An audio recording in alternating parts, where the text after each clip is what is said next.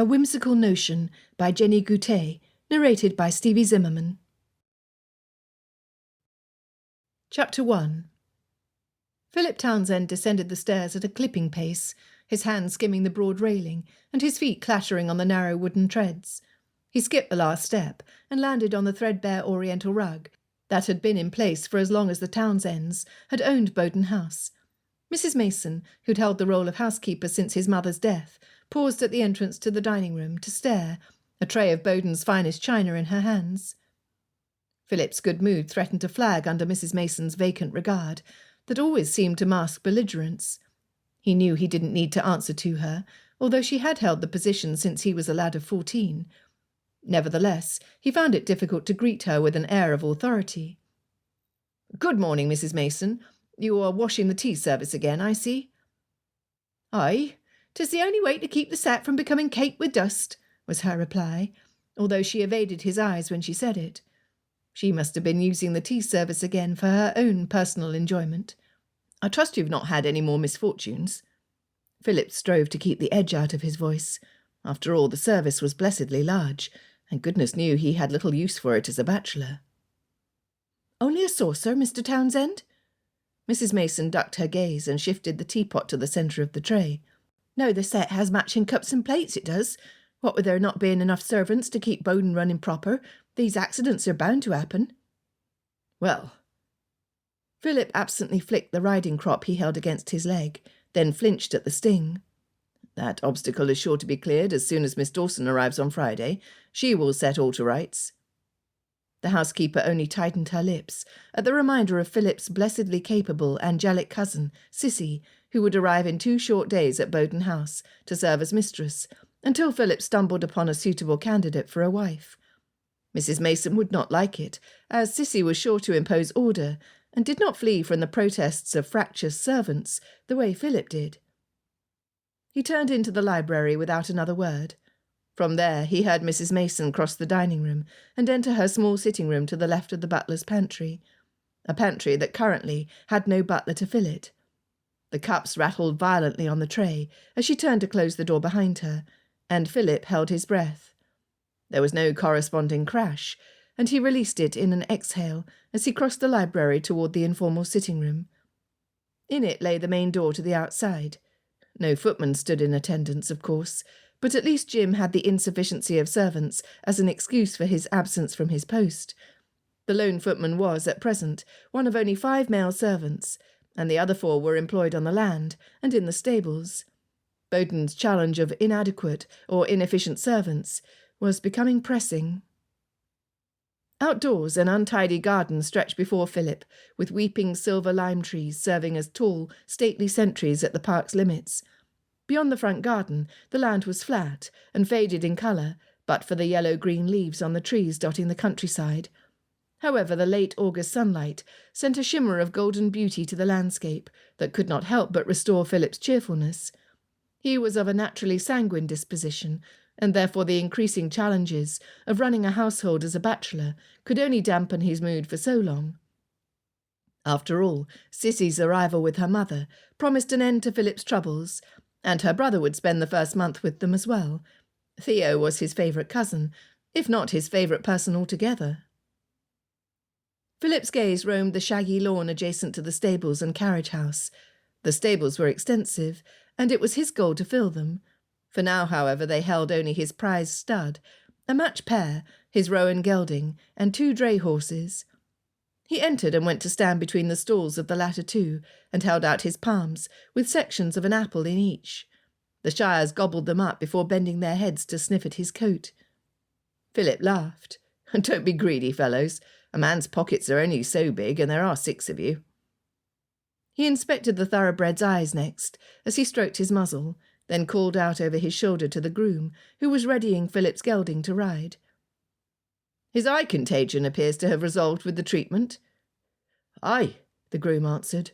"The hot poultice thrice daily, though he didn't like it." "I'm sure he didn't."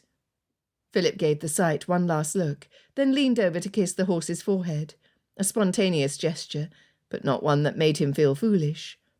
Although Crown Glory had yet to prove himself, the stud had already turned a small profit by siring a local foal, Besides being a handsome stallion with a surprisingly sweet disposition, Philip wanted him in the best of health. After greeting his chestnut pair, Thunder and True, he strode over to where Jim held the reins to his gelding. Philip gave his last bit of apple to the roan, who was named Poker Up, for the way he averted his head when pouting, and swung into the saddle, urging the horse out of the stables. By force of habit, he directed the gelding to the northern end of his property, where an idea that involved diverting part of the Waring River had taken hold of his mind. Doing so would irrigate a particularly dry stretch of land to the south, turning it into a field for growing corn. The contemplated project was a knotty endeavour, as the public road split a portion of his property, and he would need to cross the main road in order to accomplish it. Downstream was the coning mill. He would make certain his plan did not affect the mill's operations. Philip approached the open field, south of where the river cut through Horncastle and his own land as well. Before him, a thick mass of brambles formed a wild hedge of late-blooming blackberries that were delicious when he remembered to have them picked. On the other side of the river, the woods stretched as far as he could see, providing tempting shade in the hot days of late summer. It was not a place he was welcome to enjoy. The owner of the woods, Mr. Alfred Bassett, and Philip's late father, had been at odds for most of his life, and the cool relations had outlasted the death of his father. He was working out how to dig the canal, and what series of pipes needed to be installed under the road to accomplish his purpose, when a flash of light blue cloth caught his eye, now partially hidden by the brambles. The cloth gradually revealed itself as a dress, and it was with some surprise that he recognised the figure which filled it. He had not crossed paths with little Miss Honoria Bassett since his return to Lincolnshire, and he had drawn the conclusion that she must surely be away on an extended visit. Although with their family's unresolved tension, it was not precisely something he could have gone to inquire about. Miss Bassett was little no more. She turned at the sound of his horse, and he saw a heavily laden basket almost slip from her fingers. Then his gaze rose to her face, and stayed there. She gave a surreptitious swipe at her lush mouth, but it did not hide the telltale stains of blackberry juice. Philip was torn between a desire to laugh and an unexpected acceleration of his heart. That was not something he was prepared for. But it was impossible to deny that she had changed in the 3 years since he had seen her. As a girl, she had been rather forgettable. As a young lady, she drew one's attention and kept it captive. Her neat, stylish gown fit like a glove, and was as fine as anything he might see in London. Her eyes sparkled under her poke bonnet, and her cheeks glowed in harmony with her red hair. Philip directed his gaze to the row of blackberry brambles. This would not do. Had he not known Honoria under the most informal terms since she was an infant? Even if their fathers had maintained a distant relationship, their mothers had been friendly enough, until his own mother had died.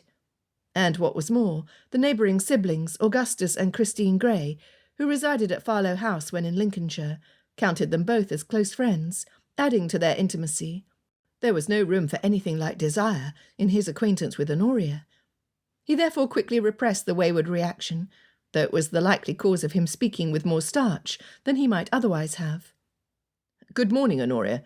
Miss Bassett, I mean to say. You were out early." He made a point to look behind her, drawing his brows together. "And unaccompanied?"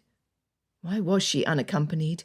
Any man could come along and be tempted by the same vision that had met Philip, one of fruit-stained lips and sun-kissed skin that disappeared enticingly into a neat little bodice. Another man might not have a sense of honour. Honoria lifted her chin. "I do not need the company of a servant to pick blackberries on my own property." She flushed slightly, adding, "Well, technically your property, I suppose." Another surge of laughter welled up in Philip. 6 years his junior, Honoria had always been an incongruous mix of fierce practical stubbornness and a sort of innocence and vulnerability she had apparently not lost on becoming a woman. And she had certainly become a woman in the years since he had last seen her.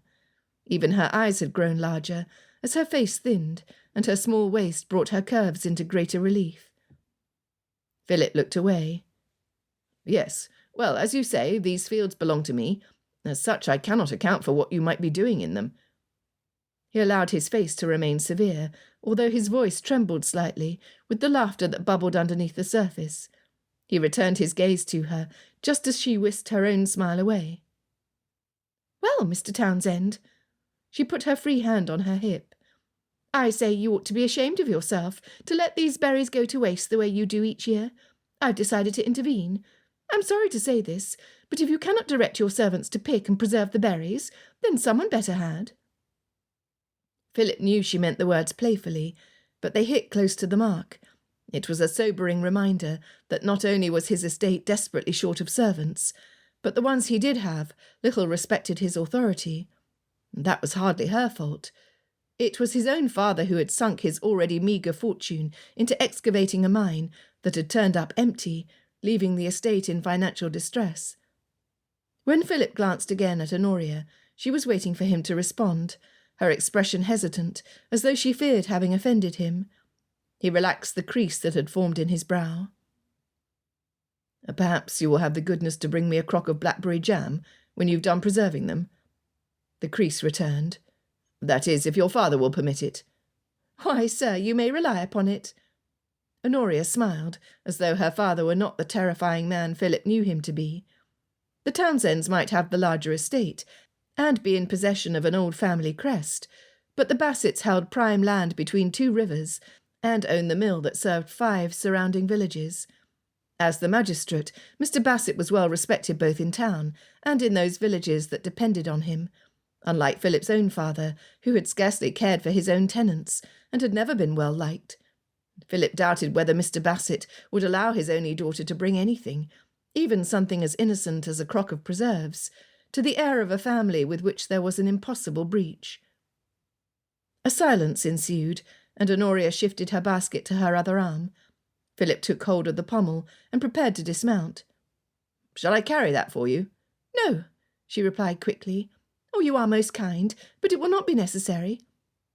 He suspected the reality of their family's situation had at last dawned on her, and that she was imagining what her father would say if she allowed Philip to cross their land. "Well," he replied, not wishing to leave the first friendly conversation he'd had in days, but having no excuse to stay, "I wish you will make free use of the berries, so that I might not be accused of allowing shocking waste to occur on my land." "There are no accusations amongst neighbours," she replied, smiling. "Only helping hands." Philip tipped his hat and rode away, wondering at the unexpected encounter and the likelihood of seeing her again, when their paths had not crossed, even once in the 6 months since he had returned to his estate. While her parting assurance had not been entirely true, it was a pleasant idea nonetheless. Chapter 2. Honoria perched the heaping basket of blackberries on her hip and opened the back door with her free hand. Entering the airy kitchen painted in yellow, she deposited the basket on the rough wooden table before grinning at their cook and popping another fat blackberry in her mouth. "That's quite a harvest, miss." Mrs. Sands went over to examine the berries and clucked her tongue in satisfaction. "Oh, this'll make us a fine blackberry tart for dinner tonight, and we might have 10 jars of preserves besides. Was there any more to be had?" Honoria wiped her hands on the work apron she had taken, which was now stained beyond remedy. She untied it and set it on the stone slab at the far end of the kitchen. "Oh, plenty. There are enough berries to fill 2 more baskets like it, I dare say. I shall have to return." She walked over to the sun-filled room adjacent to the kitchen and reached up to test the herbs that hung upside down to dry. The room beyond that held the undercroft, where their root vegetables were stored, and beside it was her little apothecary, with all manner of remedies she oversaw herself. She might be young, but she had an appreciation for the art of healing that had seemed to skip the generation of her mother, to pour directly into her. Perhaps it was just as well, since her mother would not have had the energy to travel around their town to attend to various illnesses, whilst Honoria seemed to have it in unlimited supply. "I shall run up and see if mother needs anything," she told their cook, as Mrs. Sands pulled the day's game toward her and began plucking feathers with swift, efficient movements. Honoria darted up the 2 stone steps from the kitchen of their medieval home to the main floor and strode across the great hall. The term had become a family joke, as the hall was not very great in size, but her grandmother had named it so, proud to serve dinner where the noble guests of centuries past had gathered to eat. On the four sides of the room, tall white pillars supported a first-floor balcony, and when one lifted one's gaze, the doors to the bedrooms above were visible beyond the railing. Her favourite part of the hall was the nook nearest the kitchen, where 6 narrow windows holding diamond-shaped panes stretched to the ceiling, crowned with stained glass at the top. Even when there was little sun, light shone through the glass, projecting the latticed and coloured patterns on the stone floor. Honoria crossed to the morning room, where the clip of her boots gave way to the muted sound on the oakwood herringbone floors of Wheaton Hall. At the far end of the morning room, a large rounded alcove held another tall set of windows, this time with no stained glass. In its centre, chairs and 2 sofas were placed in a cosy circle, and there her mother sat, with a novel on her lap, looking as contented as she might, with such an untaxing programme of pleasure before her. There could not be a more felicitous home in all of Lincolnshire, Honoria thought. Not in all of England. "Mamma, we shall have blackberry tart for dinner. I knew I would find a harvest at the edge of the Townsend estate, and I was not disappointed. All was nearly lost with this summer's drought, but it took only that bit of rain last week to plump the berries up to just what was needed." She kissed her mother, who had turned her cheek upwards, then sat on the chair opposite. "Good morning," she added as an afterthought. A smile lit her mother's face, and she closed her book, marking the page. "You would not have needed to inform me you went blackberry picking. I can see that for myself." Honoria touched her fingers to her lips. "Oh, I look a fright, do I? Such a shame Philip Townsend had to ride by just then and see me in such a state, when we had not crossed paths in ages." She thought back. "I believe the last time was in the company of the Greys, before he left for London, and they removed to Bath." "Philip Townsend." Mrs. Bassett lifted an eyebrow at her daughter, revealing a glimpse of her quiet humour. "Indeed a shame, especially since the shrubs are on his property, are they not? My dear, although Mrs. Townsend once said we might pick the blackberries there any time we liked, she is no longer here to countenance it, and it is perhaps not quite what your father would like." Honoria would not have bothered to respond to so unimportant a detail, had her mother not added with an indulgent smile, "Although if Amelia Townsend had had her way, the blackberries would by now be the joint property of you and Philip." Honoria pinched her lips tight and came near to glaring at her mother, ignoring the fact that even in her own heart she had found Philip unexpectedly pleasing to look at. His hair was cut long. Its honey colour could almost be described as feminine, were it not for the decidedly masculine square jaw framed by the thick waves. And he had been easy to talk to. With him she wasn't tongue-tied, the way she was with Augustus Grey. Then again, she supposed that was only natural. Few men could hold a candle to Gus. "Mamma, I cannot imagine what prompted you and Mrs. Townsend to decide your children would be a suitable match whilst we were still in the cradle, unless that is the sort of thing one did back then. These days arranged marriages are not at all the thing. One likes to have a choice in whom one marries." A fuzzy image of dark, wind-swept hair and a teasing, heart-melting smile filled her mind. Mrs. Bassett laughed. "Oh, you must forgive us our youthful optimism, then. When we saw our babes playing together so sweetly, or rather, I should say, little Philip looking after you so attentively when you were an infant, and the 2 of us such intimate friends, we could not help but imagine a happier future for you both. Well." Honoria had taken her mother to task often enough on the matter that there was no point in belabouring it. She nevertheless did. One never knew whether one had protested the idea enough to kill all lingering hope. "It was a whimsical notion to have arranged our match, to be sure, but the reality is that we are not at all suited, which you must surely see by now. Why, Papa would never permit it, and Philip and I are no longer in each other's company. There is little enough opportunity when we don't even belong to the same parish." Her mother sighed. "I suppose I gave up the notion once your father and Mr. Townsend had that falling out over the mine." Losing interest in the all-too-familiar subject, Honoria glanced over at the tray on the table near her chair and spotted a small stack of letters sitting there. She reached over and plucked the one on top. "It's Christine's handwriting. I've been waiting for word from her." She considered the neat scrawl and ran her fingertips lightly over the folded paper. "I do hope these 6 months have allowed her to bear the loss of her mother. I know they were not as close as you and I are, Mamma, but it is, after all, her mother." Mrs. Bassett sent her a sympathetic look, then set her book to the side. "Before you begin reading it, I'm afraid I have some unpleasant news." At this, Honoria looked up without breaking the seal. She was sure it must be that the expected delivery of cloth to make over the curtains in the drawing-room had been delayed again. They were beginning to fear the pattern they'd chosen was not available at all. "Your father will have to travel to London next week, and he will be gone for over a month. He could not put it off." Her mother studied her face as she added gently, "He will be unable to squire us to Lincolnshire for the stuff ball this year." Honoria froze in dismay. The stuff ball was Lincolnshire's most important event, gathering society's prominent members. The annual ball had begun 25 years ago, with the aim of supporting the Lincolnshire wool merchants.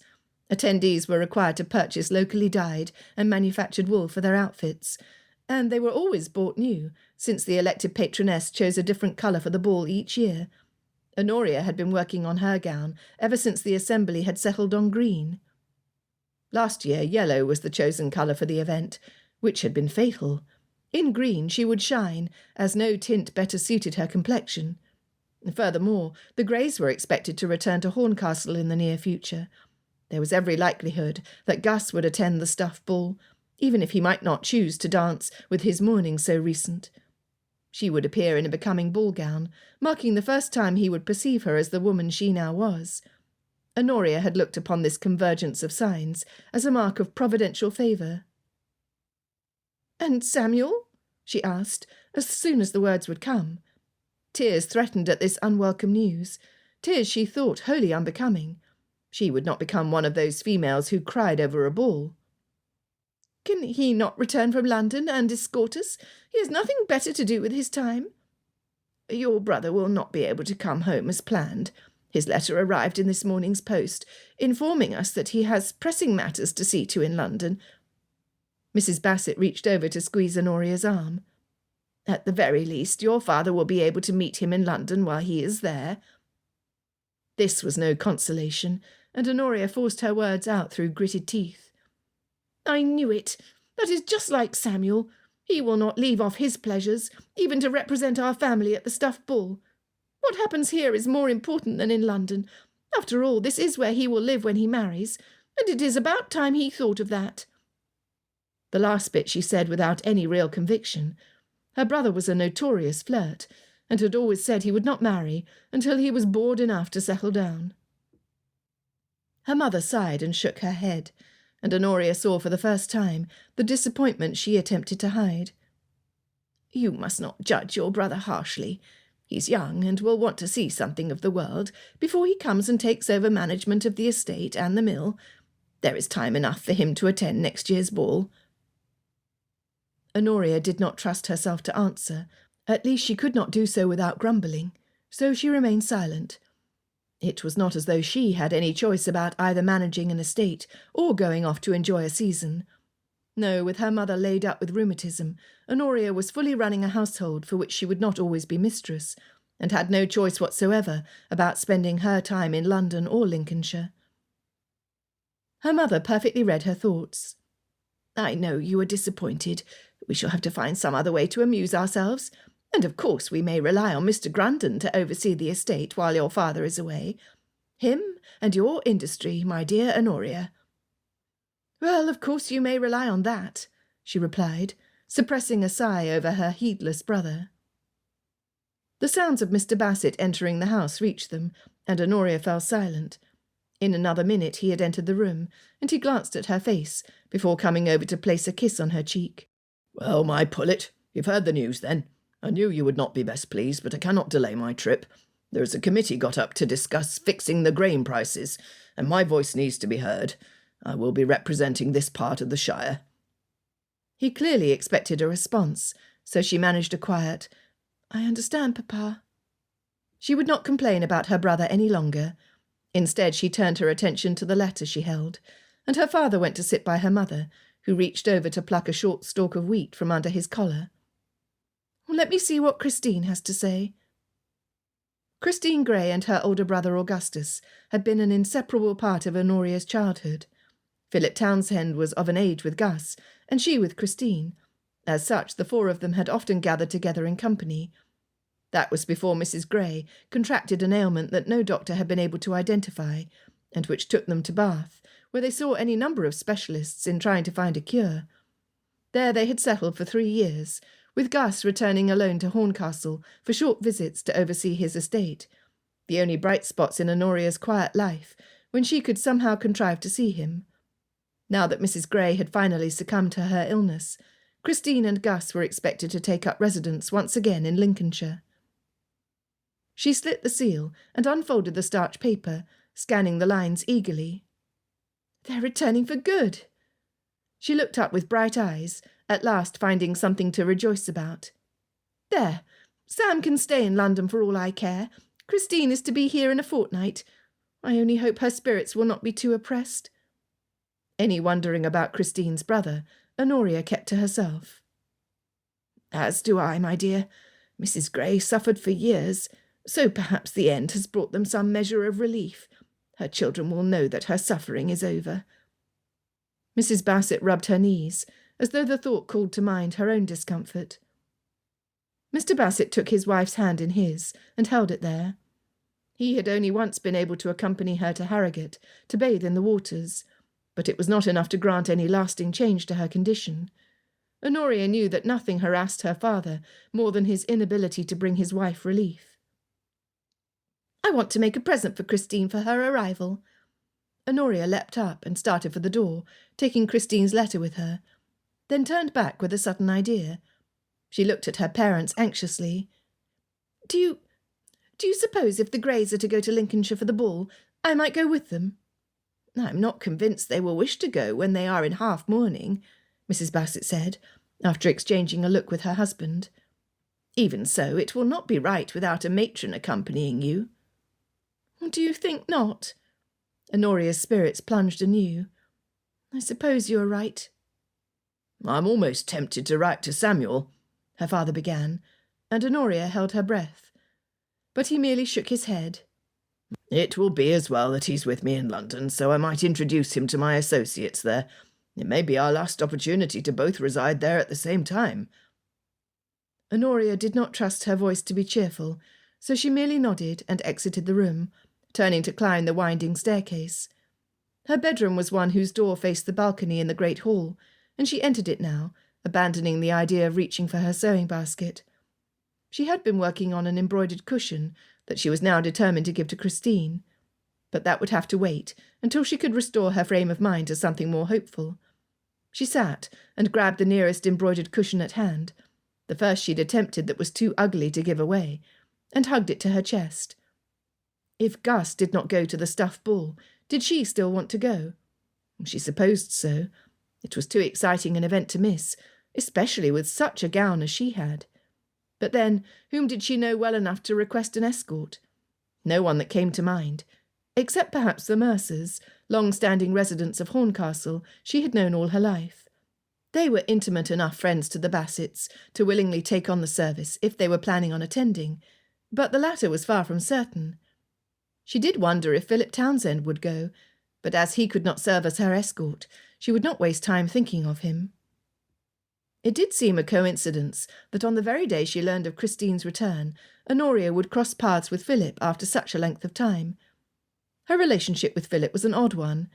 To all appearances they had none. His mother and hers had been intimates, but Mrs. Townsend had died young of influenza, severing that connection. Their fathers were not on speaking terms, or had not been before Mr. Townsend's untimely death, due to a partial collapse of the mine shaft he had dug. Before his only remaining parent departed from the world, Philip would be away at school for months at a time, and in the years afterwards he had gone off to London, leaving his house and estate in the hands of servants. However, before that, in those early years when the Greys were living in Horncastle, they spent afternoons in each other's company, playing games, riding, and teasing like siblings, while their fathers pretended the friendship did not exist. Fortunately, Honoria's interest lay in quite another direction than Philip Townsend, so she did not have to choose between breaking her father's heart or her own. It was just as well that her affections were engaged elsewhere. Musing over the simple pleasures of her youth turned Honoria's thoughts to more hopeful avenues. She would take up her embroidery now. There was little enough time, and she wanted to have it ready for Christine's return. The rose damask armchair was placed in the corner of her spacious room, in such a way that allowed her to face the large window, overlooking the brick-enclosed garden. She settled there with her sewing basket, and glanced out at the stone pond, tucked between the yew hedges, the fountain trickling at the end of it. As she selected a purple thread, it occurred to her that the return of Christine and Augustus Gray would evoke the days long past, where laughter and play were central to their lives, ball or no ball. Perhaps it would not matter that Samuel had not come, for her time would again be filled with friendship, perhaps more than friendship. Gus. The thought of him brought on a wistful sigh. As children, before he was of an age to care about girls, he gave her every bit of attention he gave his sister whenever they were together. Except he teased her in ways he did not tease his sister, tugging the end of her hair and tickling her. And he was kind, too, offering her smuggled sweets and putting his arm around her shoulders when a torn stocking brought tears to her eyes. Not even Samuel had paid any attention to her that was not forced upon him, or taught her how to put a bridle on a horse or a worm on a hook. Not that fishing was a genteel occupation. Philip had been a steady presence as well, but he had always been consumed by the sport. Gus, on the other hand, had managed to devote as much interest in her as he did in sport, so that she felt quite important in his eyes. It was therefore difficult to imagine it hopeless that he might grow to love her. Honoria bit her lip. It was a shame Gus would not see her in her first ball gown as a lady, and of such an exquisite fit and colour. She had been sewing tiny crystal beads, one after the other, into the neckline, fuelled by her hope that he would see it, and now all that effort would be to no avail. She chose another colour and squinted at the eye of the needle to thread it. Who knew? Perhaps his interest in her as a potential match would develop before the ball, and if he did go, he would find it insipid without her there. He would then be inspired to rush home to declare his newly discovered feelings. Why should she not hope for such a thing? Chapter 3. The day was dawning cool, despite being early in September, and Philip was in the stables preparing for his morning ride, when he heard the sound of hoof-beats cantering in approach. He wasn't expecting anyone until the following day, and he looked up in curiosity and then surprise. "Yes, indeed, coz, it is I." Theo Dawson reined his horse in and swung down from the saddle. Philip handed the reins of his gelding to the groom and strode over to his cousin. He held out his hand and seized Theo's arm as they shook. "I did not look for you until tomorrow. Did you leave your poor sister and mother to suffer the journey unescorted?" Philip teased, knowing Theo would do no such thing. "Ah." A flash of discomfort filled Theo's features, which left Philip with a mild sense of foreboding. "Come, leave off your riding for a bit, and spare me an hour of your time. Has the breakfast been cleared? I did not eat at the inn, hoping you would provide me with better fare." Philip signalled to his groom to unsaddle the horse, and walked at Theo's side into the soft daylight, their boots crunching on the leaves that had started to fall early after a dry summer. "You thought you would get better fare here than at an inn? I did not take you for such an innocent." Theo chuckled. "Mrs. Mason still rules the nest, then?" "Yes, and she has chased off cook. We've had to hire someone from the village to fill in temporarily until Sissy arrives. I've warned Mrs. Mason that there will be changes afoot when my cousin has taken up residence. She did not like that, I can tell you." Theo met Philip's laughter with a weak grin. "About that?" Philip stopped and faced his cousin, all humour gone. "About that? About what? Tell me you are not bearing ill tidings." A fear gripped him. "Your mother has not been laid up again. I told Sissy we would employ every effort for my aunt's comfort. She needed only endure the journey once, and then she could make her home here."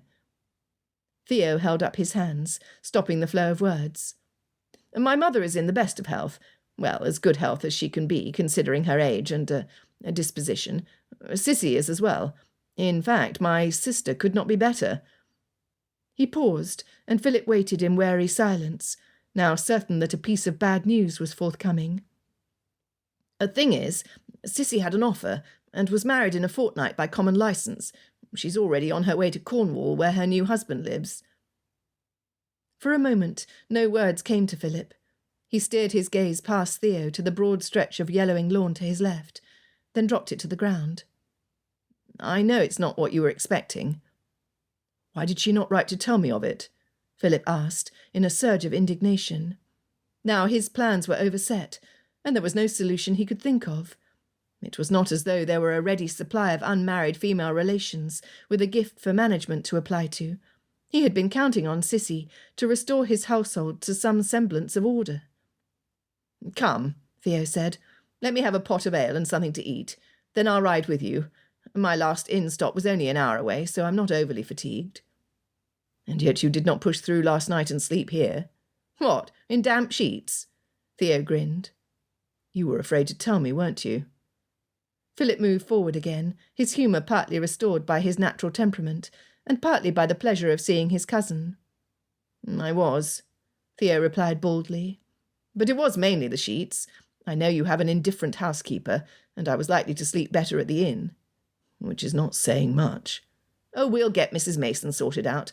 I'm still staying for the month, you know. I can help. Philip sent his cousin a look heavy with irony. You're just as reluctant as I am to put yourself in the way of trouble.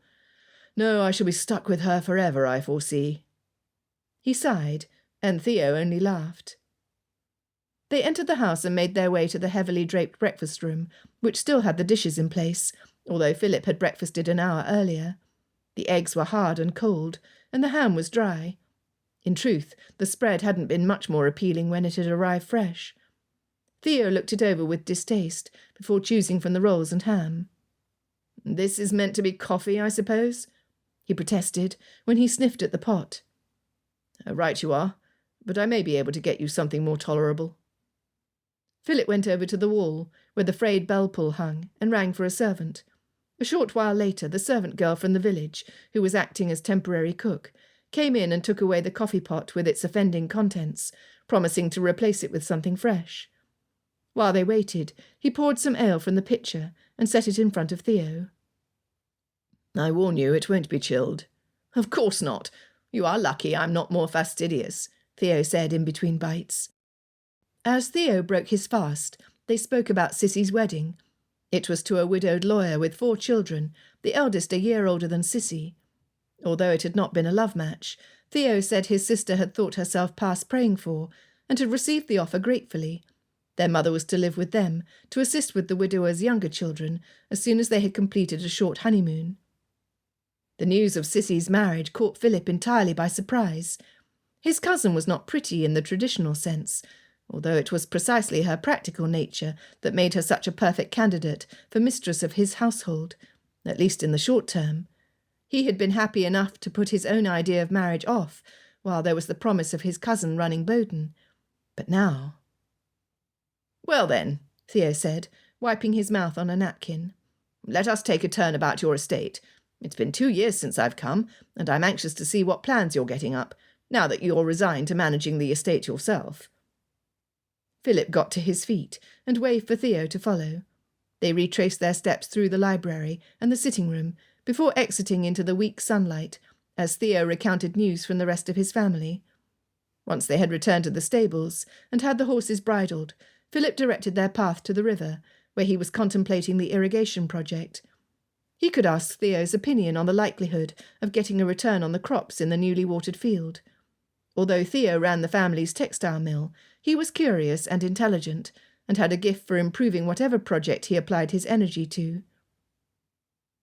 I can see your mind is taken up with this disappointment, Theo said as they rode, casting a glance at Philip, then looking up as the wind rustled the leaves above them. But your house will not be in such a mismanaged state forever. What you need is a wife. Philip let the silence stretch between them before answering. He knew this, but he had been hoping not to rush the matter. Choosing a life's mate was not a decision to make in haste, and he could not do it in that cold, calculating way some other gentlemen seemed able to do. I know I require a wife, he answered at last, but my need to settle someone as mistress of Bowden House is too urgent to have that woman be her. I can't choose a wife like I choose a horse. Your selection of horseflesh is not all that quick, Theo said dryly. I don't know that it has to be so very complicated either. Look at Sissy. She went to one ball, danced with the fellow twice. He came calling, and the matter was settled in less than a month. It need not take the eternity you seem to think." "Is that so? If you had to marry in haste, would you have an appropriate candidate at the ready?" Philip lifted an ironical brow, knowing the answer. Theo was no closer to the marital state than he was. "Oh, I'm certain if my hand were forced, one woman would distinguish herself from the rest." When Philip gave a huff of disbelief, Theo continued, "Listen, there are plenty of pretty faces, and one fine figure is as good as another. Apart from a decent dowry and the ability to run a large household, you need only consider how able she is to hold an intelligent conversation. And how likely she is to cut up my piece. Now this fit of the Dismals is unlike you." Theo clucked his tongue. "I expect you'll have remembered some way of approaching the matter reasonably before we sit down to supper, and we'll be able to eat in tolerable cheer. Those woods in the distance are yours. Ah, no, they're bordering the other bank of the river." Philip nodded. "That's the Waring. I was thinking of diverting it to the field here on the left, and this is what I wanted to show you. The soil here was once fenland, and it's full of sandy loam. It drains too quickly for the corn I wish to grow." They approached the river, and Theo narrowed his eyes against the sunlight, pointing to their right. "But this is a public road, is it not?" "'Tis. It makes the operation more complicated." Theo reflected on this, then pursed his lips. "You will need some sort of pipe or cask that can be dug under the road. You've probably already figured that out. But you'll have to control the amount of water so it doesn't flood, of course. It's not a light project you're contemplating. I won't ask if you're up for the challenge, knowing you, but—" He trailed off. "But you wonder whether there's not a simpler way to bring my estate to solvency," Philip finished for him. Theo grinned. "Something like that. Then again, you've always worked harder than I've ever had the inclination to do. Your stud farm project?" Philip shook his head. "Crown Glory is not yet paying off, although I expect him to. That must be a goal for the long term, as it won't answer my need for ready cash." He studied the soil, contemplating how he could control the flow of water, when his gaze lifted to the stretch of brambles ahead. It brought to mind his last encounter with Honoria, and he wondered idly if it would be another several months before he saw her again. Something about her pleasant face and conversation made him wish it was sooner. Their brief meeting had been reminiscent of happier times, when their mutual friends the Greys were still in Lincolnshire. He would not allow his mind to dwell on the more recent, physical changes that had overtaken her, lest it travel down forbidden paths. As if the force of his nostalgia and desire had conjured her, Honoria rounded the hedge of brambles and came into view. He could tell by the way she lifted her gaze cautiously that she had been conscious of their approach. And even at this slight distance, he could see a blush tint her cheeks as he nudged his horse forward to greet her. "I've taken to heart your words about the blackberries," she said, with a slight nod at the nearly full basket. "Although I fear I should be ashamed of myself, since this is the last of them, and they are not mine to pick." Philip couldn't help the smile that spread at her shy acknowledgement. "I meant it. As you said yourself, the berries were going to waste. I hope you were able to put the first harvest to good use." He gestured to Theo. "This is my cousin, Mr. Dawson. Theo, this is Miss Bassett." "A pleasure," Theo said. "Mr. Dawson?" Honoria curtsied, then fingered the handle of her basket, allowing her gaze to sweep the field on her right, seemingly at a loss for words. "My cousin is staying with me for the month," Philip explained, to break a slightly awkward silence. Honoria turned her bright smile to Theo. "Oh, well then, you shall sample my preserves. I promised Philip I would bring some. I mean to say, Mr. Townsend. We grew up together, and I forget we are no longer children at times." "You must not mind me," Theo replied promptly. "I'm not one to insist upon formality, and I would be delighted to try your preserves. It seems I have arrived at a fortunate time." At this second mention of her promise, Philip began to believe she would indeed find a way to bring him a jar, despite her father's known antipathy. The thought filled him with warmth, and it would make his dry bread more tolerable. "Well then, Miss Bassett." He raised his hand to bid farewell, before being struck by the fact that she was once again alone. Shifting in his saddle to peer around her, he frowned suddenly. Before he could speak, Honoria forestalled him. "A servant could not be spared. I know that is what you're about to say, Phil, but I assure you I am in perfect safety. I've been running about in this area since I was a girl." "But you are a girl no longer," Philip thought firmly. However, he held his tongue and tipped his hat. "Then I shall not take the high-handed approach of telling you what to do, again." Honoria gave him a dimpled smile and turned back to the brambles, reaching out to pluck one berry and toss it into the basket, following it with another. He and Theo rode on, allowing their horses to pick their way up the incline from the field. "The blackberries would have to go if you created an irrigation system. They will not thrive in soil that is overly wet." Theo steered his horse to the public road that ran alongside the river. On the far side, the mature birch and elm trees cast a green and gold-shaded canopy. "It would be a shame." "A small price to pay," Philip responded. "Blackberries will not bring in the income I need to restore my estate." They were well out of earshot now, and Theo said in an even voice, "They seem to have netted you a fine candidate for a wife, however." Philip did not pretend to misunderstand his cousin's meaning, and lifted his brows in surprise. "Honoria." "Is that her name?" Theo replied mildly. "It suits her. She's perfect for you. A young lady unafraid of hard work, despite her obviously gentle breeding, and she's fine to look upon with her ginger hair, you must own." Philip chuckled humorlessly. "Her father would never allow it. He and my father were as near mortal enemies as gentlemen could be. Mr. Bassett did not appreciate the mine excavation my father attempted, that turned the land bordering his into an eyesore, and I believe my father lost few opportunities to question how much of a gentleman he could be when his estate ownership traced back a mere generation. An unfortunate distinction to make when your father married the daughter of a merchant." "My father was nothing if not consistent," Philip replied in a dry tone. "Well, surely her father cannot object now," Theo protested after a space. "It was not as though you had any say in what projects your father attempted, or what feather-brained ideas he had about the qualifications for a gentleman." Theo turned on his saddle, chagrined. "I apologize." "Accepted." Philip was not hearing any disparaging ideas about his father he had not entertained himself. "Besides," Theo went on, "what could be more advantageous than having a neighbour for a son-in-law?" Philip shook his head. Something warm in his chest buzzed at the thought of such a simple match. But his cousin did not understand. "Trust me, Mr. Bassett has a long memory." They rode on a little farther, discussing the idea of installing dikes and the placement of such in the canal.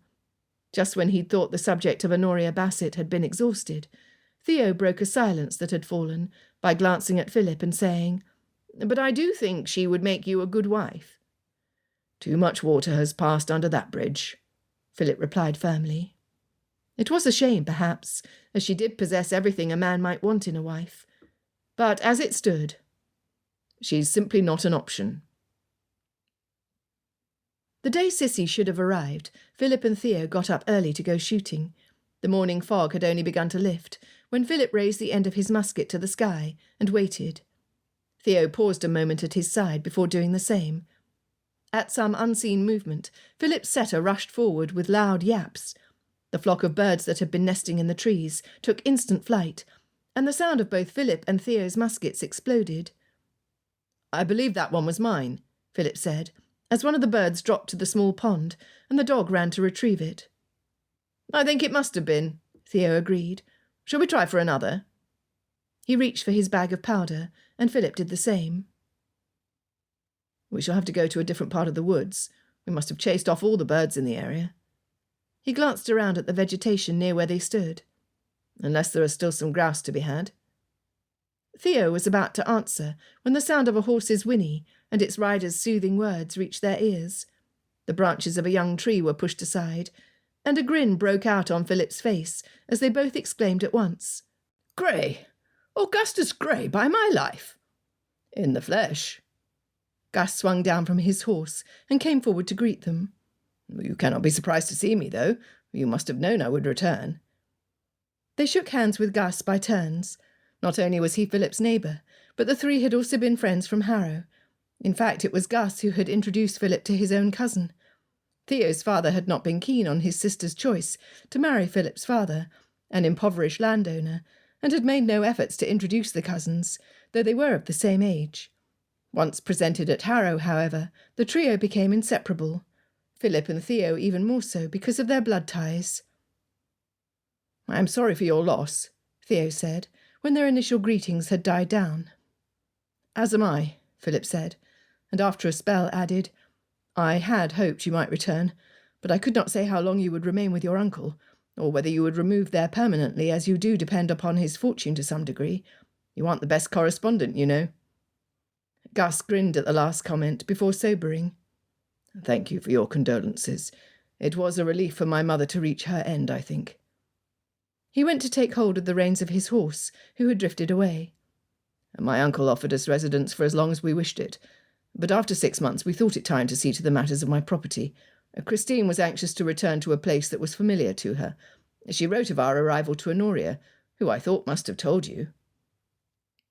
Philip became aware of the dog at his feet, who was panting with his prize in his mouth.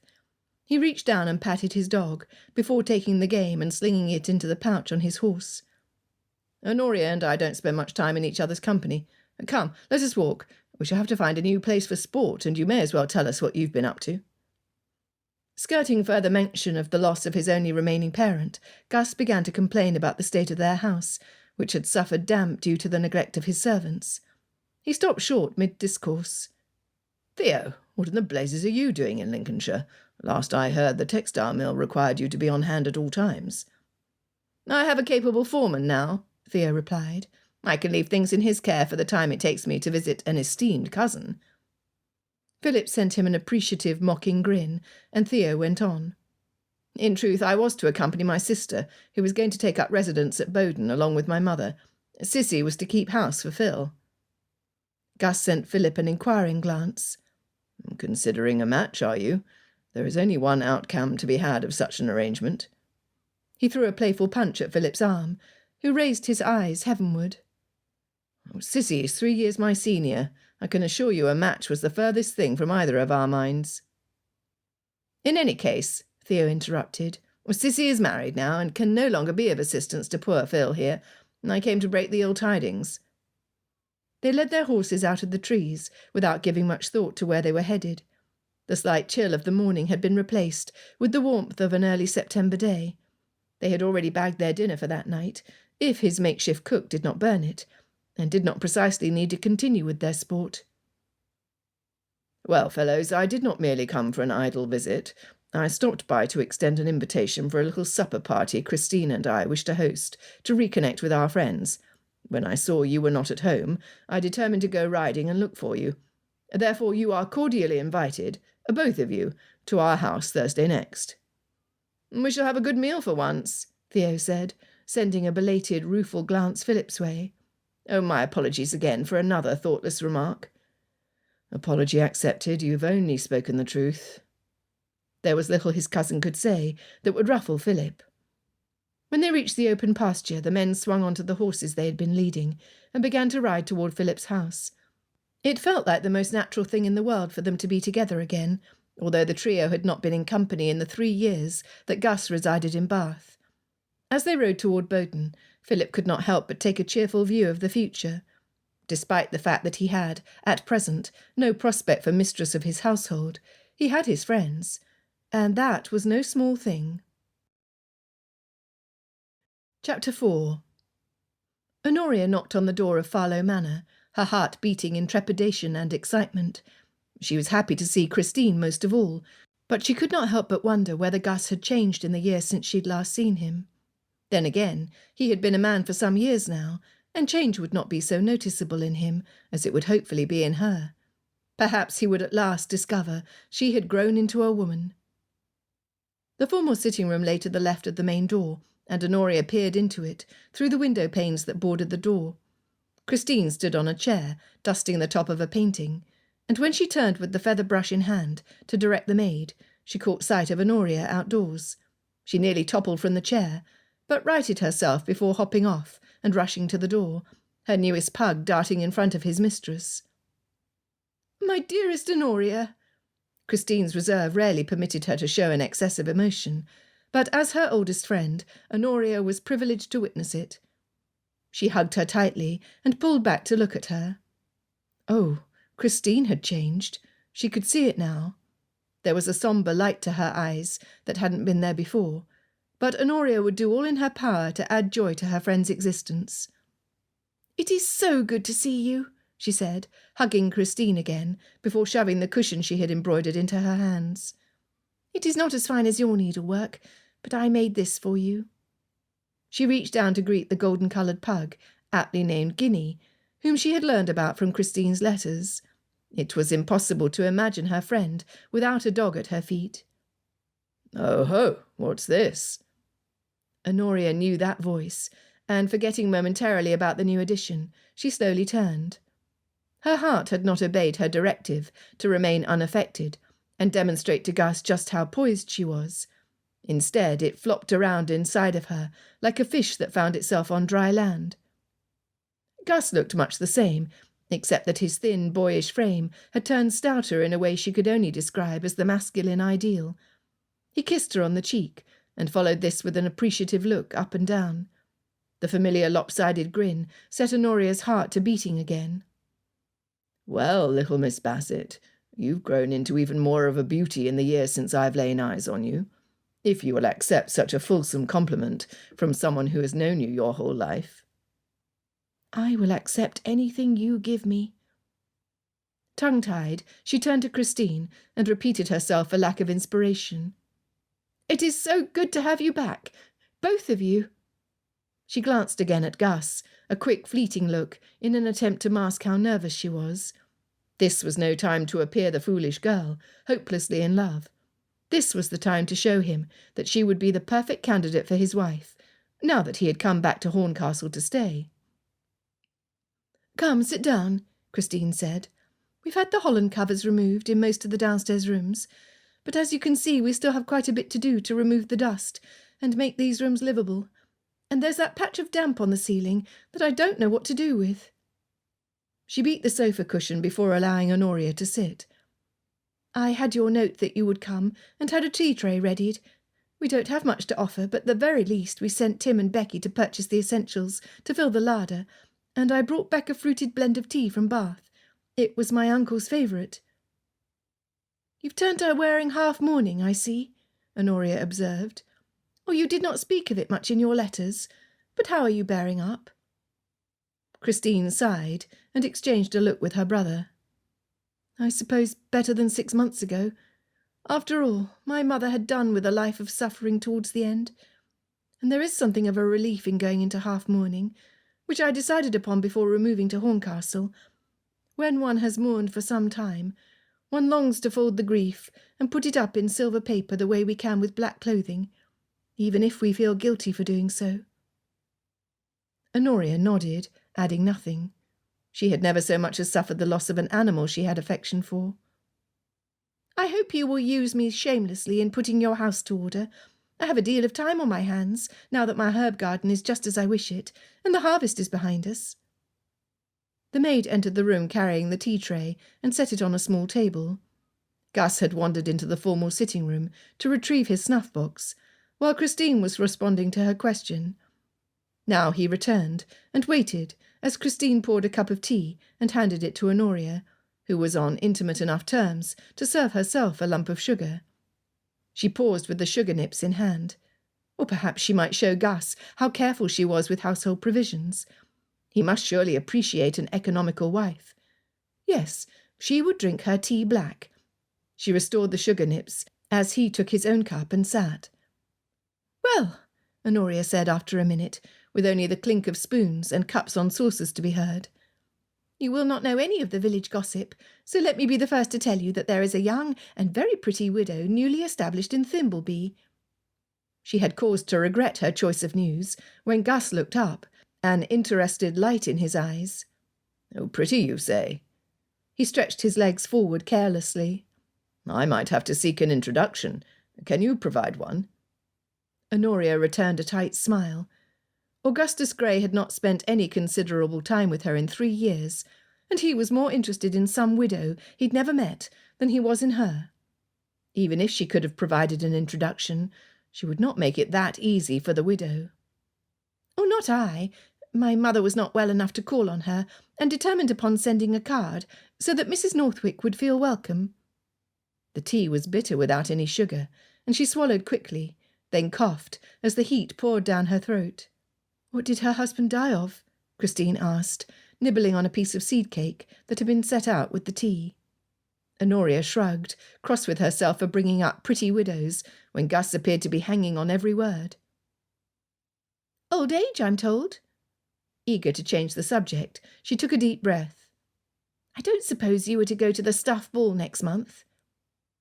She saw Christine glance at her brother and added, "Oh, perhaps it is too soon to ask, when you've only just arrived.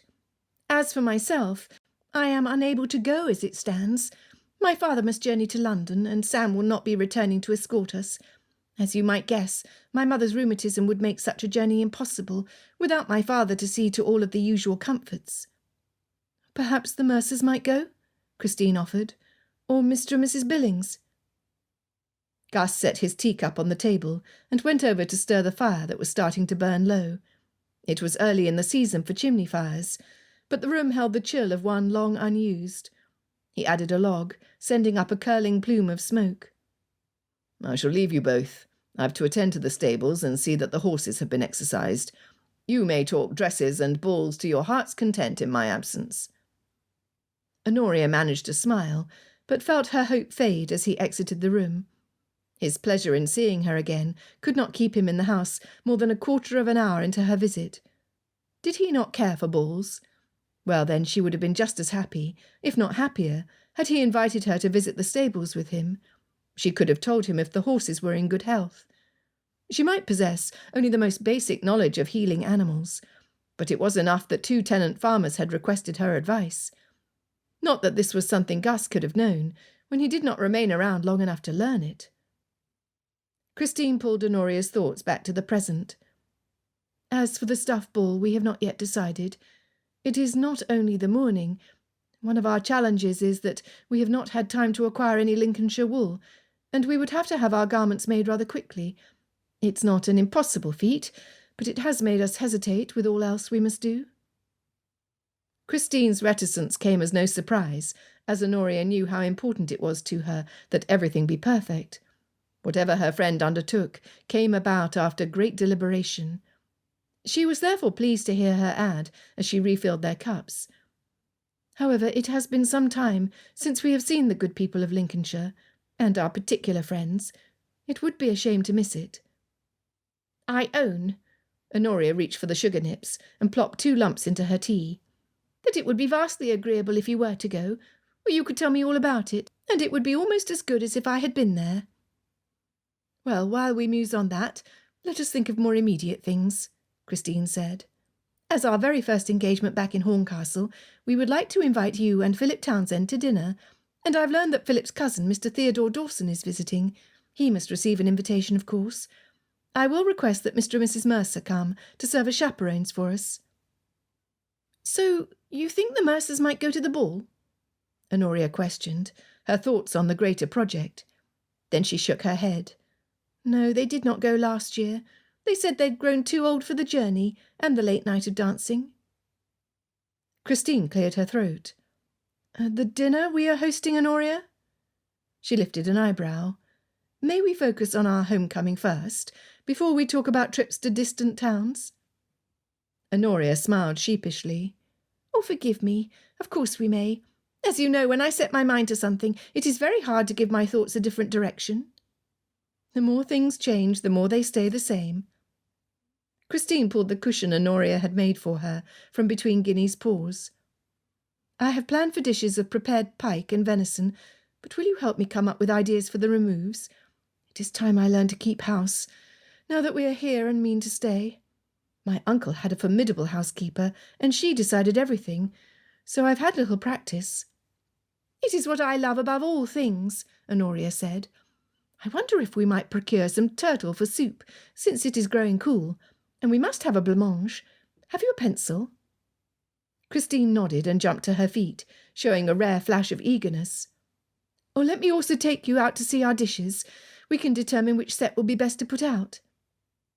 In her enthusiasm for the new project, Honoria abandoned the dilemma of how to get to the ball in Lincoln for the present. Perhaps, with her assisting Christine, Gus would notice how well she arranged the table, and consider her for another role than a second sister to tease. If she could catch his eye here, going to Lincoln would hardly hold any importance. Then again, she reflected, if she knew anything of Gus, besides the goodness of his heart, he was a dedicated flirt. Nothing was more likely to seal his regard for a woman than a little competition from other men. If he went to the ball without having truly noticed her first, he might fall under some woman's spell there and become smitten. She had such a short time to win his heart before he left. When Honoria returned home, she stopped short at the entrance to the drawing-room. Sitting on their jonquil-coloured sofa next to Mrs. Bassett was a slender young woman whom Honoria did not know. Golden blonde tendrils peeked out from under the rim of a black bonnet, and the contrast of her sombre clothing against her creamy features only added to her charm. It could be no other than the widow she had heard spoken of. For a moment, Honoria froze at the entranceway. Mrs. Northwick, if indeed it was her, was a rare beauty. It would appear that Gus would not need to go to Lincoln to run up against a pretty face to turn his head. Her mother gestured for her to enter. "Come in. I would like to introduce you to Mrs. Arabella Northwick. Mrs. Northwick, this is my daughter Honoria." As the widow stood, her petite frame was tight with what seemed like years of worries, though her smile was sincere and warm. She and Honoria exchanged curtsies.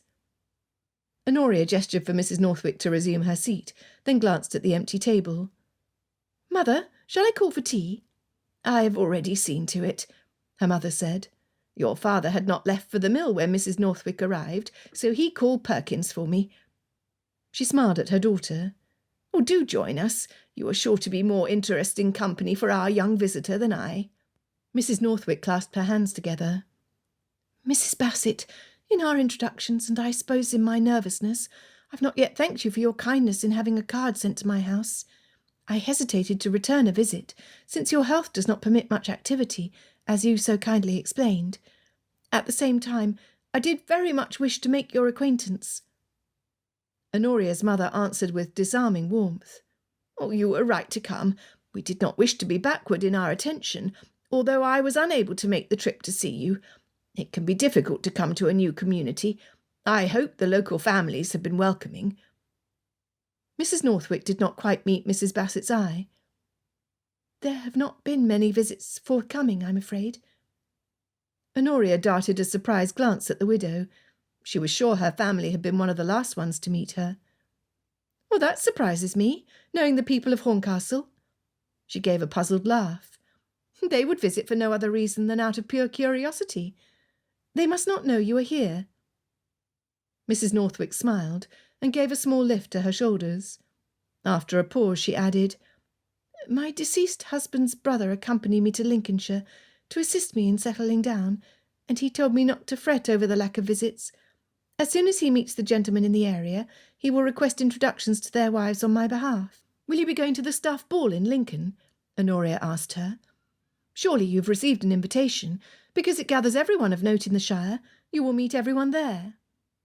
"I have received an invitation to that, at least. To own the truth, it is an event I both look forward to and dread," Mrs. Northwick said, her lips pulling upward to add lightness to her words. "I am charmed by the idea, but as you said, I will meet everyone there. That cannot be but intimidating. And you, will you go?" Honoria looked at her mother before shaking her head. "It will be our first year to miss it, but it is simply not possible. My father must make a last-minute trip to London, and there will be no one to escort us." Her mother reached across to Honoria's chair and clasped her hand on the armrest in a gesture of sympathy. "I have made the journey in the past, but without my husband here to see to all the details, I fear it will be too much for me. I can manage some exertion, but not what I was used to." "Well," Mrs. Northwick said, reflectively, I have been looking for an auspicious moment to put off my blacks, and I am thinking this might be the appropriate occasion. I could not attend without doing so anyway, since I understand we must appear in green. In any event, my time of mourning has been over for some months." Mrs. Bassett asked the question that Honoria had been longing to ask. "If this is not an indelicate question, perhaps you might wish to tell us more about your husband, if doing so brings pleasant rather than painful memories." Mrs. Northwick's face shuttered, and Honoria sensed that, as tactful as her mother was, it was not a subject that brought any pleasure to the widow. Nevertheless, after a moment she met their gazes. "My father arranged for my marriage to Mr. Northwick. He was in need of an heir, and my father did not find having a daughter living at home a convenience, I'm afraid." "I understand," her mother murmured, as Honoria stared at Mrs. Northwick in mute sympathy. At least her own parents would never force her into a marriage she found distasteful, and contrary to finding her superfluous, they appreciated her and told her so often. "Do you live on your own?" Mrs. Bassett asked. Mrs. Northwick appeared to relax somewhat. "For the moment I live on my own in a large rambling estate, although I hope to have my son brought to me soon. He is with his nurse in London. My brother-in-law insisted that the nursery was not yet ready to receive my little David, and that my presence was needed to supervise its renovation. Indeed, it was in a sorry state." Her voice trailed away. "Mr. Northwick has taken up residence in the Dower House, should I have need of him." A flash of discomfort passed over her features as she said this, and Honoria wondered what could have occurred to put it there. It seemed there was more than one point of difficulty in being a widow, especially one that had no family to rally behind her.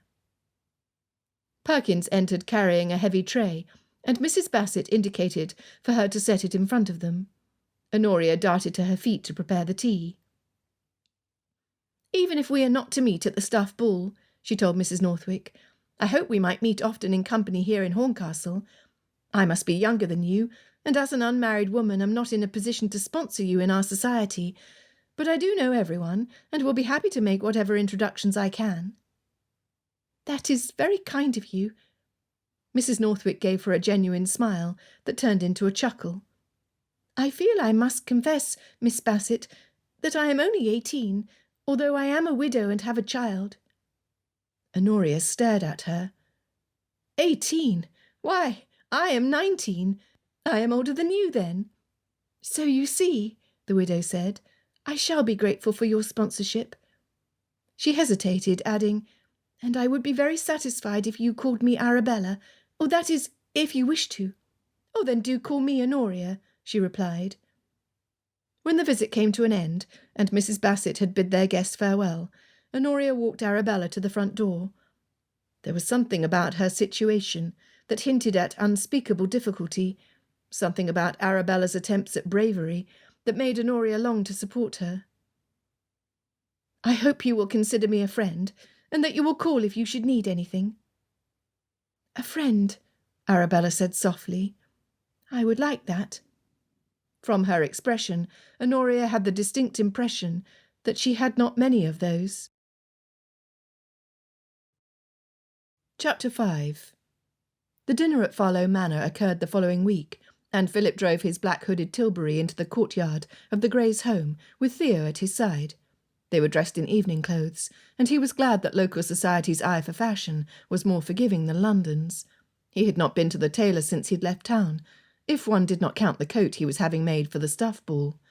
Even Theo had entered into the spirit of Lincoln's annual ball, though he had never before attended one. It had been a simple matter to procure an invitation for him, since the ladies outnumbered the gentlemen.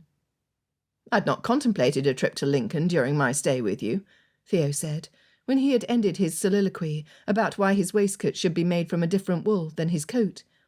"But since I'm in the Shire, I may as well go to Lincoln, and what better reason than to attend the ball?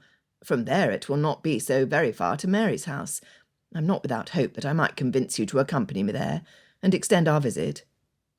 Mary was another one of Theo's sisters, whom Philip had never met. At 10 years Theo's senior, she married when Theo and Philip were still in school, and, unlike Sissy, had never been home at the same time that Philip visited. "There's time enough to decide that as the ball draws near." Philip alighted and handed the reins over to the Greys' servant. His gaze roamed to the open stable, where he ran an appraising eye over the horses Gus had had sent from his uncle's stable just outside of Bath. There was a new thoroughbred mare Gus had boasted about, and Philip was eager to see how she held up on a hunt. This was a passion he and Gus shared, which allowed them to remain close, despite fundamental differences in personality. They were both of them sports-mad. If one proposed a venture, the other was sure to accept. The main difference was that though they were each responsible for estates of varying sizes, Philip's 3 times as large as Farlow estate, Philip was much more likely to take a personal hand in the management of his. Then again, Gus's father had not frittered away his inheritance through unwise investment schemes, and whatever money he lacked for pleasure was made up for by his loose-fisted uncle. Philip's plunge into adulthood was not by choice. A footman opened the door, and Christine came forward as they were ushered in. The Greys' house possessed an intimate layout, with the formal sitting-room and morning-room both visible from the main door. Despite the lack of grandeur, Christine had managed to decorate the house with an elegance and polish that Philip would probably never acquire in his own larger home. She smiled and curtsied before them as Theo bowed at his side. "Miss Grey, I've heard much of you over the years." He wrinkled his brow as though chasing a memory. "I believe quiet sort and great gun were your brother's terms when he mentioned you." This caused Christine to laugh out loud, which was rare enough, and Philip had to admire how Theo set people at ease. He bowed in turn. "That sounds like something Gus would say, but Horncastle has been quiet without you, and you've certainly made your mark. We are all glad you've come back." He glanced around the room and saw that they were not yet complete, as neither Honoria nor the Mercers were in attendance. A knock sounded behind him, and he turned and caught sight of a rich nut-brown cloak through the pane glass. Honoria stepped through the door, bringing with her a waft of cool evening air. She turned to her maid, saying, "I will let you know when I'm ready, Maggie," before greeting Christine with the warmth of old friendship. Philip stood the nearest, and she dipped into an informal curtsy before greeting Theo with more ceremony, asking him how he was enjoying his stay at Bowden House. He murmured a reply about how favourite cousins made it easy to bear the smoking chimneys, eliciting another laugh. Gus entered the room and moved to join them, and if Philip had not been looking at Honoria, he might have missed the change in expression. Her eyes widened, and a blush filled her cheeks before she looked away.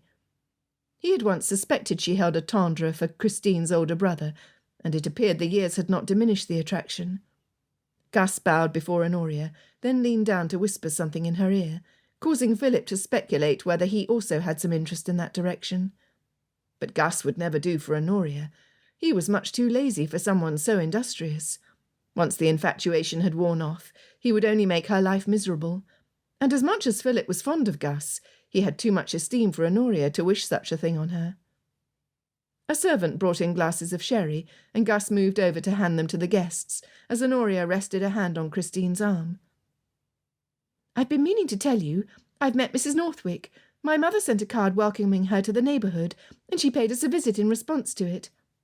"Is she indeed as pretty as she is reputed to be?" Gus cut in. "Shall I have Christine visit her?" "Yes, quite," Honoria said. Her voice clipped. "But a woman's measure is not the sum of her looks." She turned back to Christine. "I found her to be a pleasant person to talk to. I'm sure there is much to her story, but she disclosed very little of it." Christine nodded thoughtfully, but said nothing further until he and Theo had stepped away from the conversation, and then he heard her tell Honoria, "When we lived in Bath, it was difficult to make new acquaintances. My uncle was prosperous, but not precisely fashionable. It can be a lowering thing to find no invitations or cards waiting for you when you return from a walk or the assembly rooms. I think we should extend some northern hospitality to her." Honoria murmured her assent. "I will need to show you the new Baker rifle I acquired," Gus said, drawing Philip's attention. "It's deadly accurate, as fine a shot as one could wish." "But not quite a hunting rifle," Philip said. "Not with a bayonet. What did you purchase it for?" Gus shrugged. "It's not made for hunting, but I practice with it anyway. You will not believe from how far away you can hit your mark. You and Theo will have to come shoot with me." There was another knock on the door, and Mr. and Mrs. Mercer arrived, completing their circle at last. Mr. Mercer greeted the ladies, then crossed the room, allowing Philip to introduce him to Theo. "I'm from Newark-on-Trent," Theo said in response to his inquiry, and was then led to compliment the beauty of the Wolds, which was precisely the thing to say to the elderly Mr. Mercer. He had grown up in its hills, and thought no part of England could be finer. "Mrs. Mercer, we're ready to sit down to dinner. May I show you and your husband where I've placed you?" Christine led the small crowd into the dining room, where a spread of dishes awaited them, that included 2 tureens of soup, a plate of venison, and what looked like pike. Honoria was seated directly across from Philip, and he was able to see her animated face as she spoke to Theo. She showed no shyness as he helped her to the dish in front of her, but asked him about the textile mill she had overheard him talk about to Mr. Mercer. When Mr. Mercer dropped his knife, she leaned down to retrieve it without waiting for the footman, then made sure he had everything he needed before returning her attention to Theo. The ladies left the gentlemen to their port following dinner. The men lingered in the dining room over the empty glasses, finally moving as a group and finishing their discussion by the door. After a few patient minutes waiting for a conversation that didn't concern him to end, Philip was the first to join the women in the drawing-room. On one side of the room, Mrs. Mercer sat with Christine, holding her hand in a bolstering gesture and speaking in low tones. It seemed to Philip that she was comforting her on the loss of her mother, and he refrained from interrupting. Honoria stood in contemplation before the massive fireplace that had enough room to roast an entire sheep, and probably had centuries earlier. She stared, unmoving, at the painting above it, and Philip stared at her, wondering what she was thinking. Just as he was about to ask, she turned to look at him, her face creasing in an inviting smile that made him take an involuntary step toward her. Behind her the fire roared with the fresh logs that had been added, whose damp caused the flames to crackle. A spark flew out from the fire, and Philip opened his mouth to give a word of warning for Honoria to draw away, when a burning ember fell off a log and rolled out of the fireplace. Before he could quite comprehend what was happening, or have time to react, the ember touched the bottom of Honoria's skirt on the side, and a tongue of fire shot up the light cloth at terrifying speed. Honoria shrieked when she felt the scorching heat, and Philip launched himself on her, pressing her to the floor as he threw his arms around her to break the fall. With his body covering her own, he smothered the flames of her skirt, and felt the fire penetrate his own clothing to the skin. He hissed at the pain on his inner thighs and calf, and pulled to the side to get a better look at her dress. The fire had only been partially extinguished, and in panic, Honoria rolled over and tried to crawl away. Philip seized her ankle to hold her, then beat the rest of the flames from her skirt with his hands. When he saw that he had extinguished everything at last, and that she was no longer at risk, Philip sank back, trembling. The men had heard Honoria's cry and rushed into the room, everyone speaking at once, and Guinea barking and running in circles around them. But Philip and Honoria were frozen in place as they held each other's gazes, and an unspoken current passed between them. In another minute Gus was at her side, helping her to rise. She looked at him blankly, clearly in a state of shock. Philip stood as well and faced her, and it was then that he felt the pain in his hands and legs, and looked down. Honoria followed his gaze to his hands. "You have burned yourself." She glanced up at him, her voice hollow. Her hair had come undone, and waves of it fell softly around her face. "I can help you." "Do not fret about me. Are you wounded?" He did not mean to be indiscreet, but he could not help but notice where her skirt was in shreds. She followed his gaze and leaned down to part the burnt cloth and examine where her own stocking had been singed away. She turned to block his view of her leg, but he was quite certain it was an angry red. "No." The word was spoken almost inaudibly, but she shook her head to strengthen it. "I am not injured in any significant way. You were quick to assist me." She looked at him, her gaze catching on his hands. Reaching forward, she turned his palms upwards to inspect them, her touch gentle and firm as she cradled the backs of his hands. "You appear to have sustained the worst of it. Please allow me to dress your wounds." Philip was uncomfortable with the attention, but his hands throbbed and clamoured for relief. "Very well, if you know what to do." He would not mention his legs, one of which had been burnt more badly than the other. He was not sure he would be able to bear having her touch him there. Mrs. Mercer was laid prostrate on the reclining sofa, with her husband standing over her and fanning her face. Guinea, who had done with running around the room in the excitement, was now panting at the foot of the sofa. Christine had gone white and appeared undecided as to whether she should attend to Honoria or Mrs. Mercer. But she broke out of her spell when Honoria turned to her, her voice still sounding hollow to Philip's ears. "Will you have your servant bring cold water, as cold as you have, and we will need honey and oil of rapeseed?" As Christine gestured for the servant to come, Honoria added, "And clean linen strips, but the water first." When the bucket was brought, Philip plunged his hands into the cold water. The relief was immediate, but that only brought to his awareness more acutely the pain in his thighs. Honoria hovered over him anxiously, and when he looked up at her he managed a smile. "You must sit, Honoria. You've suffered a shock." Gus pulled a chair over to her, allowing her to remain at Philip's side. Christine had overcome her initial dismay and brought Honoria's cloak, holding it at the ready to cover her damaged skirt.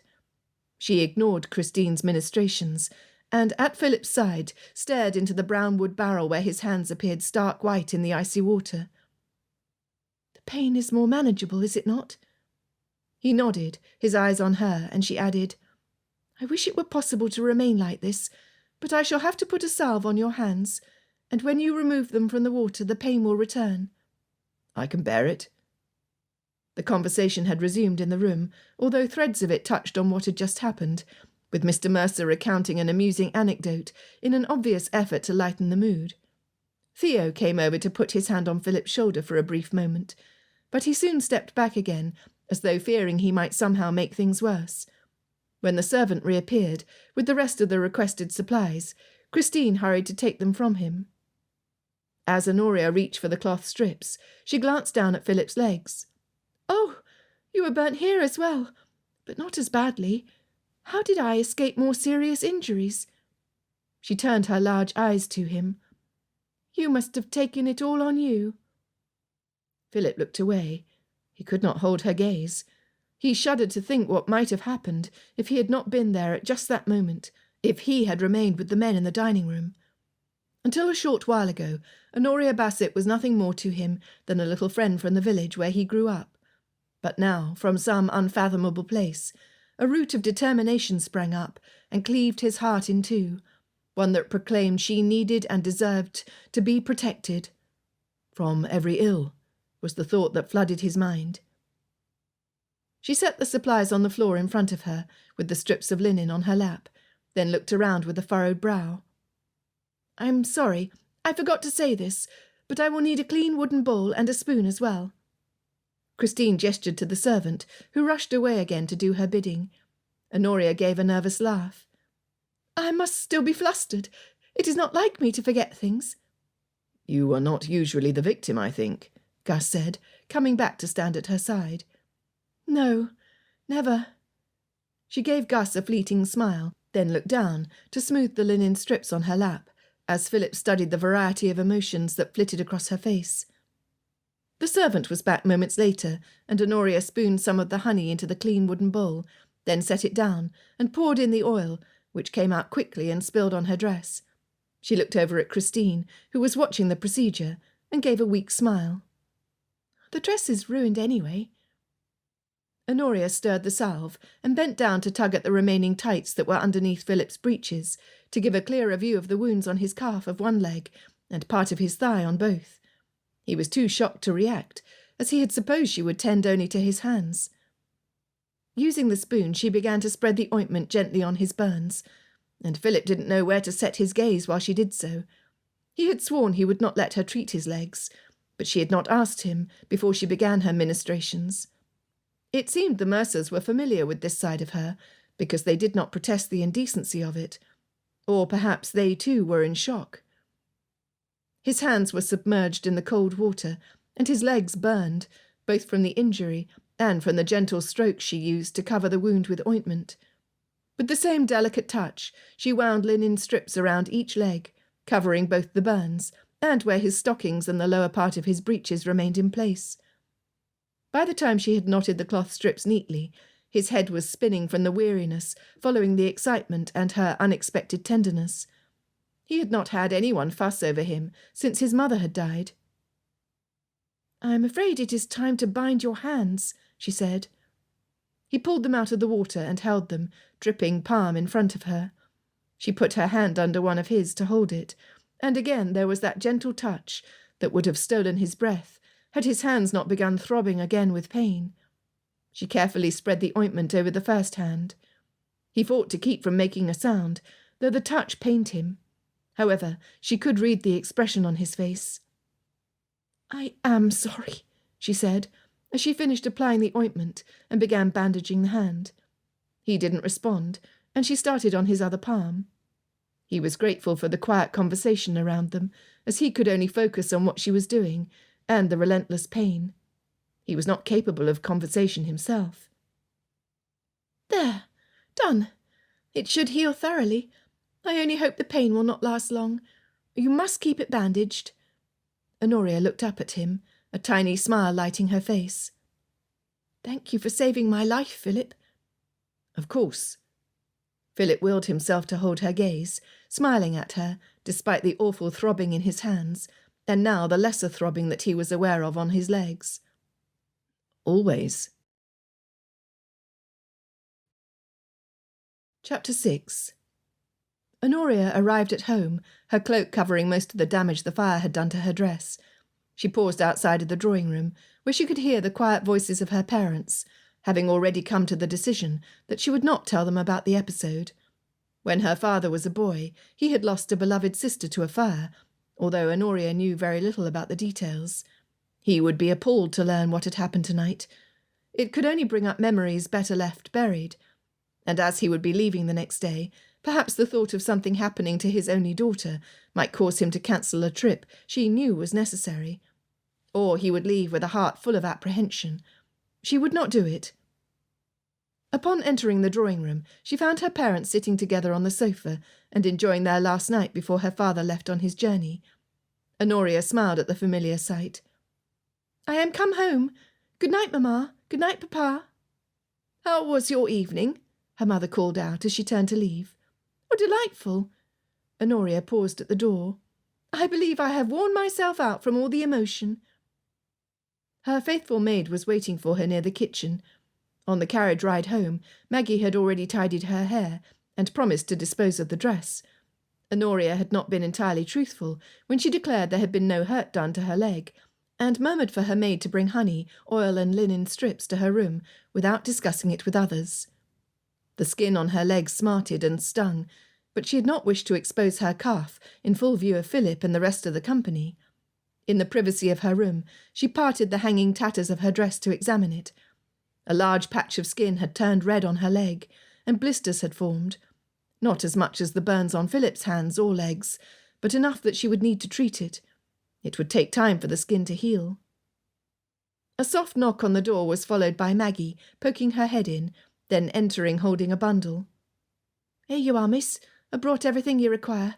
Shall I hold the strips for you?" Honoria shook her head. She would not like having someone hover about her when she was managing her own hurts. "Thank you, Maggie. You may retire. I will not need you." When her maid left, Honoria went about mixing the salve, applying it before she bound her leg with practised hands, as though the wound belonged to someone else.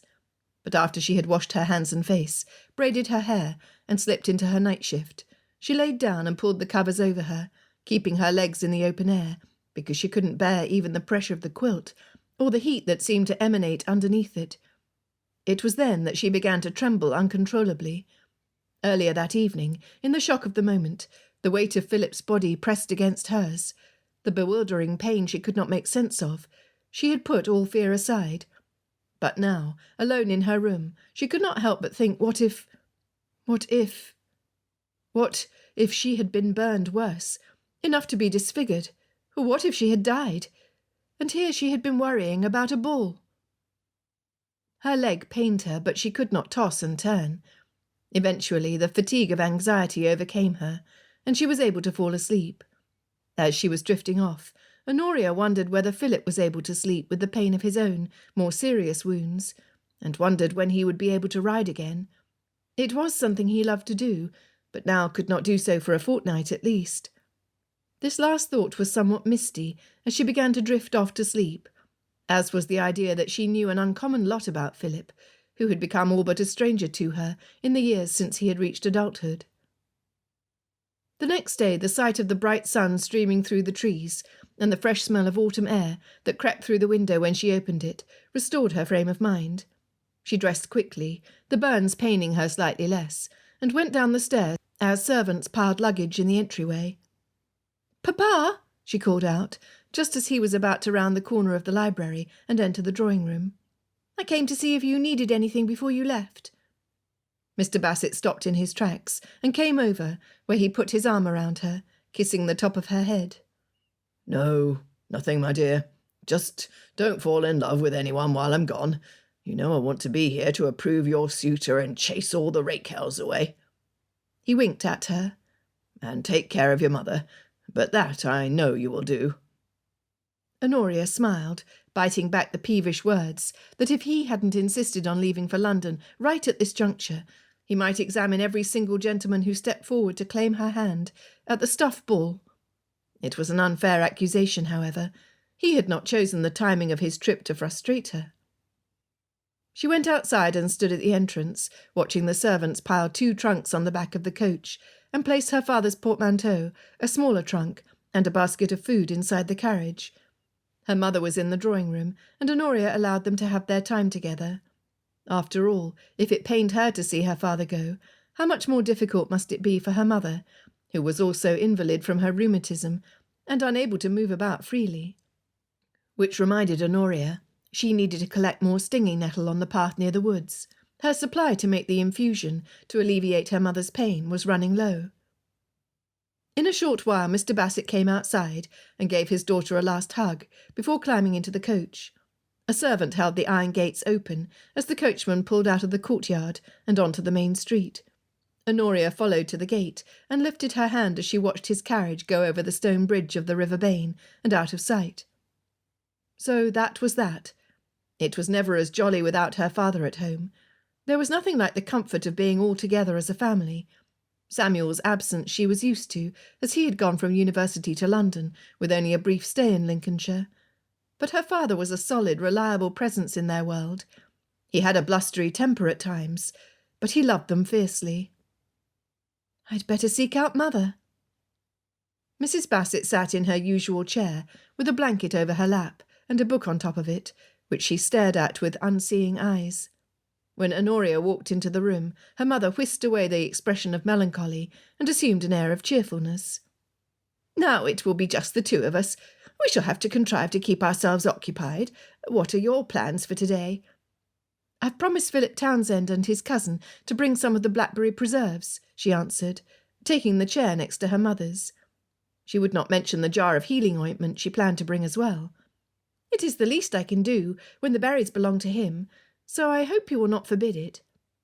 "You have waited until your father left to ask, however," her mother observed, with a twinkle in her eye. Honoria laughed. "I suppose I did. Oh, but really, Papa would have made a big fuss, and all for nothing. It's just preserves. It's not as though I'm planning to marry the man." "Well, as long as you have Maggie with you, I suppose it is all right," her mother replied. "I should not like to openly flout your father's authority by encouraging a friendship with Philip Townsend, but even your father will own that you've long been in the habit of spending time together, whenever the Greys are here. Oh, speaking of which, you hardly spoke 2 words when you came home last night. Oh, tell me more about the dinner." Honoria had remained firm in her conviction not to tell her mother about the mishap, or her ruined dress. It would only distress her. It was challenging to smile in a way that was natural, but she made the attempt. "It was delightful to be once again in Christine and Gus's company. Oh, Philip was there, as you might guess, and his cousin Mr. Dawson as well, who has shown himself to be an agreeable gentleman. He is staying with Philip through to the stuff ball, and from there he will go on to visit his sister, I'm told." "It is a shame you must miss this year," sighed Mrs. Bassett. "Well, do give my regards to Philip when you see him today. Even though our families are not supposed to be on speaking terms, his mother was very dear to me. Did you find out if the Greys will be going to the ball? Oh, they are undecided.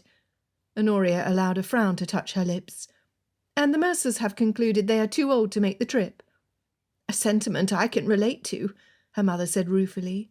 I must be 20 years their junior, but my movements are as stiff as a woman of 80. She fingered her faded ribbon bookmark. I've not given up all hopes of your being able to attend. Even your father has said that if we can find the right situation, perhaps you will have your fun after all. He wondered if we might apply to the Cranshaws. But Honoria had heard that the Cranshaws would not go because Mrs. Cranshaw was in the family way. She had racked her brains, but could not think of anybody else who could serve in the role of chaperone, no one that they knew well enough to ask, so she did not allow her heart to hope. It was almost enough that her father wished a solution might be found. When she and Maggie arrived at Bowden House, Honoria's gaze roamed the square brick structure with its 3 floors of evenly spaced windows, 7 per floor. There was a stone urn holding a brown fern plant under the portico, and the front door was tucked deep into the walls of the house. She had not been to Bowden since she was a small girl, and their parents were still friendly. She had certainly never come on her own with only a maid in attendance. However, she had given her word, and the blackberries did belong to Philip. It would be wrong to take them all and not spare even a jar for him. Besides, she had an obligation as a healer to see how his wounds fared. When she knocked, it was some time before a servant admitted her. It was long enough that she glanced at Maggie, keeping her criticism to herself, but Maggie's pursed lips showed she was of the same mind. The servants at Wheaton Hall were irreproachable, and the staff at Bowden could learn a thing or two from them. Once inside, she took in the interior at a glance, only now remembering that his house also opened into a comfortable sitting-room. But unlike Farlow Manor, there were no window panes to reveal the inhabitants to any curious onlookers. Before long, Philip entered the room where she stood. His hands were still bandaged, and when he approached her, the stiffness of his movements was barely discernible. "Honoria, you came. I was sure you would not, that your father would not permit it." He glanced at her maid. "But are you sure this is entirely correct? I have no female relative here to receive you."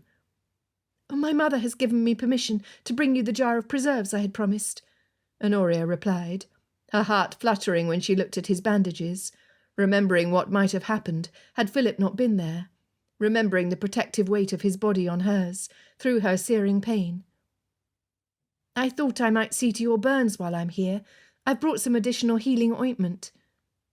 Philip glanced at his hands briefly, then turned his intent gaze on her, cocking his head to one side.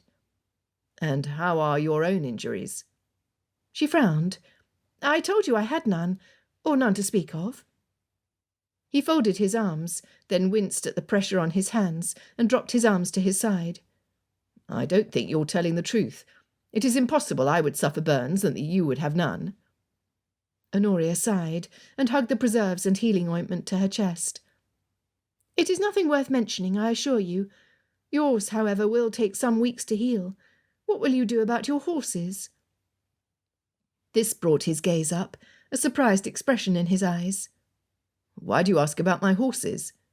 "Because I know you value them, and that you love to ride, and will not be able to do so with injuries to your hands and legs," she replied, her words coming out in a breathless rush. "They will need to be exercised, of course, and I am guessing Mr. Dawson will perform the office. I remember when word came that you bought your thoroughbred stud. Even my father approved of your choice, though he's still not ready to send you a gilded invitation, unfortunately," she added with a laugh. Philip shook his head, smiling, as Theo entered the room. "Miss Bassett, I thought I'd heard that we had visitors. What a pleasure to see you. I hope you have recovered from your ordeal last night." Honoria held up the large jar of blackberry preserves. "I came as promised." Mr. Dawson grinned, revealing a playful, boyish side to him. Upon closer study, he did not much resemble Philip, but there was a family air. Philip had golden hair, and Mr. Dawson was darker, but they both had an aquiline nose and a firm set to their chin. "I shall take this and save poor Philip's hands from the pain of carrying it," Mr. Dawson said. Maggie had sidled into the room behind Honoria to stand near the mantelpiece in the back, and he went to set the preserves there. Well, come to think of it, I don't think he even likes blackberry preserves. Honoria laughed as Philip shot his cousin a wry look, then waited until he returned his gaze to hers. "Will you allow me to examine your hands?" He hesitated, then gestured for her to follow him to a sofa in the comfortably faded sitting room. He sat across from her and put his hands on his knees, palms upward. Honoria carefully unwrapped the linen strips that she had bound around Philip's hands the night before. The exposed skin was red and full of blisters, larger ones and more of them than what she'd suffered on her own leg. "I don't believe we should wash the wounds yet, but Mr. Dawson, if I can prevail upon you to procure some fresh linen strips, I should like to apply more salve and rewrap them." Mr. Dawson had been staring at Philip's hands in horrified fascination, but at this he straightened and gave a nod. "I shall see that Mrs. Mason provides us with what is needed." He left the room, and as the seconds ticked by in silence, Honoria cradled the backs of Philip's hands as she examined the skin and tried to ascertain the seriousness of the burns. When she looked up and met his gaze, there was something in his look that confused her, so she slipped her hands from underneath his and sat back. "I must see to your legs as well." Philip shook his head firmly. "My legs are perfectly fine. There's no need to examine them again. The wounds are likely not much worse than your own." "Oh, nevertheless, the bandages should be changed, just like the ones on your hands," Honoria insisted. Philip gave her a cutting look. "As you can see, I am wearing breeches over the bandages. Would you have me stand and take them off?" Honoria presumed he was trying to embarrass her, but when it came to healing, she did not get embarrassed. "I suppose the buttons would be difficult to manage with your hands as they are. I can wait while you call your valet, and have him attend to you." She glanced up and saw the slightest flush on Philip's cheeks. "I employ no valet, and I have no intention of removing my breeches. You will have to content yourself with healing my hands." Mr. Dawson walked in carrying strips of linen, and he stopped short at Philip's words, a look of astonishment on his face. If anything, Philip only grew more red. "Stubborn man," Honoria said to no one but herself. Let Mr. Dawson make what he might of that statement. "Only stubborn about certain things," she heard Philip retort under his breath. Mr. Dawson stepped forward with the strips of cloth. "It was not as difficult to find Mrs. Mason as I feared it might be, and to my surprise she was able to hand over what was needed. Here you are, Miss Bassett." Just as she had the night before, Honoria laid the strips over her skirt. She applied fresh salve, before carefully binding his hands in such a way that was protective, but not overly tight. "Would you have a pair of scissors nearby?" His hands held captive in hers, Philip gestured with his chin toward the writing desk. "In there." Mr. Dawson went to retrieve a pair of scissors that ended up being as dull as any she had ever used, and she sawed at the excess cloth until she was able to cut it. "Well, the bandage is not as neat as I should like it to look, but it will do. The important thing is to keep the wound from becoming infected." "Oh, let us hope it will not come to that," Mr. Dawson replied. Honoria stood and caught Maggie's eye. "I shall leave you now. I hope you enjoy the blackberry preserves. If there are any problems with the bandages, you must send word, and I will come immediately."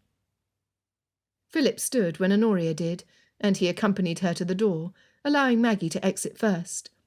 Honoria turned to face him, and he lifted his hands, revealing the bandages she had just tied. "Thank you, Honoria." The sound of her Christian name on his lips sparked a strange sensation inside of her, like that of falling. She couldn't make sense of it, especially since he had said her name before throughout the years they had known each other. It was certainly not the wild, heart-fluttering she had with Gus, so it couldn't be any kind of infatuation. It must simply be attributed to the leftover sentiments of a shared moment that had been fraught with danger. She smiled and answered him with a simple nod, before slipping out the door. Chapter 7. "I'll bring the jam to the kitchen," Philip said, when the door closed behind Honoria. He went over to the mantelpiece to take it, balancing it carefully between his chest and the part of his left hand that smarted less. He had an unexplainable urge to be alone with his thoughts, and as he descended the stairs, tried to sort out why his mind seemed wrapped in wool regarding Honoria. It was as though there was a thought he was meant to pull out and examine, but it was too elusive, and this metaphorical veil blinded him to any very concise idea, except an overall awareness of her loveliness. His burns pained him. Honoria had not provided him with any further treatment to soothe the pain, but it wasn't his wounds distracting him. It had been that gentle way she had of cradling his hands in hers as she examined them, the efficient manner she had of bandaging the inquiry. Her touch was calming, and the sensation of being taken care of was not one he was used to. He found he quite liked it. Had his mother been so tender? He could not remember, and as he had never had a sister, he could not say if this was characteristic of the female sex, or something particular to Honoria. If her father had not held on to his aversion for Philip's family, she could have been a sort of sister to him, although he could not claim the direction of his thoughts to be brotherly. Her request that he remove his breeches was outside of enough, her skill in healing notwithstanding. When Philip returned to the sitting room, Theo threw down the newspaper he had been reading and got to his feet. "Let us take your chestnuts out with the tilbury and give them some exercise. We can then see how your men are getting on with digging the canal." "A capital idea," Philip said, with a cheer that sounded forced to his own ears. He needed to clear his head. "I must thank you for exercising Crown Glory this morning. Your visit was timely in more ways than one, since you were able to do all I cannot. If only you'd brought me your sister, all would have been perfect." Theo smirked in response. "I'm beginning to think it was providential my sister did not come.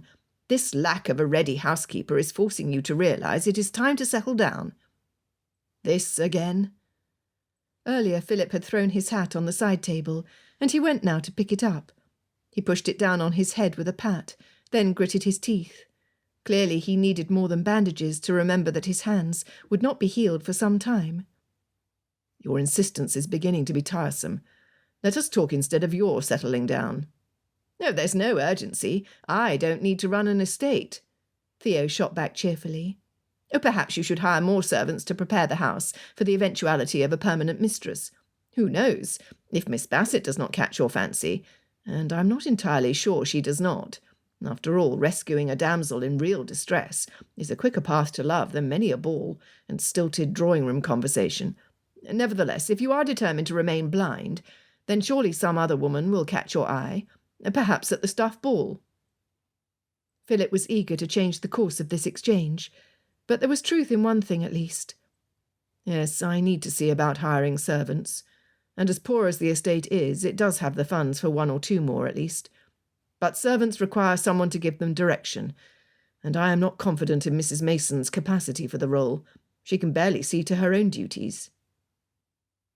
An indignant squawk rose from the stairwell, and Philip knew his words had carried beyond his intention.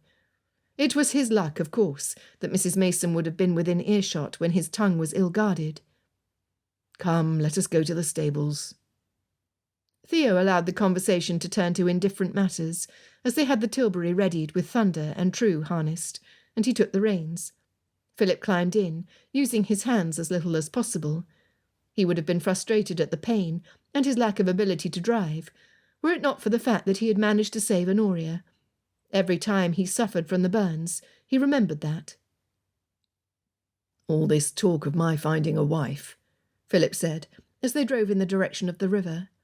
He narrowed his eyes and glanced at his cousin, before bringing it back to the project visible in the distance. "You're not bored and inventing an excuse to leave early, are you? You've been here less than a fortnight." It had only taken that first day with Theo, talking late into the night about the irrigation project, for Philip to decide it was time to begin. After all, they had quite a stretch to dig before the ground froze and made the work impossible. His solicitor recommended a young man by the name of John Coates as engineer, and it had been easy to find men who were looking for work, including a navvy who specialised in digging canals of more consequence than his.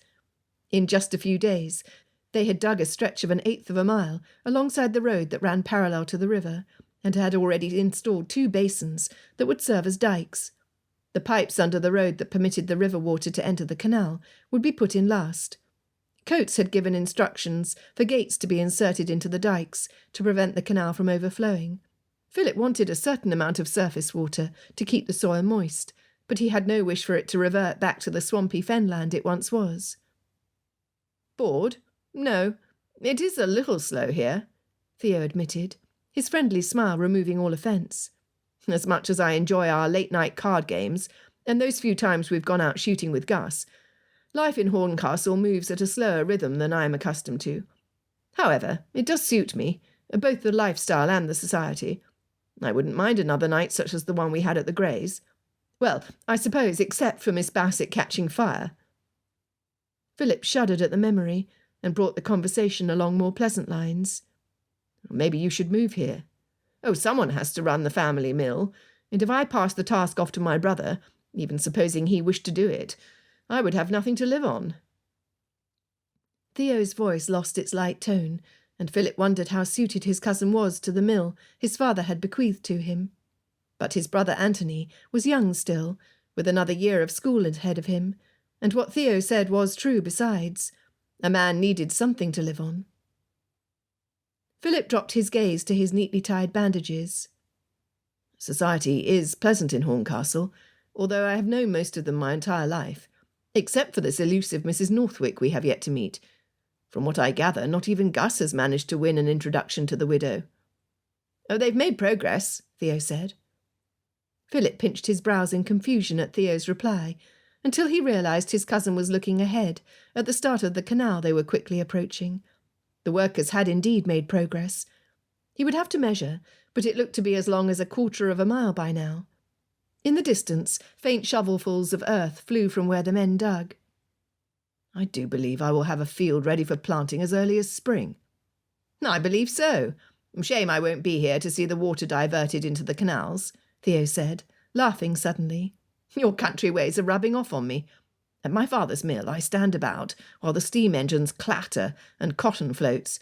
As much as I am born and bred to textiles, what I would give to spend more time outdoors in the open country. Philip shook his head with a grin. So not quite as slow as you claim. Only slow where the absence of the fairer sex makes... Ah, look, there's Mr. Mercer. Philip was out of the carriage as soon as it had come to a stop. The gentleman had come to measure the progress at Philip's request, and he went over to him now. How good of you to come, sir. Has Mr. Reed given you his opinion yet on how much the diversion will affect downstream? Both Mr. Mercer and Mr. Reed were gentlemen farmers with land on the edge of the wolds, and they had served Philip as advisers and father figures since he'd begun to take an active hand in his estate. Mr. Reed, in particular, had experience in irrigation methods. Mr. Mercer lifted his hat to Theo, who was sitting on the tilbury. Afternoon, Dawson. Philip, Burns healing all right? At Philip's nod, he turned his gaze back to the men working on the canal. You say the land on the other side of the public road is yours as well? Yes, up through to where it meets Mr. Bassett's woods. When my ancestor acquired the land, he bought it with the public road already in place. My property extends to the river, but no farther.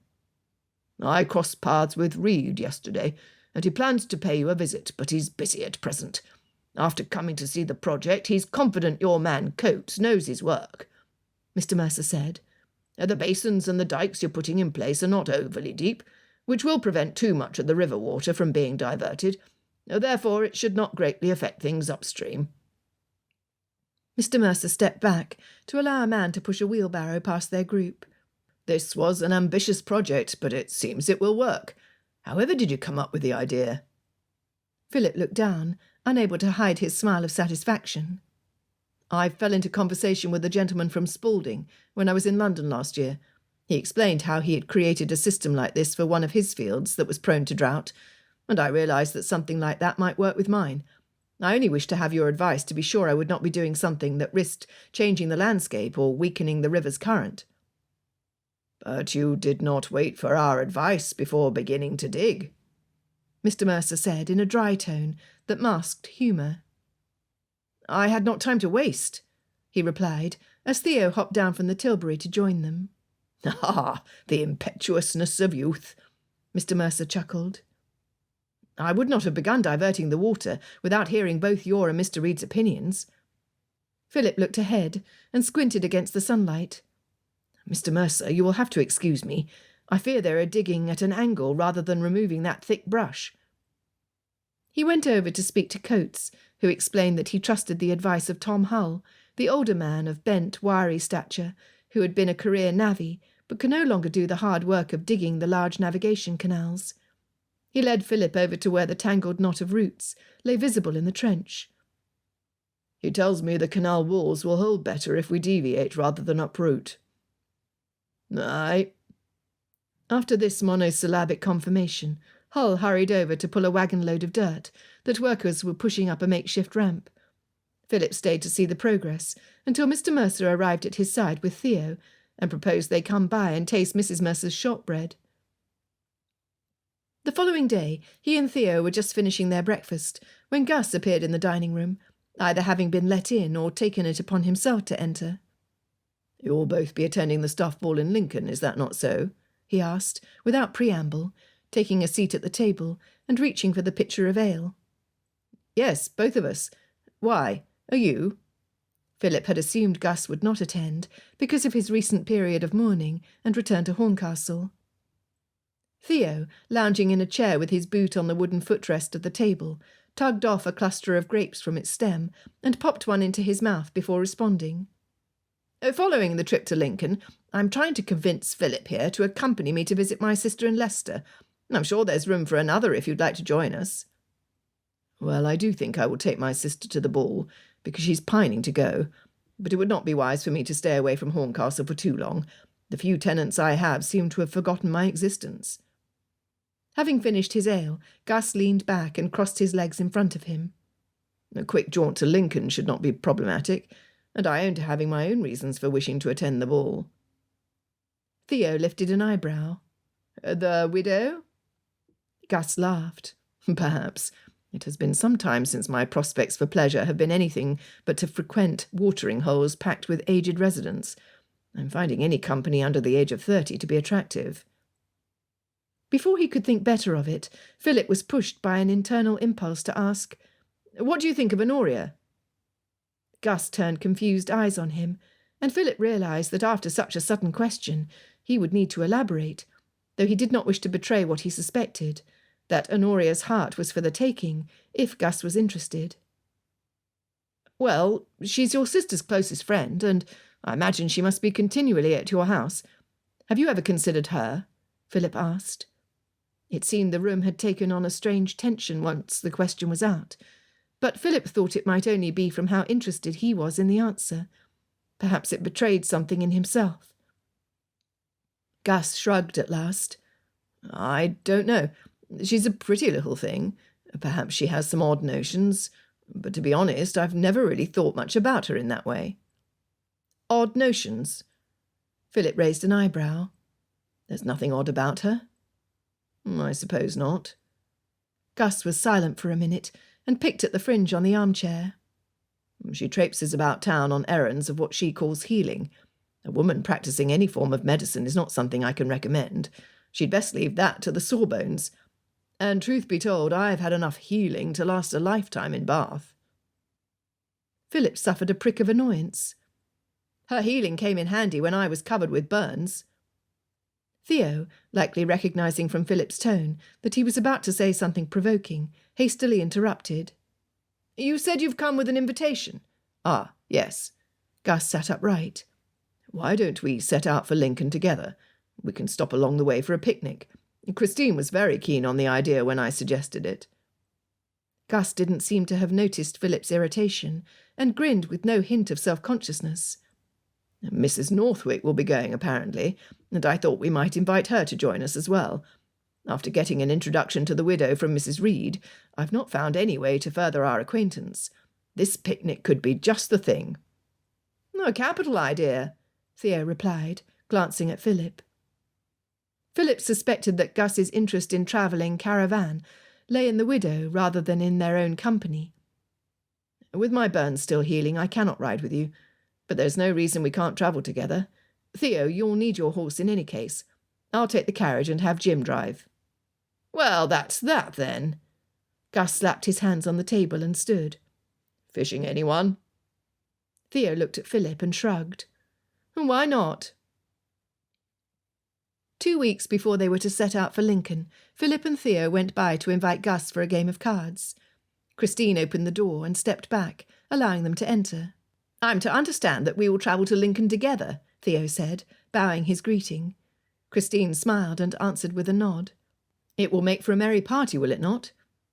As soon as the words left Philip's lips, Honoria entered the room from the corridor that led to the kitchen and service rooms behind. She was carrying a bundle of simple ivory cotton and had 3 pins pinched between her lips. Her eyes immediately sought out Philip's bandages, which gave him a jolt of recollected pain that mingled with his pleasure and surprise at seeing her. Honoria removed the pins from her lips and tucked them into the cloth. "I've been wishing to visit you and see about the burns, but I did not dare come again without an invitation." She smiled up at him, and it struck a soft blow to his heart, making him temporarily forget the pain. "You need not wait for one," Philip replied, with such promptness that it was followed by a flash of embarrassment. He had sounded too eager, and was sure everyone would notice. He forced his voice to deepen when he added, "I must ask you for the measures of that ointment you put on my hands, so I might have some more made up." "May I take a look to see how they're healing now?" Philip made a show of reluctance, but he was anxious for her to take his hands in hers once again, and soon agreed. They moved to a set of chairs on the side of the room, while Theo drew Christine into conversation about what sorts of improvements they were making at Farlow, pulling her out of herself with all the ease of a man who was genuinely interested in others. Honoria carefully unwrapped the bandages and studied the injuries, while Philip studied her. She scrunched her nose in concentration, and he watched, fascinated at the changes in her expression. At last she shook her head. "It's not healing the way I had hoped. Does it still pain you?" "Not overly much," Philip said carefully. It still pained him, but as he did not know how long such a wound generally hurt, he could not say if it was in the realm of normal or not. Honoria looked up at him, and the little frown between her eyes did not disappear. "Oh, you needn't put on a front with me. I fear there might be an infection forming. I will clean it now and reapply more salve, but if it still pains you in 2 days, I believe you should send for Mr. Blackwell." "If you think it necessary." Gus walked into the room, and as Honoria's back was to him, she did not yet notice.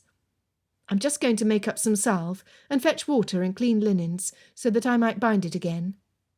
She released his hands and stood, turning and coming flush up against Gus.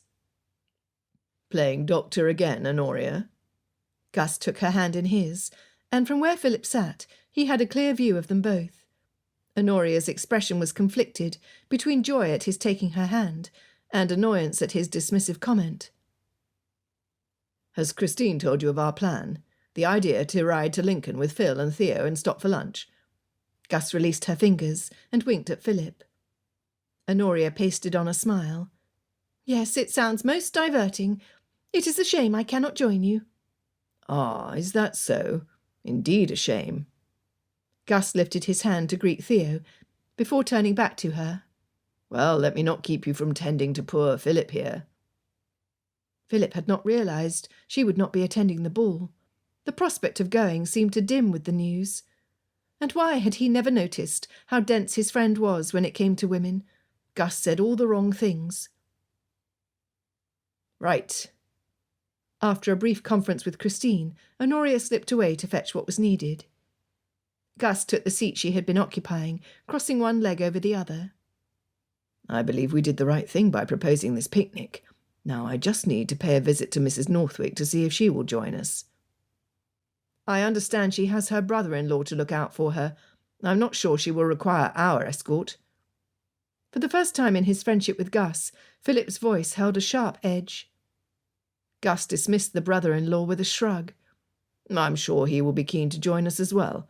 Perhaps he will wish to play the gallant to Christine. In any case, we cannot let a small issue like that prevent us from attempting the plan. I can just see it now, the pretty widow settled with us on the blanket, taking grapes from my fingers." "I will need my chair back."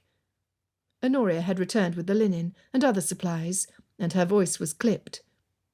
Gus got up without a word, then glanced at Philip's open wound. "That is looking ugly. Perhaps you should get it looked at." When he left to join Theo and Christine, Philip leaned in to murmur, I would trust any wound in your care. Don't listen to Gus. He treats me like a little sister, but I am a woman grown. Honoria's obvious irritation did not extend to her ministrations, which were exceedingly gentle. Philip had difficulty concentrating with the delicate way she washed and dried the wounds, applied the salve, and held his fingers as she began to wind the strips around them. And I am very good at healing. Even Mr. Blackwell said so. You are, Philip agreed. He waited in silence while she finished wrapping the linen, and this time she had sharp scissors to trim the edges. She tied a knot and tucked the ends into the bandage. Why are you not attending the ball? Honoria darted a glance up at him, then gave a sad shrug. My mother is not well enough to go, and my father and brother are not here to accompany me. It's a shame. I should have liked to dance with you. She met his gaze for a long moment, and although it seemed his words had brought her pleasure, he could see her thoughts were divided, and that part of them she kept hidden from him. I would have liked that. Chapter 8. Honoria entered the drawing-room, carrying a small basket of almond biscuits, covered by a white cloth, which Mrs. Sands had just finished baking. Mamma, I've decided to visit Arabella Northwick. Might I have your permission? Mrs. Bassett stood beside her chair, one hand on the armrest, and the other holding her lower back.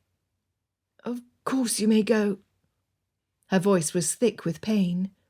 Oh, you are standing with no one here to help you. Honoria rushed forward, irritated with herself for not having come to check on her mother earlier. Grasping her arm, she led her back to her chair. Did you not ring? I would have come to you had I heard something. Her mother sank into the chair and paused for a moment to catch her breath. I did not wish to disturb anyone. My book was just out of reach, but I thought it not so far I could not manage. Perkins forgot to hand it to me when she assisted me earlier, and she is now laid up with a headache. Mrs. Bassett leaned back and closed her eyes. It is troublesome not to be able to move about freely. Oh, but please don't let my pain hinder you from your visit. Mrs. Northwick will be delighted to receive you, I'm sure. Honoria pulled back to look at her mother and bit her lip, thinking for a moment. I will just fetch you some nettle tea before I leave, and make sure Perkins has some headache powder. I hope the infusion will make you more comfortable. I've harvested as much nettle as I could find, and now have it drying. There should be enough to last us through the winter. Without waiting for an answer, she hurried off to ask the cook to put water on to boil, and after bringing some headache powder to Perkins, brought the medicinal drink to her mother. I'd like to see if I can make this into a salve as well, or one that won't sting. I will try that later tonight, and we can put it on your knee first, to see if there's any improvement, before we attempt it on your hands. Honoria leaned down and kissed her mother on the cheek, then went over to retrieve her basket. See that you bring Maggie with you. It's farther than most of your visits, and even if it is a countryside you know well, you must not go unescorted. Yes, Mamma. Honoria went outdoors, where Maggie was already waiting for her, her thoughts dwelling on her mother's condition. Her boots crunched on the gravel, as her mind calculated how long she should steep the nettle to retain its healing powers, while entirely removing the portion that stung. This thought naturally led her to wonder how Philip fared, and if his wounds had started to dull in pain, the way hers had. She hoped he had taken her advice, and consulted the doctor. Maggie followed her in silence to the stables. You've had the carriage harnessed, Geoffrey. Well done. This will save us time. She handed her basket to her maid, and climbed into the small covered carriage. Maggie entered, and pulled the door closed behind her, as the footman leapt onto the driver's seat, and clicked for the horses to move forward. Honoria settled in for their 40-minute ride. They had ridden over the bridge and into the countryside when the sound of hoof-beats galloping to overtake the carriage reached her. The village was small enough that she could not resist peering through the window to see who it was. A bolt of excitement shot through her, and before she could think the better of it, she called out, "Gus!" The noise of the wheels on the road drowned her voice, and he didn't turn, so she leaned out of the window and called again. "Augustus!" Gus had been on the point of veering away from the public road to cross the open stretch of land that accessed the Waring River on the other side of it. Having at last registered his name, he wheeled his horse toward her carriage, and she called out for the servant to stop the coach, while she waited for him to approach. "Honoria, you little minx, what are you doing calling out after gentlemen on a public road? When are you going to act like the young lady you are?" His face was creased in a teasing smile, but his words bit. She couldn't help it if her pleasure at seeing him led her to yell out his name. And she was a woman. He had only to open his eyes and see that her dress fit her quite differently than it had when he lived here 3 years ago. She refused to let her mood be cast down. "Well, Mr. Gray, when you and I have been in the habit of riding around the country together for as long as I've known how to ride, one occasionally forgets. Oh, but you are glad to see me, are you not?" "Of course. I'm always glad to see you." He glanced over his shoulder at the river. "I am to meet Philip and Theo for some fishing. Where are you going?" "I'm to visit Mrs. Northwick," she said, watching his face for a reaction. If she had hoped to see none, she was disappointed. He turned his horse more fully toward the carriage and peered in at her. "Oh, are you now? I wish I might go with you. I don't suppose—" He screwed up his handsome face as he thought. "No, it wouldn't do. You and I are not related, and I should not visit her without receiving some encouragement. Do you think she might attend the little dance party the Flynns will have next week?" Honoria strove for a pleasant tone. "I am not sure she has been invited, but I will see if Mrs. Flynn has sent her an invitation before I bring up the party to Arabella." "Arabella? Why, you two are on intimate terms. What is a mature widow doing with a chit like you?" He grinned at her, and she could not resist the urge to respond. "I'll have you know that I am a whole year older than she is." Honoria knew her face was flushed with indignation, and it frustrated her that this evidence of her feelings was not something she could control. He raised his brows, whistling. "Are you? Well, one would never guess it." He looked back over his shoulder again. "I must leave now. Do me a favour and tell Mrs. Northwick I send my regards." He didn't wait for a response, but tipped his hat before turning his horse toward the river. Honoria would not pass on his regards. She pressed her lips together to keep her resentment from boiling over into hasty words. Maggie said it for her anyway. "He's always looking out for himself, he is, handsome though he be," she amended. Their carriage started forward again, and Honoria reflected that he had not always looked out for himself. She didn't think he had been so self-absorbed when they were younger, although perhaps she had just been naive.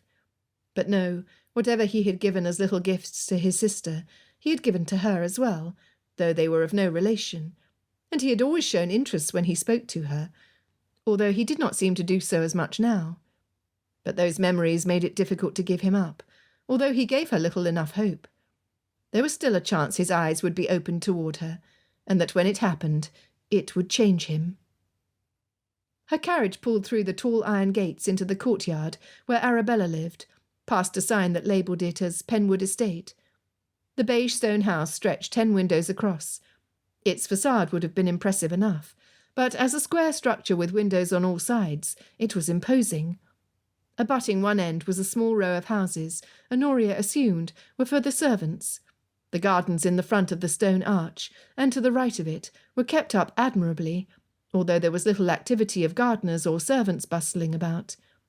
Honoria sent Geoffrey to find the carriage house, which was most likely through the brick archway to the left, then walked with Maggie up to the front door and knocked. As she waited, a crunch of boots on the small yellow stones sounded behind her. She turned to see a gentleman approaching, dressed in modish attire with gleaming top boots and a rifle-green coat. His clothing was particularly fashionable for Lincolnshire, and she wondered how she must appear to him. She suppressed the unconscious urge to tuck her hair more precisely under her bonnet, and began to wish she had worn one of her better dresses. It was not often she had a chance to impress a handsome man who had not known her from the cradle. "Good afternoon, miss. George Northwick at your service." He bowed, then started up the steps toward her, his lips pulled up in a friendly smile. Honoria curtsied. "Honoria Bassett. Mrs. Northwick is not expecting me, but we are newly acquainted, and I wish to pay her a visit." She stopped short of asking whether Arabella was in. Although he must surely be her brother-in-law, she could not imagine that he could be on an overly intimate terms with the widow when he could not be much more than 10 years her senior. It would not be seemly. Arabella had said he was staying at the Dower House. The door opened and they both turned to face it. Inside, the housekeeper glanced at Honoria and curtsied.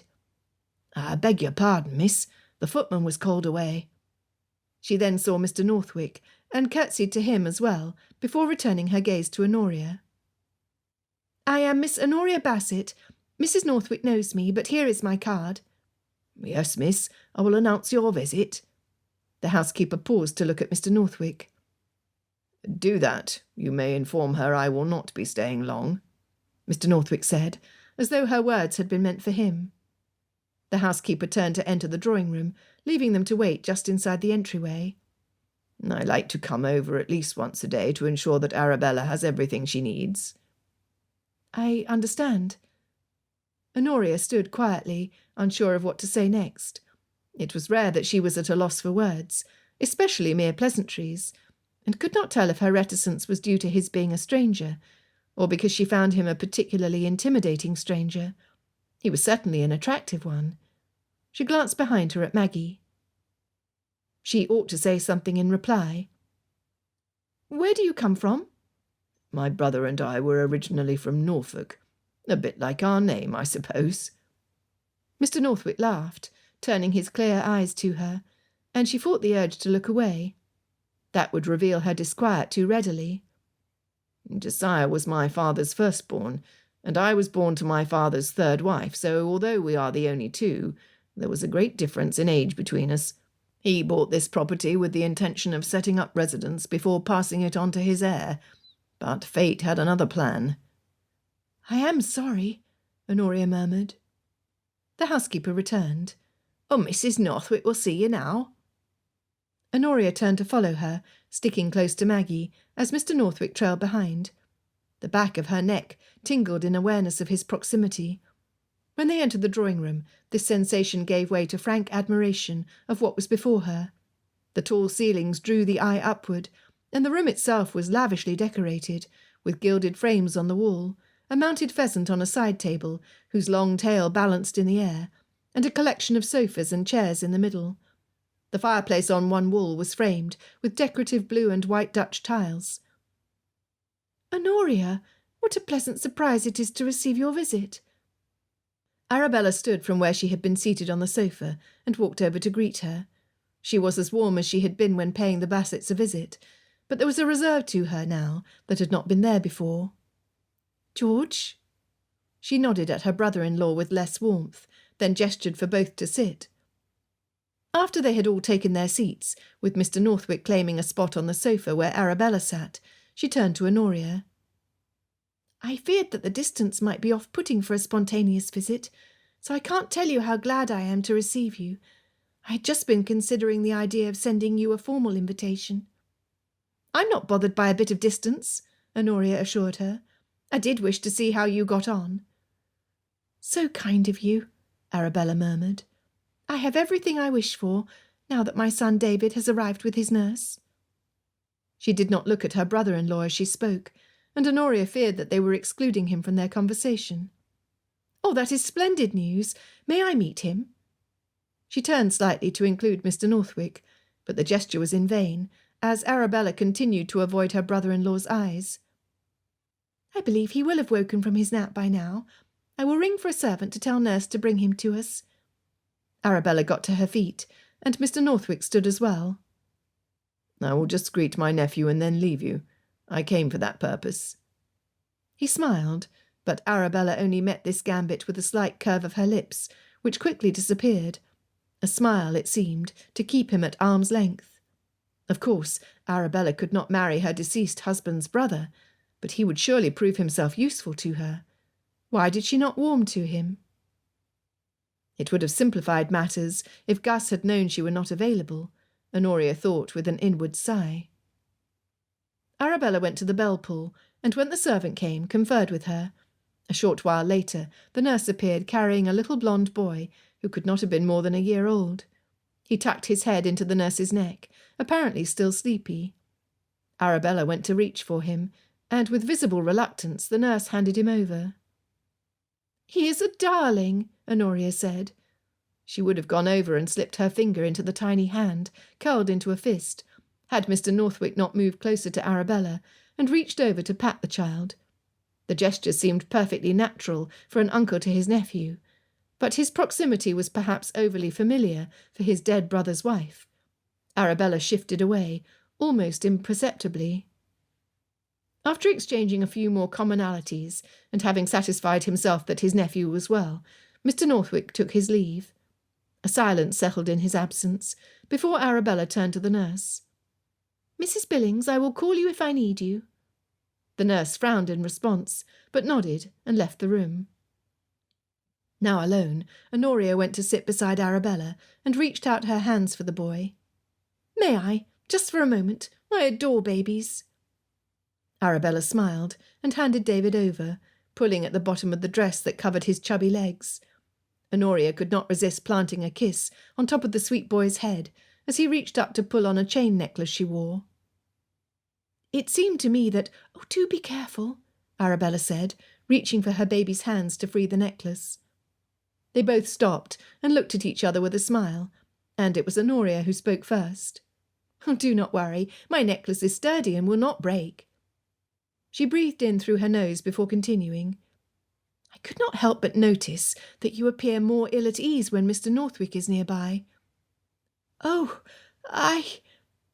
Arabella seemed at a loss for words, and she absently straightened the baby's bonnet. "Mr. Northwick is all that is good. I must be thankful for the care he has taken of me and David since my husband's death." Honoria nodded and remained silent. It was not very convincing, but she could not force a confidence. A lull appeared in the conversation as she attempted to think of a new thread of discussion, but Arabella spoke again. "I just do not wish for our names to be too closely linked together. I suppose that is silly of me, since we share a name, but as a widow, and particularly a young widow, I cannot be too careful. George does not seem to regard the risk in the same light, and I find I must keep him at arm's length." "I understand." Honoria did not know how she could help, as it seemed a complex issue, and she had not even the wisdom that came from being married. She wished she could offer something more than platitudes. David began to cry, and when Arabella could not console him, she rang for his nurse to come. After he had been taken away, and the widow ordered tea, Honoria remembered the biscuits her maid had handed her before going to the kitchen. They took tea together, and Arabella exclaimed over how light the almond biscuits were, but Honoria did not stay for any great length of time. Something in Arabella seemed to have deflated after Mr. Northwick's departure, as though he had left a burden of constraint behind. Honoria's presence felt like an invasion of the widow's privacy. Chapter 9. A broad swath of finely woven Lincoln wool, dyed a rich olive green, was spread across Honoria's herringbone wood floor. She and Christine knelt in an unladylike manner on the floor beside it, as they discussed how to lay the pieces of pattern in such a way as to ensure the cloth had a consistent sheen throughout the entire gown. The dress was for Christine, and although they had sewn the lining, they had yet to tackle the most difficult part. "If you move this pattern piece to the corner, you'll be able to fit both of those pieces on the larger area." Honoria showed her what she meant, and sat back and watched as Christine began to pin them in place. "My gown was nearly finished. There were only the rest of the glass beads to be added, and the hooks in the back. I do wish you were able to come. As much as I long to see our old friends at the ball, it would not be as amusing or as comfortable without you. There." Christine searched the floor around her. "We're ready to begin cutting." Honoria handed her the scissors. "I suppose Gus will meet some enchanting heiress and fall in love at first sight." Christine did not look up from her labour. "Gus is the wrong match for you. I haven't changed my mind on that count in our years away, as much as I would like to have you as my sister. You were just blinded to the idea of a match because we're both familiar to you, but marriages in the context of what is familiar are the very best." There was only the sound of the scissors, cleaving bits of cloth in neat strokes, until Christine was ready to say more. "A match where a lady must throw herself at a man's feet in order to gain his notice is far from the very best." A resounding knock from the front entrance interrupted this unpleasant truth, and Honoria leapt to her feet and went to answer the door herself. Before she exited the room, she leaned back in to say, "One day you will fall in love, and I will be much more supportive than you have been to me." Christine sat back on her heels and regarded her in full sincerity. "Honoria, I am truly on your side, even more so than I am on my brother's side. I want for you someone who deserves you." Honoria did not respond, but the truth in her friend's words needled. The footman was coming from the dining hall at just the same time, but she waved him away.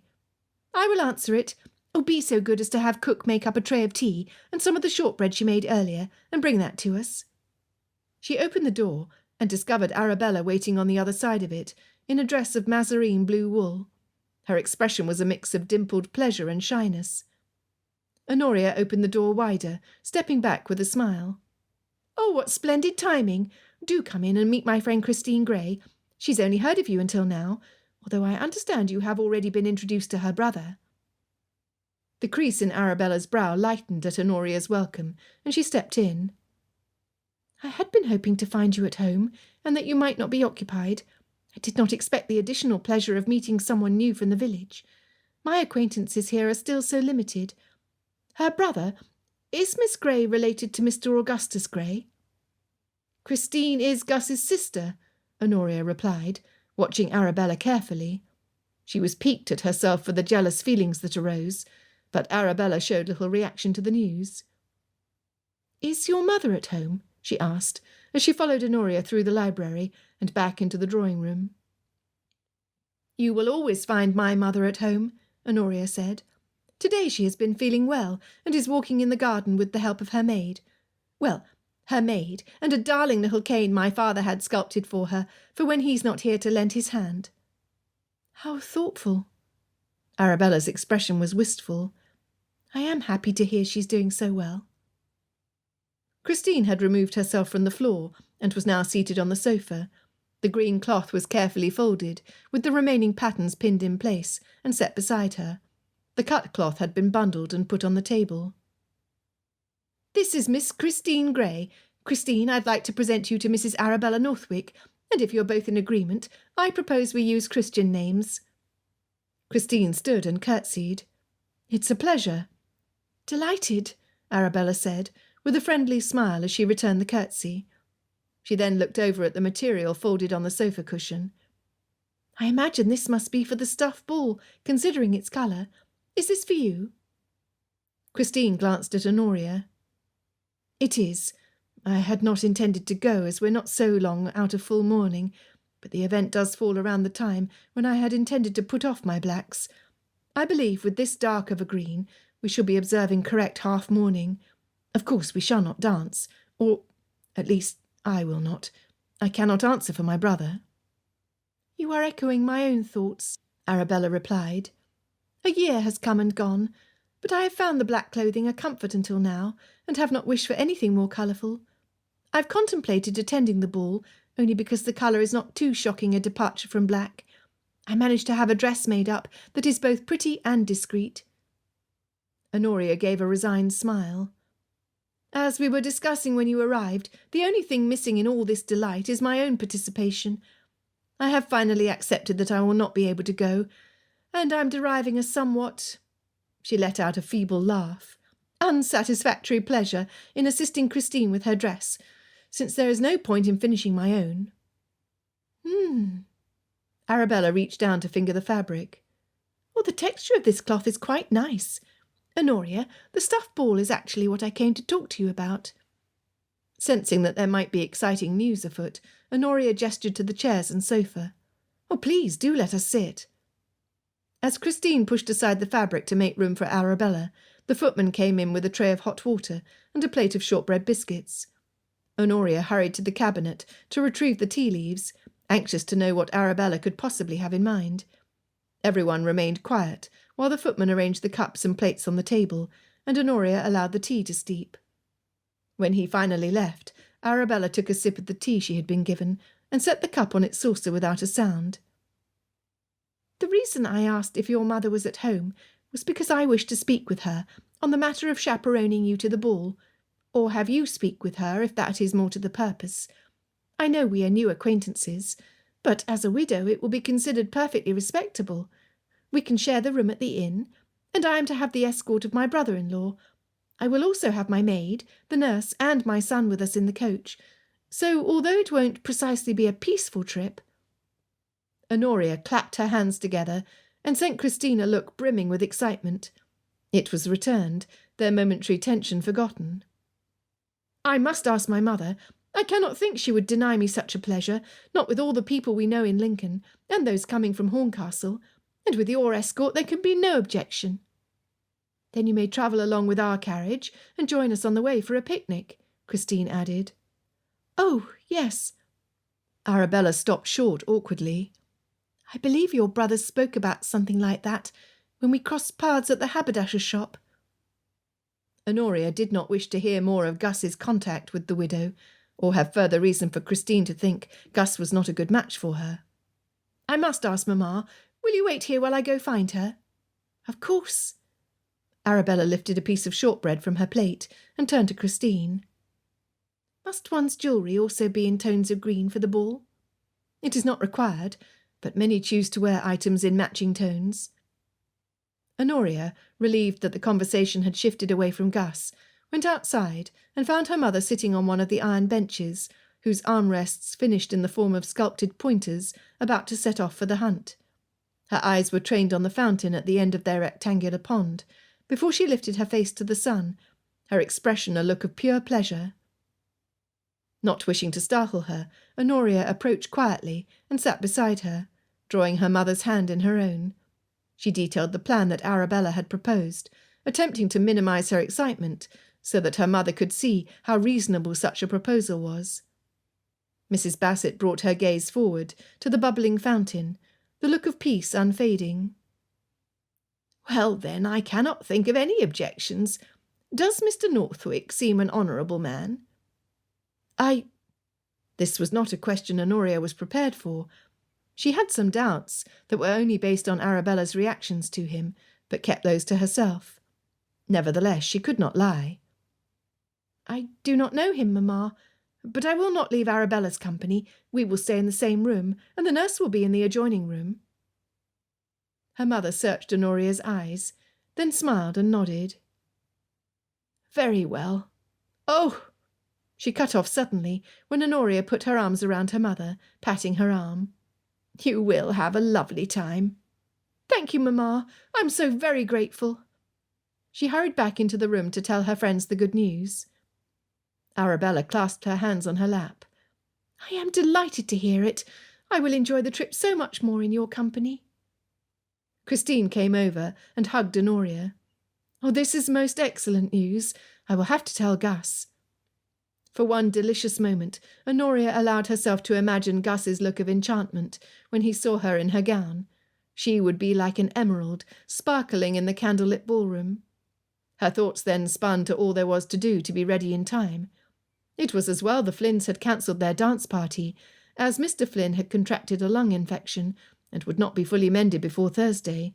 She would need every spare minute. "Where have you taken up lodgings in Lincoln?"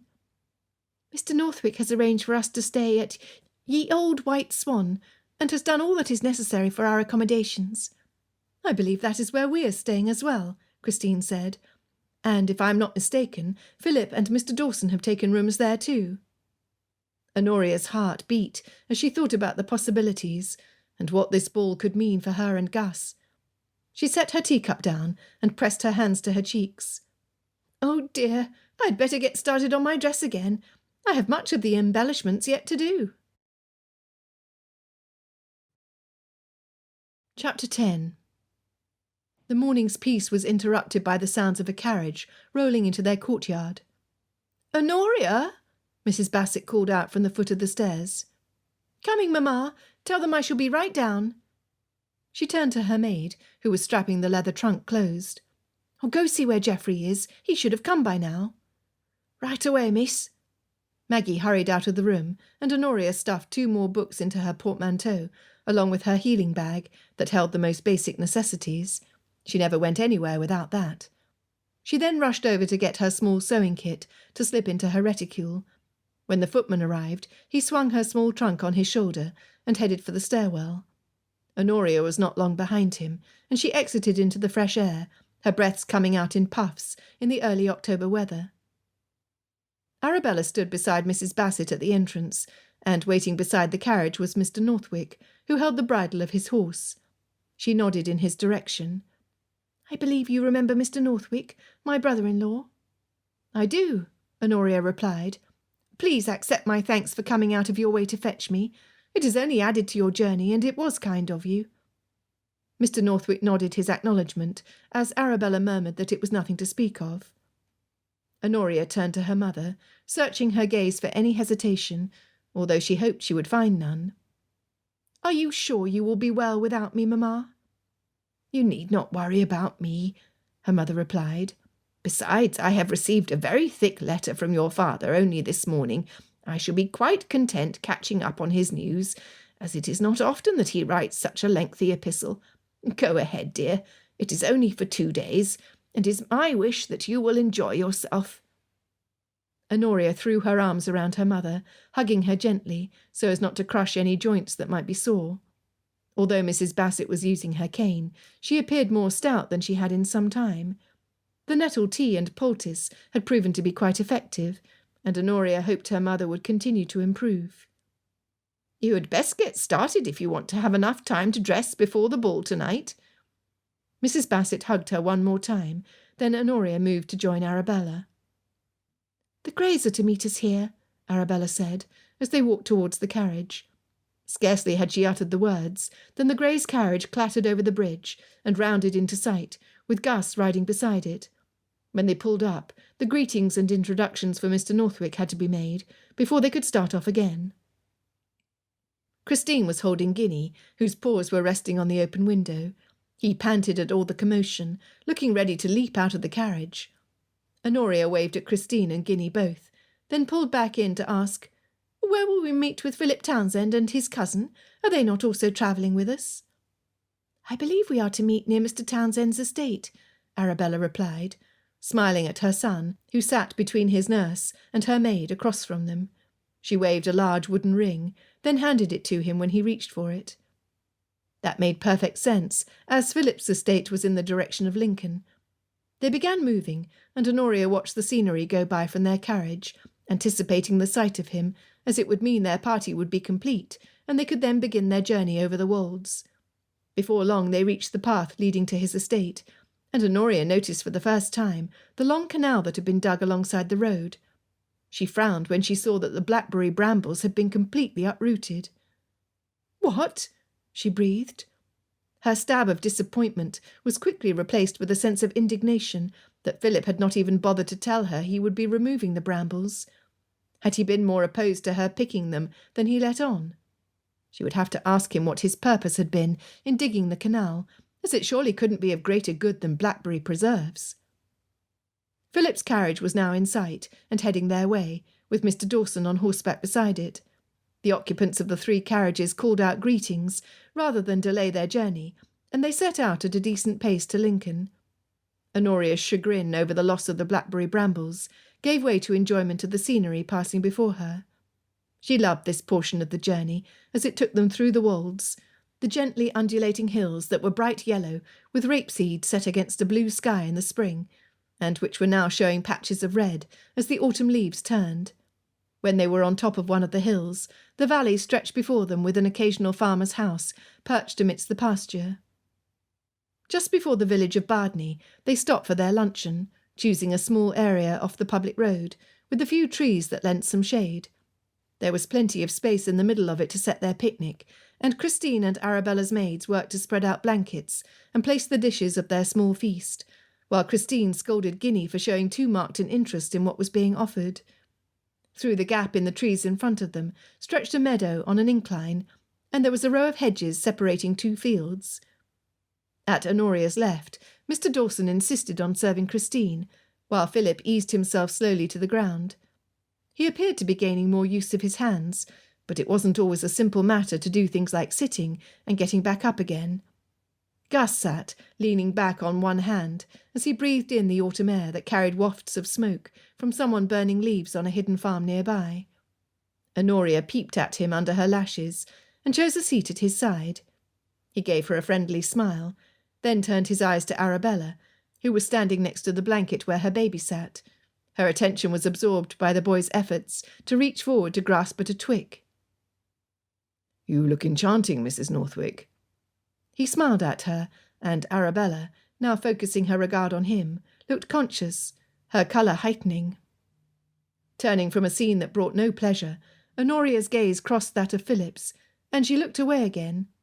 She was irritated by him for no good reason, irritated by the loss of the blackberries, by Gus, and she was afraid that Philip could read what was in her mind. Mr. Northwick had been watching Gus's interaction with Arabella, and he now called her attention to David. "Mrs. Northwick, I believe you oughtn't to leave your son unattended. It cannot speak well of you as a mother, and you would not wish to give our new company a wrong impression."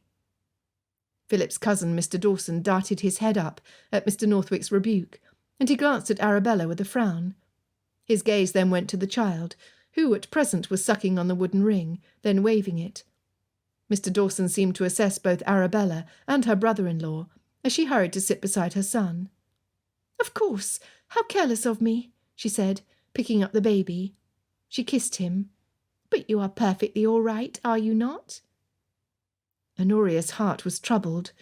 There was something heavy in the way Mr. Northwick ordered his brother's widow about, and it was not something she had ever witnessed.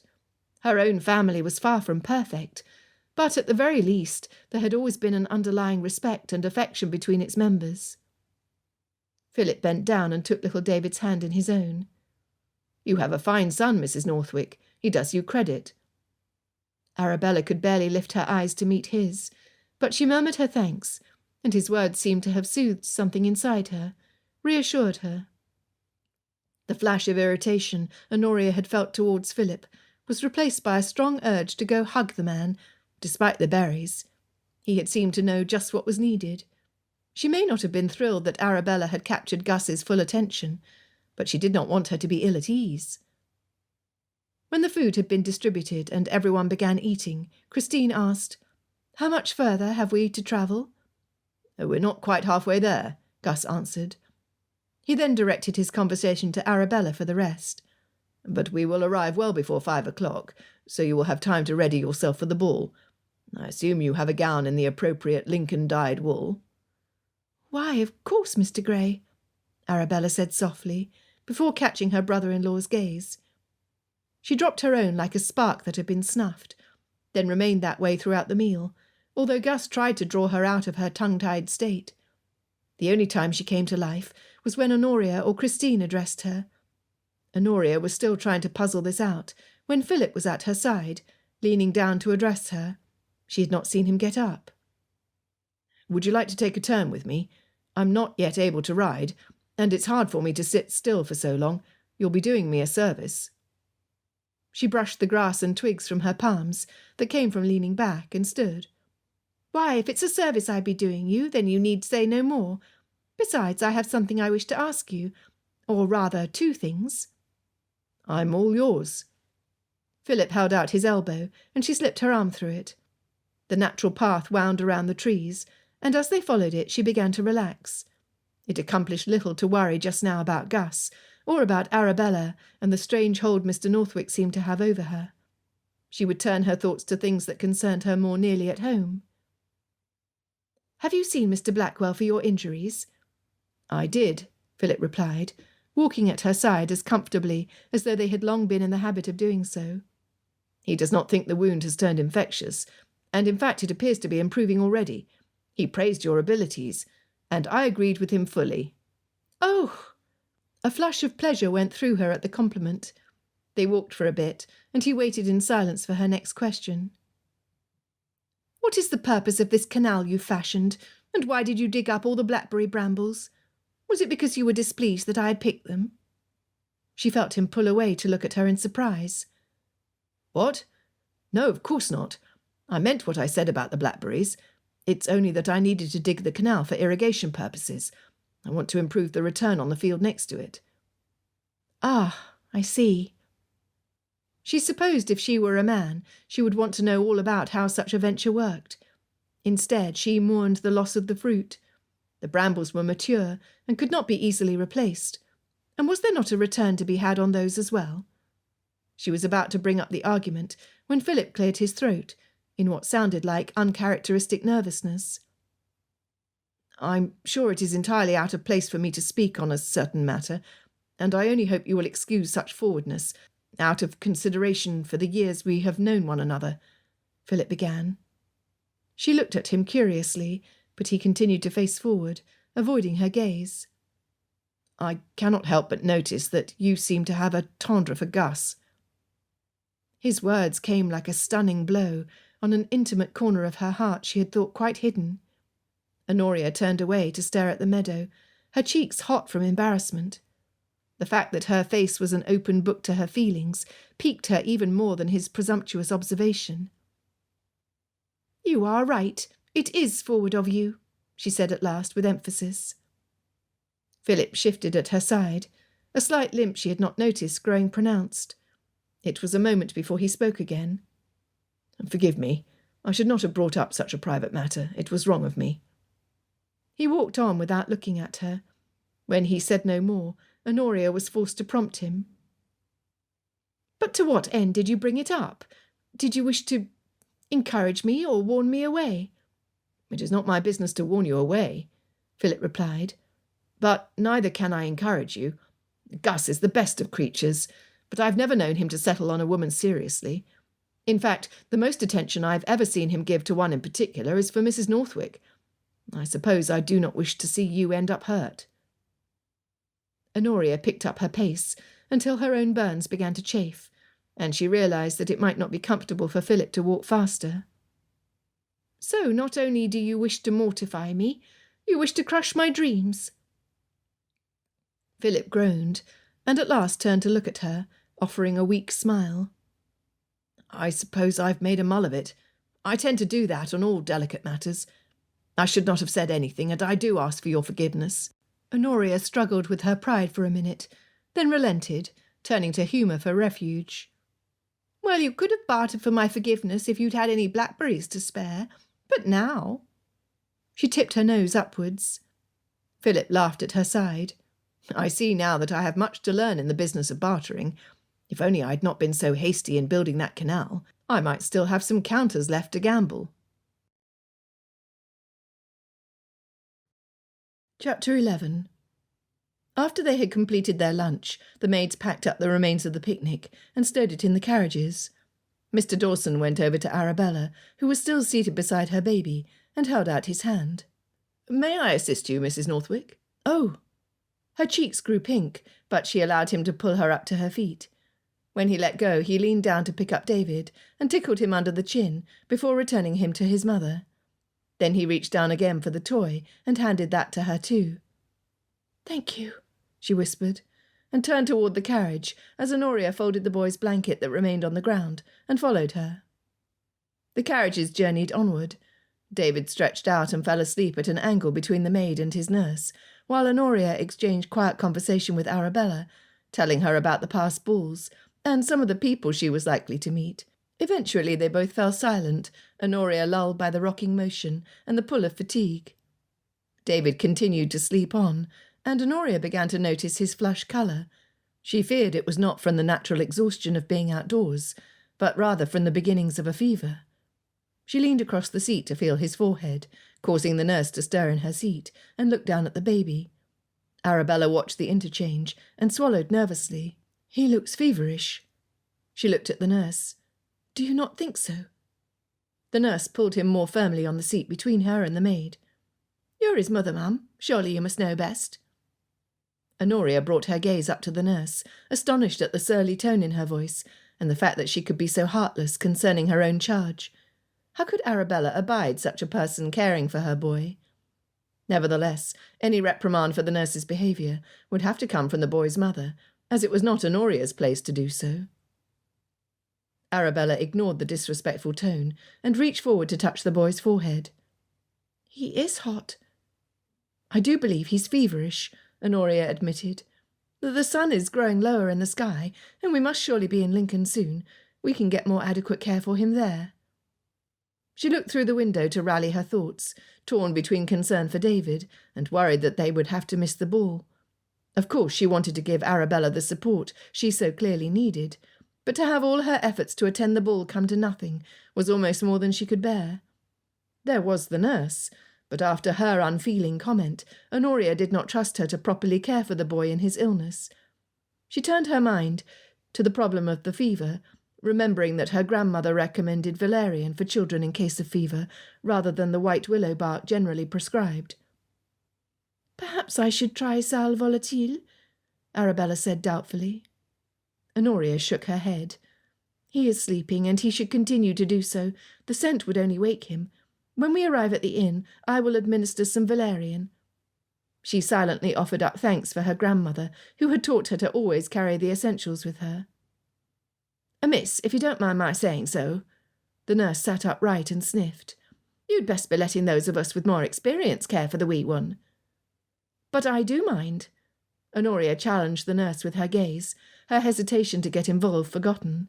She turned to Arabella. "I have experience with healing, and I think if we can get him to swallow some valerian, he will rest more peacefully, and the fever will go down. I have a tincture of it with me, and I believe we should bathe his temples with lavender water and put wet socks on his feet to draw the fever."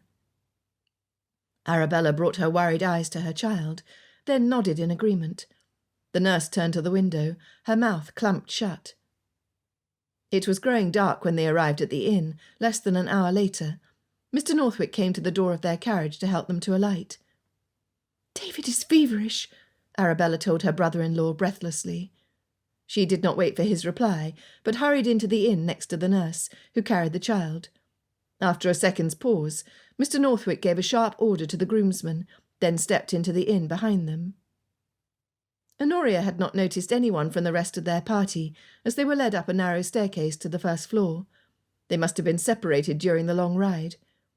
Once inside their room, she glanced around. A small fire crackled in the fireplace, providing warmth and an aspect of cosy cheer. Some effort had been made to decorate the walls, and the 2 beds looked to be clean. Next to the door was a small room for the maid, with only enough space to walk around the bed and for her to lay her effects at the foot of it. There were 2 beds in the main room, and the nurses' quarters could be achieved by accessing an adjoining door. This was larger than the maid's. Arabella fluttered behind her boy, but allowed the nurse to bring him into the room where she and the boy would be staying. Mrs. Billings laid the boy down on the bed. Then Arabella turned to Honoria. "I am very sorry, but I will not be able to leave him to go to the ball tonight. I hope you will understand." Honoria swallowed, refusing to permit her disappointment to gain hold, and touched Arabella's arm. "Oh, do not think of it. The most important thing is for your son to regain his health. As soon as David is awake, we can administer the valerian. I will just fetch the lavender and water for bathing his temples. I am sure the kitchen will have some." She exited the room, hoping she would cross paths with Christine, since she did not know in which room her friend was staying. Instead, she met Philip, coming flush up against him in the narrow corridor. He put his hands out to halt her forward progress, and kept them there as he searched her face. "What is it?" "Oh, David, Mrs. Northwick's baby boy is feverish. I must fetch some hot water and lavender from the kitchen, and I was hoping to find Christine as well." Philip seemed to realise he was holding on to her, and he dropped his hands. "What will you give him?"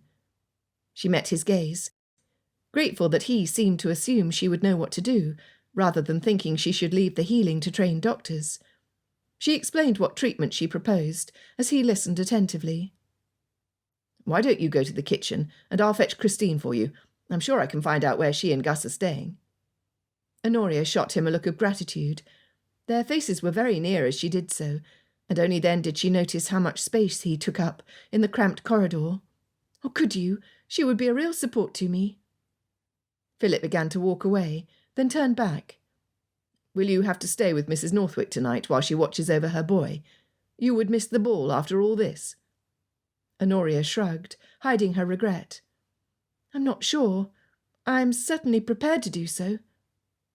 Philip nodded and left on his errand, and Honoria shoved down the lingering disappointment, refusing to let it waver her determination. She went down to the kitchen and was given a larger quantity of lavender than she needed, with promises that hot water would be sent up. When she returned to the room, David was tossing restlessly, and Arabella's shoulders were tight with worry. Honoria rubbed the lavender buds into the bowl she had been given, and as soon as the servant arrived with the hot water, she poured it over the buds and set the mixture to soak. The baby started to fuss, then cry, and Honoria pulled the valerian tincture out of her portmanteau that was lying beside her bed. "Let us see if we can get him to drink this."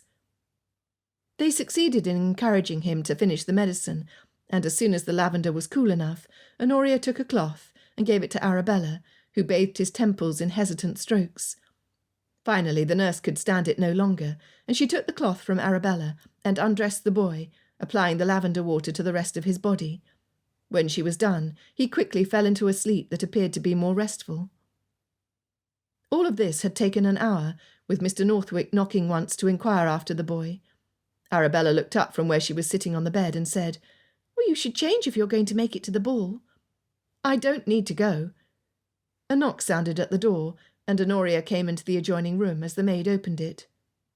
"Oh, Christine, you've come at last. I began to fear that Philip could not find you." She was relieved to see her friend's diminutive form. Christine peered into the room where David was sleeping and lowered her voice. "We were separated on the journey from the rest of the train, and Gus got lost, I'm afraid. We only just arrived a half-hour ago." She gave a tentative smile to Arabella. "It appears as though you've got him to rest." Arabella left David in the nurse's care and joined them in the main room. "Honoria found something that I hope will keep him quiet for the time being, at least long enough for you to attend the ball. It would be a shame to come all this way and not go. Of course I must stay behind, but I was hoping Honoria would be able to attend with you." "Oh, nothing could be easier. My brother will escort us," Christine said, then paused. "And Mr. Northwick, will he attend the ball?" Arabella's expression was hard to read. "I will encourage him to do so. But Honoria, you must go. I will be unhappy if you do not." It took little persuasion for Honoria to agree to what she so eagerly wished to do. "Very well. Please take a pair of David's stockings and soak them in lavender water and put them on him, covered with thick wool socks if you have them. It will help to draw off the fever." She leaned in to whisper, "And don't let the nurse stop you from doing it." Arabella smiled weakly. "I will do as you say." She returned to her son's bedside, and Honoria retrieved her gown from the maid, who was holding it at the ready. She followed Christine to her room, where her maid helped Christine first with her hair, then turned to take over Honoria's attempts to do her own. Now fully dressed, Christine looked down at Honoria's gown, her lips quirked. "It will not do to spend too much time in each other's company. I'm afraid your emerald green clashes sadly with my olive. I suppose such a thing is not so problematic when the colour chosen is something like blue, for instance." Honoria grinned through smarting eyes as the maid pulled a comb through her hair. "But it can be even more problematic when the colour is red, as it was 2 years ago when you were in Bath. Let us just thank the committee for sparing me that colour. You could pull it off without a problem, but for me it was dreadful." They had just finished the last touches when Gus arrived at the room to escort Christine to the ball. He raised his eyebrows when he saw Honoria in her room, but did not ask her why she was there. "My, don't you both look nice?" It was tepid praise, especially being lumped together with his sister. Honoria was beginning to fear that Philip and Christine had been right. She was wasting her energy setting her cap after a lost cause. This fear was enhanced when Gus made a show to search behind them. "Oh, where is Mrs. Northwick? Is she not with you?" "She was unable to come because her son is sick," Christine said. At the words, a variety of emotions flit across Gus's face, disappointment being chief among them, and his sister did not allow Honoria time to reflect on her hopeless cause. "Shall we be off?" Christine's room was off a different staircase, and it led directly to the front entrance, where the carriage was waiting for them outdoors. Moments later, Honoria was just stepping into the Greys' carriage when she glimpsed Philip and Mr. Dawson hailing the servant to fetch their own carriage. They were dressed very stylishly in similar bottle-green coats, and Honoria noticed just how well Philip looked when he was not contenting himself with the loose attire of a country gentleman. Her heart began to race in anticipation as they pulled up to the assembly room where the ball was to take place. After all, she had one last card to play, the romance of a candlelit ballroom and the dance itself. Men and women in coats and dresses of all shades of green poured in through the doors, and the light of chandeliers spilled out onto the cobblestones outdoors. Inside, the assembly room was full and noisy, with crowds of people gathered in groups. The musicians were playing music that was too subtle to be calling the guests to dance, so they had not missed anything. The crowd soon pushed them into close proximity, until they were forced to seek out a space on the far end of the ballroom. Gus turned to face the couples lining up, and Honoria fell in his line of vision. She tried not to look conscious of his regard, but hoped he was looking at her. Christine's maid had done well with Honoria's hair, and no other colour suited her better than green. He did turn his gaze her way, and it seemed to stay there longer than was usual, but the focused regard only made her nervous, and she turned her head away, hoping he would admire her profile instead. Philip found their group a short while later, with Mr. Dawson behind him, and he bowed before her and Christine. "You two ladies are looking as fine as Lincolnshire can boast. I hope you will do me the honour of dancing with me, both of you." Christine shook her head, about to respond, but he was too quick. "I apologise. You're not dancing. I'd forgotten." Honoria knew that Philip would turn to her next, but Gus, who had been staring at the crowds, snapped his gaze back. "Oh, yes, a fine idea. Honoria, I believe I was here first, was I not?" She was torn between a sense of fairness to Philip, that he had been the first to ask, and a sense of exultation that Gus had at last noticed her. This was only enhanced when he said, "You do look splendidly." "It is only now that you notice it," Philip muttered, and Honoria detected the note of annoyance in his voice that put words to the favouritism she hesitated to show, and which also thrilled her. Was it possible that Philip had actually wanted to dance with her, and hadn't asked out of duty? "I suppose so, but never mind that. Listen, the strains of music are starting. Dance with me for this first dance," Gus said, tugging at Honoria's hand, and in doing so pushing all thoughts of Philip away. "At last." Honoria nodded, and her smile felt so big it threatened to squeeze tears of joy right out of her eyes. At her side, Philip folded his arms as Mr. Dawson stepped up to Christine, prepared to engage her in conversation, and Honoria followed Gus on the floor. As they took their places across from each other, she had a chance to feast her eyes on the set of his shoulders, and the brown hair that fell forward into his face. His dark eyes held hers, and it caused her heart to both freeze and take flight from one instance to the next. The music began, introducing the most heavenly dance she had ever experienced. Every time their hands joined in the steps, their gazes held, and Gus's look was one of intent. He had invited her to dance at various country assemblies in the past, but this was different. He was truly noticing her for the first time, just as she'd known he would, if only she was given the chance to capture his attention. "This is it. This is the beginning of the rest of our lives." When the final steps of the dance had them facing each other again, he slipped his arm around her waist and pulled her close. "We should spend more time in each other's company," he murmured, and Honoria only hoped that the stalks of hope that bloomed in her heart did not cause her face to turn an unbecoming red. She had forgotten to answer. Honoria's heart was racketing about violently, and she could only nod her head and squeak out a "Yes!" "This is the most perfect day of my life," she thought, as he led her to the edge of the dance floor, and they each gave their formal curtsy and bow. "I will remember it forever." Chapter 12. Philip stood on the sidelines watching Honoria dance with Gus. He knew it would not be entirely comfortable for him to dance, although his burns were healing more each day. But the pull to invite her was too strong, and he did not appreciate being cut out. Dancing with Gus made her eyes bright, but she seemed too shy to turn them in his direction. Philip couldn't help but contrast that with how she was with him. When he spoke to her, she had no difficulty in meeting his gaze. It was surely because she did not view him with any partiality. He was coming to regard that as a shame.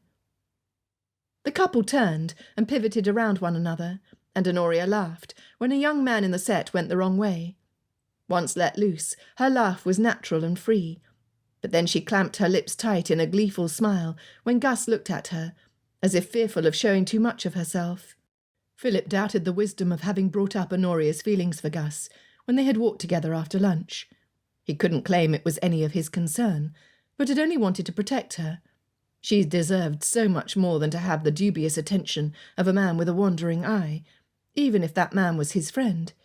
Honoria deserved to be a man's sole focus. After all, what other woman of his acquaintance would march off to gather blackberries instead of sending a servant to do it, or carry healing tinctures with her and know how to use them? He had heard stories of her successfully healing some of the poorer people in the village, and could readily believe it. At some imprecise point in their reacquaintance, Philip's appreciation for her had turned into admiration. She had ready humour, she had resolve. Wherever she was in the room, her presence pulled to him like a magnet, and he could feast his eyes all day long on the way her full lips parted in a smile. It was, perhaps, more than admiration. Now he feared his realization had come too late. From what he could observe, Honoria was still lost in love with Gus, who was finally beginning to open his eyes to what was before him. Philip supposed it was about time. He just hoped Gus would treat her with the respect she deserved, and not flip his attention to some other woman who happened to win his regard in that moment. Mr. Reed, the gentleman farmer from Horncastle, was present and talking to someone Philip recognised from past assemblies. He had not yet had a chance to speak to Mr. Reed about his opinions on the irrigation project, but he was confident enough in Mr. Mercer's observations to begin. He and his engineer had already discussed how they would divert the water as soon as the canal and dykes were finished, agreeing that Coates would begin testing without delay. The two men gestured for Philip to join them, and he came instantly, thankful for an excuse to sit the dance out. His introduction to the unknown gentleman, a Mr. Fiennes, proved to be fruitful, as Mr. Reed hinted that Philip had an English thoroughbred stallion that might be of interest as a sire. Mr. Fiennes was possessed of a breeding farm for thoroughbreds near the border to Scotland, and he was willing to travel for any stud that showed promise. They arranged for a meeting the following month, when he would be coming through Lincolnshire on his way to London. Afterwards, when Mr. Reed and Mr. Fiennes went off in search of a drink, Philip came to stand at Christine's side. Theo had played the gallant without cease, as he danced with one woman after another. He looked as though it did not tire him in the least, and on the contrary, that there was nothing better he liked to do. Philip had not missed the fact that his cousin tended to invite those women who were overlooked by others. He should emulate such chivalrous behaviour, but contented himself with talking to Christine, a different form of chivalry. "I hope you do not mind not dancing," he said, when he noticed her tapping her foot in rhythm to the music. "I do mind a bit," Christine admitted, meeting his gaze. "But even if society did not dictate a period of mourning, I would have wanted to observe it. My mother deserved that. It's just... dancing is so light-hearted, and it removes the pressure to think of something witty to say." "How much I can empathise with that sentiment," Philip said, thinking that although he was not an exceptional dancer, he was perhaps more skilled at that art than conversing when it came to women. His gaze drifted back to Honoria and settled there. As much as he had always felt at ease around her, he could not help but think he had not put his best foot forward in their conversation earlier that afternoon. "Honoria is in good looks tonight." Christine's eyes were turned away, but he quite thought he detected a hint of mischief in her voice. Perhaps he had been staring at her too openly. He let a moment pass before he agreed. "She is." And not daring to see how much Christine had discerned of his feelings, he kept his eyes trained on the crowd in front of him, focusing on no particular couple, until the dance ended and Honoria's partner brought her back to Christine's side. Seizing the opportunity that fate afforded him, he lost no time in bowing before Honoria. "You have promised me a dance, and I believe this is as good a time as any. That is, if you are free." Honoria put her hand on Philip's arm, leaning into him affectionately, in a way that fed him with hope. "I am." She followed him onto the floor, and they took their places next to the other couples, waiting for their set to begin. Philip applied his mind to what might be a good and safe topic of conversation that did not involve asking her inappropriate questions about the state of her heart. But in the end, he did not need to drive the conversation. As though she could bear it no longer, she said, "Did you not notice how Gus looked at me while we were dancing? I cannot think he is indifferent to me now." She flashed Philip a conspiratorial smile that put dimples in her cheeks and a pang in his own heart. The music began, and Philip held out his arm, giving himself time to think of how to respond. He walked the 3 steps forward before turning in time to the music. "It is difficult to think anyone could be indifferent to you, Honoria." He felt her turn, startled, seeking his gaze. "You are surprised, but you should not be. Any man with eyes in his head can see what a handsome woman you are, and that the beauty does not stop there." "Oh!" A tiny furrow appeared between Honoria's brow. She looked up at him innocently. "Do you find me handsome?" Her dimples made a reappearance, as though she knew she was putting him on the spot. He had no hesitation in answering. "Very handsome." She looked pleased, and when they had promenaded around the other couples and come back together, he elaborated. "But what I admire most about you is not something that can be found in a pretty face or what you wear. What I admire most is your noble mind." Her brow knit as she appeared to digest this, and he was encouraged to elaborate. "I admire the care you take in healing people, and your skill in doing so. I admire that you seem to be good at everything you put your hand to, and that it all comes naturally. Speaking of which—" He paused while they separated in the dance. "I've been meaning to ask you for that recipe for blackberry preserves.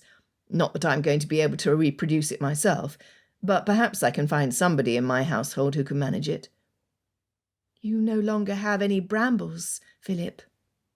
The sound of his name, spoken in her soft, wry voice, almost made him miss what she had said.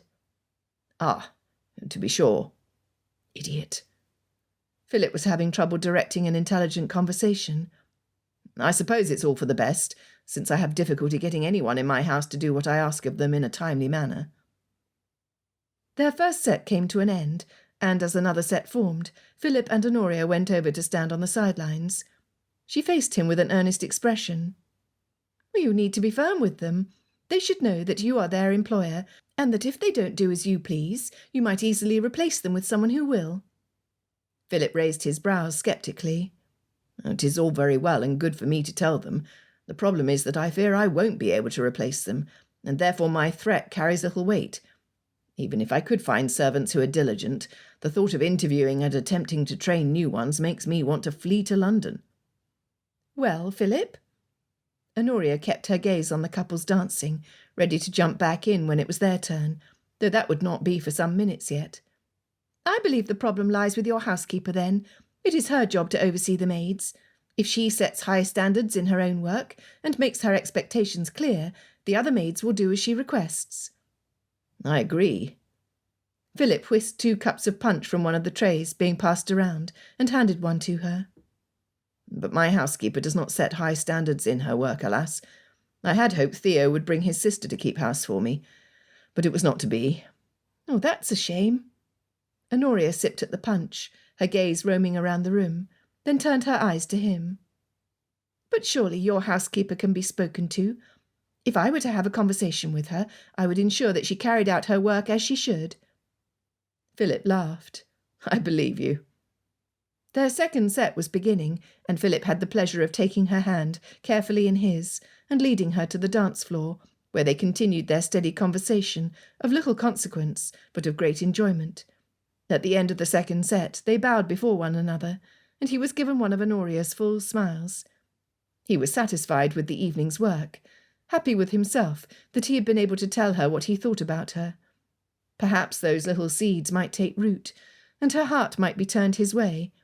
It might be enough even to overcome a father's aversion. His satisfaction was short-lived. As soon as they rejoined the sidelines where Christine stood, Gus came up to Honoria and grabbed her hand. "Dance with me again. There is no one at this ball so charming as you, I dare say." She flushed with pleasure, straight up to her roots, and raised her eyes very significantly to Philip's, before setting her hand in Gus's. Blast him! Gus might be his best friend, but Philip had no generous thoughts to spare for the man today. He watched Honoria take her place opposite Gus, her figure set to advantage in the trim green dress, and her expression lit with what he could only call adoration. She had a look in her eye when she was with Gus that he did not see anywhere else, but he wished he could be the one to put it there. It was time he quashed these hopes that had seemed to crystallize for the first time today. If she were really so partial to Gus, and it was now seeming as though Gus were partial to her as well, who was Philip to stand in the way? Having finished another dance, Theo swiped a glass of champagne off the tray of a passing servant and walked up to where Philip stood. "I've barely seen you dance," he said by way of greeting, "while you have not stopped. Amazing, they've managed to chill the champagne." Theo peered into his glass. "How can I resist when the women outnumber men? I don't wish to see anyone neglected." "You always did have too tender a heart." Philip set an affectionate hand on Theo's shoulder, then removed it. "Although I cannot believe I'm uttering such a namby-pamby thing as that." Theo jerked his chin in the direction of the doorway, where Mr. Northwick had just entered. "What do you think of him, the widow's brother-in-law?" Mr. Northwick scanned the room, as though searching for an acquaintance. Philip was not sure he would find any here, apart from their own party, and it would be difficult for him to seek introductions without knowing anyone.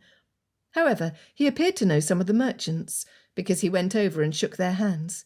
So, apparently, Northwick did know people in Lincolnshire. "I don't know what to think. He seems a genial fellow. I've nothing to say against him. And yet there's something you don't like," Theo concluded. "I'm of the same mind. I believe it is the way he treats Mrs. Northwick. There is something overbearing in his manner towards her that I cannot approve of. He seems to have some hold over her, treating her as though she's a juvenile. And what is even odder is that in his presence she appears to be too afraid to say anything." "All that from a brief conversation at the picnic?" Philip asked him, eyebrows raised. "I'm an observant fellow." Philip folded his arms, and silence fell between them as they both watched the crowd. He couldn't refrain from speaking what was foremost in his mind. "Gus has been showing a pointed interest in Mrs. Northwick before tonight." "Gus!" Theo's tone had turned as close to something like disgust as someone of his temperament could produce. "As much as I'm fond of him, he has a new infatuation every month. The last thing Mrs. Northwick needs is someone like him muddying the waters of her life." "You have something there," Philip replied. But he was thinking about Honoria. He could only hope that if Gus had indeed set his sights on her, that it would be long-lasting. He did not want to see her crushed by infidelity. They continued to watch from the sidelines, as though they were no longer participants of the ball. There was something impressive about a room full of people, all dressed in various shades of the same colour. It had never ceased to strike Philip, and he could remember stuffed balls over the years in every spectrum of the rainbow, if he searched his memory far enough back. His gaze skirted the crowds, and returned to Honoria as she danced. Gus stared at her in open admiration, and she looked bashfully away. The sight goaded. They didn't seem to have a whole lot to say to each other. "So are we to head to your sister's tomorrow?" Philip asked, ready to turn his thoughts elsewhere. Theo smiled and bowed in acknowledgement of a young lady's greeting. "So you are still to come? I'd almost thought you would back out at the last minute, but I am glad to hear it." Philip answered, his eyes still trained on Honoria, her hand clasped in that of Gus's.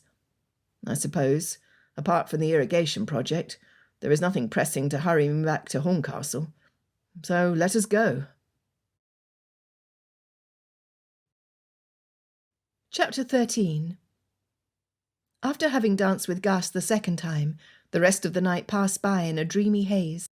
At one point, Honoria caught a glimpse of Mr. Northwick, weaving his way through the crowds at the assembly, which pulled her out of her pleasant reverie. "Oh, the baby! How is he?" She was also struck with a strange sense of relief at seeing Mr. Northwick there. If he was at the assembly, it meant he could not be imposing himself upon Arabella. Although why she should think of it, or him, in those terms, she could not say. It must also mean that little David was doing well enough, that his uncle was not needed. He found a circle of people to talk to, and she soon dismissed Mr. Northwick from her mind, as she had something much more pleasant to consume her thoughts. Augustus Gray loved her at last. They stayed at the ball until the wee hours, and she lost count of how many faceless gentlemen invited her to dance. She had eyes for only one. All too soon it was time to take the Greys' carriage back to the inn, and sitting in the dark, she allowed herself to peek at Gus, only to find that his eyes were on her. Neither spoke about what had happened that evening, but Honoria knew he felt it as she did. Christine was quiet as usual, and had not seemed to notice the earth-shattering event happening right under her very eyes. Her brother had at last fallen in love with her best friend. As the carriage came to a halt at the inn, Honoria took Christine's hand and squeezed it. "Thank you for accompanying me." As an afterthought, she asked, "Did you enjoy yourself tonight?" "Oh, very much." Christine did not elaborate, but Honoria was accustomed to her friend's reserve. Gus climbed out first, then helped her out of the carriage, before bowing over her hand and planting a kiss directly on it. A thrill shot through her. She would have to find Christine the next day and pepper her with questions about what he had said after they had parted for the evening. He could not hold back from his own sister his newly discovered feelings, surely. They were too close for that. It was only as she approached the door to her room that she again remembered David's fever, and with a guilty twinge wondered how he was. Inside, the room was dark, apart from the glowing embers of the fire. Finding a fresh candle, she got the wick to light and looked around. Arabella lay asleep on the bed, fully clothed. In the adjoining room, the nurse was also asleep in the chair, so Honoria stepped over to look at the baby. His forehead was cool and damp to the touch, and the fever appeared to have left him. In their bedroom, she woke Arabella gently. "You should get undressed. You will be more comfortable." Arabella stretched, and then came to with a start, getting up from the bed and hurrying into the bedroom. She must have come to the same conclusion, because she returned looking relieved, and began untying the back of her dress, before dropping the laces. "Allow me to assist you, and then you may assist me. I do not wish to awaken my maid. She stayed up late enough as it is." Honoria turned, and allowed Arabella to unhook her dress, her thoughts still full of the evening. "How was the ball?" Arabella asked, when the laces to Honoria's stays were also undone. "It was wonderful, although I regret you could not enjoy it with me." Honoria loosened the rest of Arabella's laces, then began to change into her night shift. "It seems vastly unfair that you should miss it, when I owe my presence here entirely to you." "Think nothing of it." Arabella yawned and climbed into the bed. With her loose night shift and hair braided to one side, she looked like a young girl. "However, I hope you will not be too disappointed if we return home directly, rather than staying the 2 days as planned. I cannot help but think that poor David will recover more thoroughly in his own bed, even though he must endure some discomfort to get there." "Not at all," Honoria replied, after only a slight pause. This would mean she would not get to visit Lincoln in Gus's company, but perhaps he would wish to cut short his own stay as well, so that he might accompany her back to Horncastle. This led to memories of the delicious sensation of dancing with him. "My most pressing wish has been granted after all."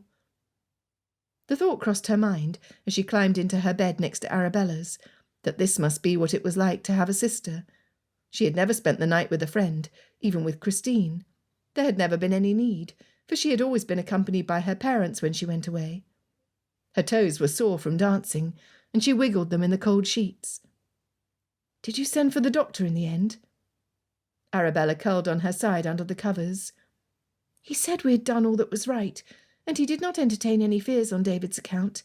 It was enough to satisfy Mr. Northwick, who did not think either you or I capable of caring for David, who is, after all, the heir." "How little faith he has in women," Honoria murmured. She could have said more, but she fell asleep before she could. When she awoke the next day, the sun streamed in brightly. Arabella was already tending to David in the next room, who did indeed seem to be doing much better. The nurse kept trying to shoo her away, but Arabella remained steadfast until David had been dressed. Only then did she allow nurse to give him some of the porridge that had been prepared for him. When Honoria saw that Mrs. Billings had things well in hand, she said, "Shall we not go down and see what can be had for breakfast?" "Yes, do, let us." Arabella put on a warm spencer over her cotton gown. "Nurse, please see that David takes some milk as well." Mrs. Billings gave the barest nod in response.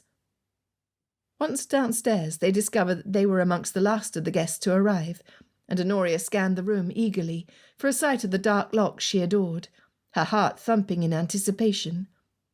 Philip and his cousin sat on one side of the room and appeared to have nearly finished their breakfast, while Christine and Gus sat at the table adjacent to theirs. As soon as he spotted them, Gus leapt to his feet, and Honoria smiled, even as she grew breathless. What attention he was showing her! She fixed her gaze upon him as they moved forward. "Good morning." Gus bowed deeply with a broad smile and pulled out a chair, reaching his hand out for Arabella to escort her into it. "We sorely missed you last night, Mrs. Northwick. How is your son? Morning, Honoria." Arabella murmured something in reply, and Honoria stood for a moment longer, waiting. When at last she saw that Gus was not going to pull out her chair, a stab of disappointment rose up in her, so sharp it stole her breath. The other gentleman had also stood when they arrived, and now Philip stepped forward to pull out a chair for her. "Please have a seat. May I bring you something from the side table?" Honoria turned her eyes his way, blinking against the tears that threatened to form. Through sheer will she summoned a fleeting smile. "Good morning, Philip. Yes, would you be so kind as to bring me some bread? That is all I shall take." He bowed and went over to the sideboard to fill a plate for her. As he selected a roll and reached for the pot of butter, she blinked at him, then looked away when he turned and met her gaze. Her bewildered mind attempted to assess what was happening. Gus had rejected her after everything they shared. He had completely forgotten their 2 dances and treated her as though she meant nothing to him. Philip, on the other hand, was steady. He was a friend to her, and it had only become increasingly evident in the past weeks. On a purely physical level, he was pleasing to look at. His shoulders had filled out in the time since she had known him. They were broader even than Gus's, and she experienced a sudden proprietary urge, as if those shoulders were for her to measure and appraise, although, of course, such a thing was ridiculous. Her mind had become muddled with disenchantment. Thankfully ignorant of the surprising turn of her thoughts in his direction, Philip brought the plate to her, a look of warm understanding in his eyes. She dropped her gaze to what he had selected for her. There was a thick slice of dark rye bread, a white roll, and a piece of sourdough. He had also chosen a selection of jam and butter, and arranged it to make a pretty display. She looked up at him in mute thanks. "Coffee?" he asked. Her smile came more naturally as she lifted her hand to take the knife. She would no longer be a fool, but would show her resilience. "No, tea, if you please." He turned a teacup over on its saucer and reached for the teapot that was sitting on the table just out of her reach. He poured a cup for her and set it in front of her plate. She glanced at him, then down at the miniature crock of jam, not trusting herself to speak. To her right, Gus and Arabella carried on a stilted conversation. His interest in her was pronounced, even more so than what he had favoured Honoria with the night before. She saw that now. But Arabella did not appear to relish it.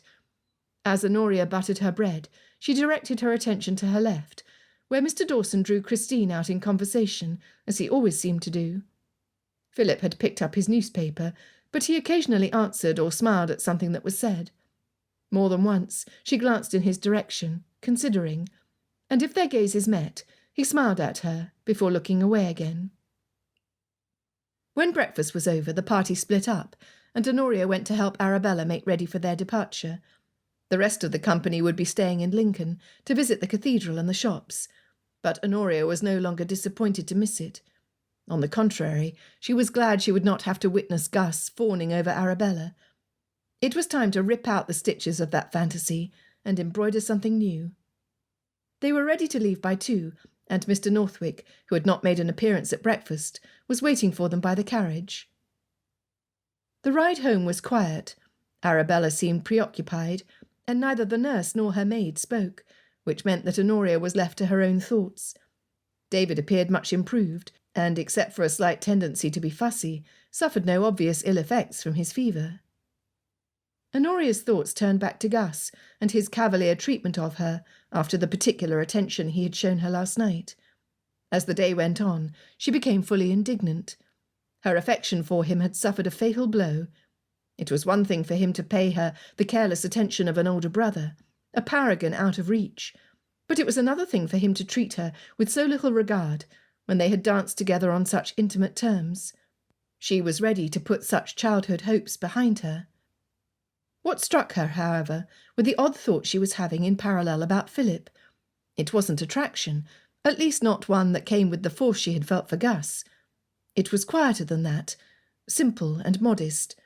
All he had done was to fetch her a plate of bread, but in doing so he had come in the guise of a hero. Observing the lack of respect shown to her, he redoubled his own efforts to lift her up. Did he have any interest in her, she wondered, or was he simply being noble? By the halfway point, Honoria feared she was not being a good travelling companion, and searched for a topic of conversation. "I was glad to see Mr. Northwick arrive at the ball last night. I took it as a sign that David was doing better, since he had no fears in leaving him." Arabella pulled her gaze from the carriage window and carefully smoothed out her skirt with gloved hands. "I urged him to go. I told him that David would be just fine under my care, and that there was no reason he should miss the ball. Nurse supported me in this. However, he did not leave until the doctor assured him he could do so." Mrs. Billings had folded her hands against her chest, now that David had finally dropped off to sleep. Upon hearing this, Honoria pursed her lips in disapproval. "A man has no reason to be in a lady's bedroom to whom he's not married, even if he is the boy's uncle." Arabella turned a grim smile to Honoria. "That is precisely what I told him." The conversation ended there, and this time Honoria allowed it to drop. With no plans to pause for a leisurely picnic, they arrived at Arabella's house late in the afternoon, where she arranged for the carriage and her own maid to accompany Honoria home. A little less than an hour later, as the last of the sun dipped below the trees, the carriage drove into the small courtyard in front of her house. Her mother's face appeared in the candlelit window, and Honoria mumbled a hurried thanks to the maid for her services. She did not wait to be helped out of the carriage, but ran to the entryway to hug her mother. Mrs. Bassett pulled back to look at her with a concerned smile. "You are home a day early. I hope that all is well." "Yes, only little David had a fever, so we did not stay to visit Lincoln. I've missed you, Mamma." She linked her arm through her mother's and lent her support as they walked toward the drawing-room. Her mother leaned heavily on her cane with her other hand. "I have news," her mother said, with such significance that Honoria turned her head to look at her. "However, that will have to wait. Let us ring for tea.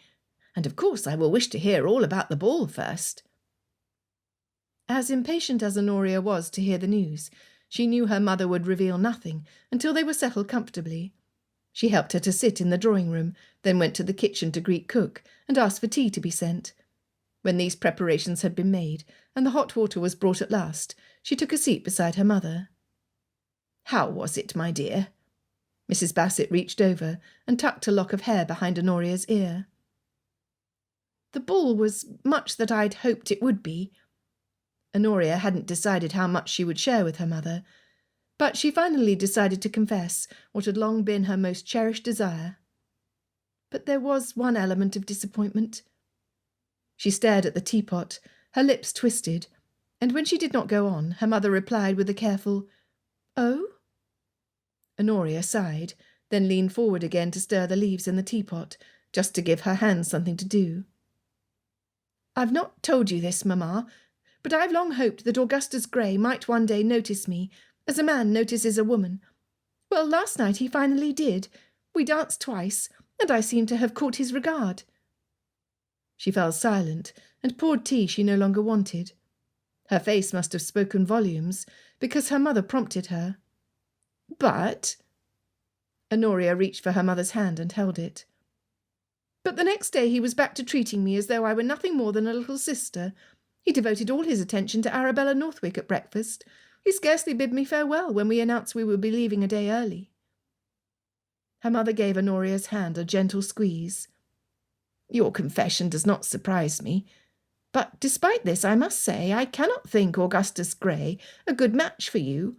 Oh, yes, he is as handsome as can stare, and he has a friendly, genial disposition that must always please.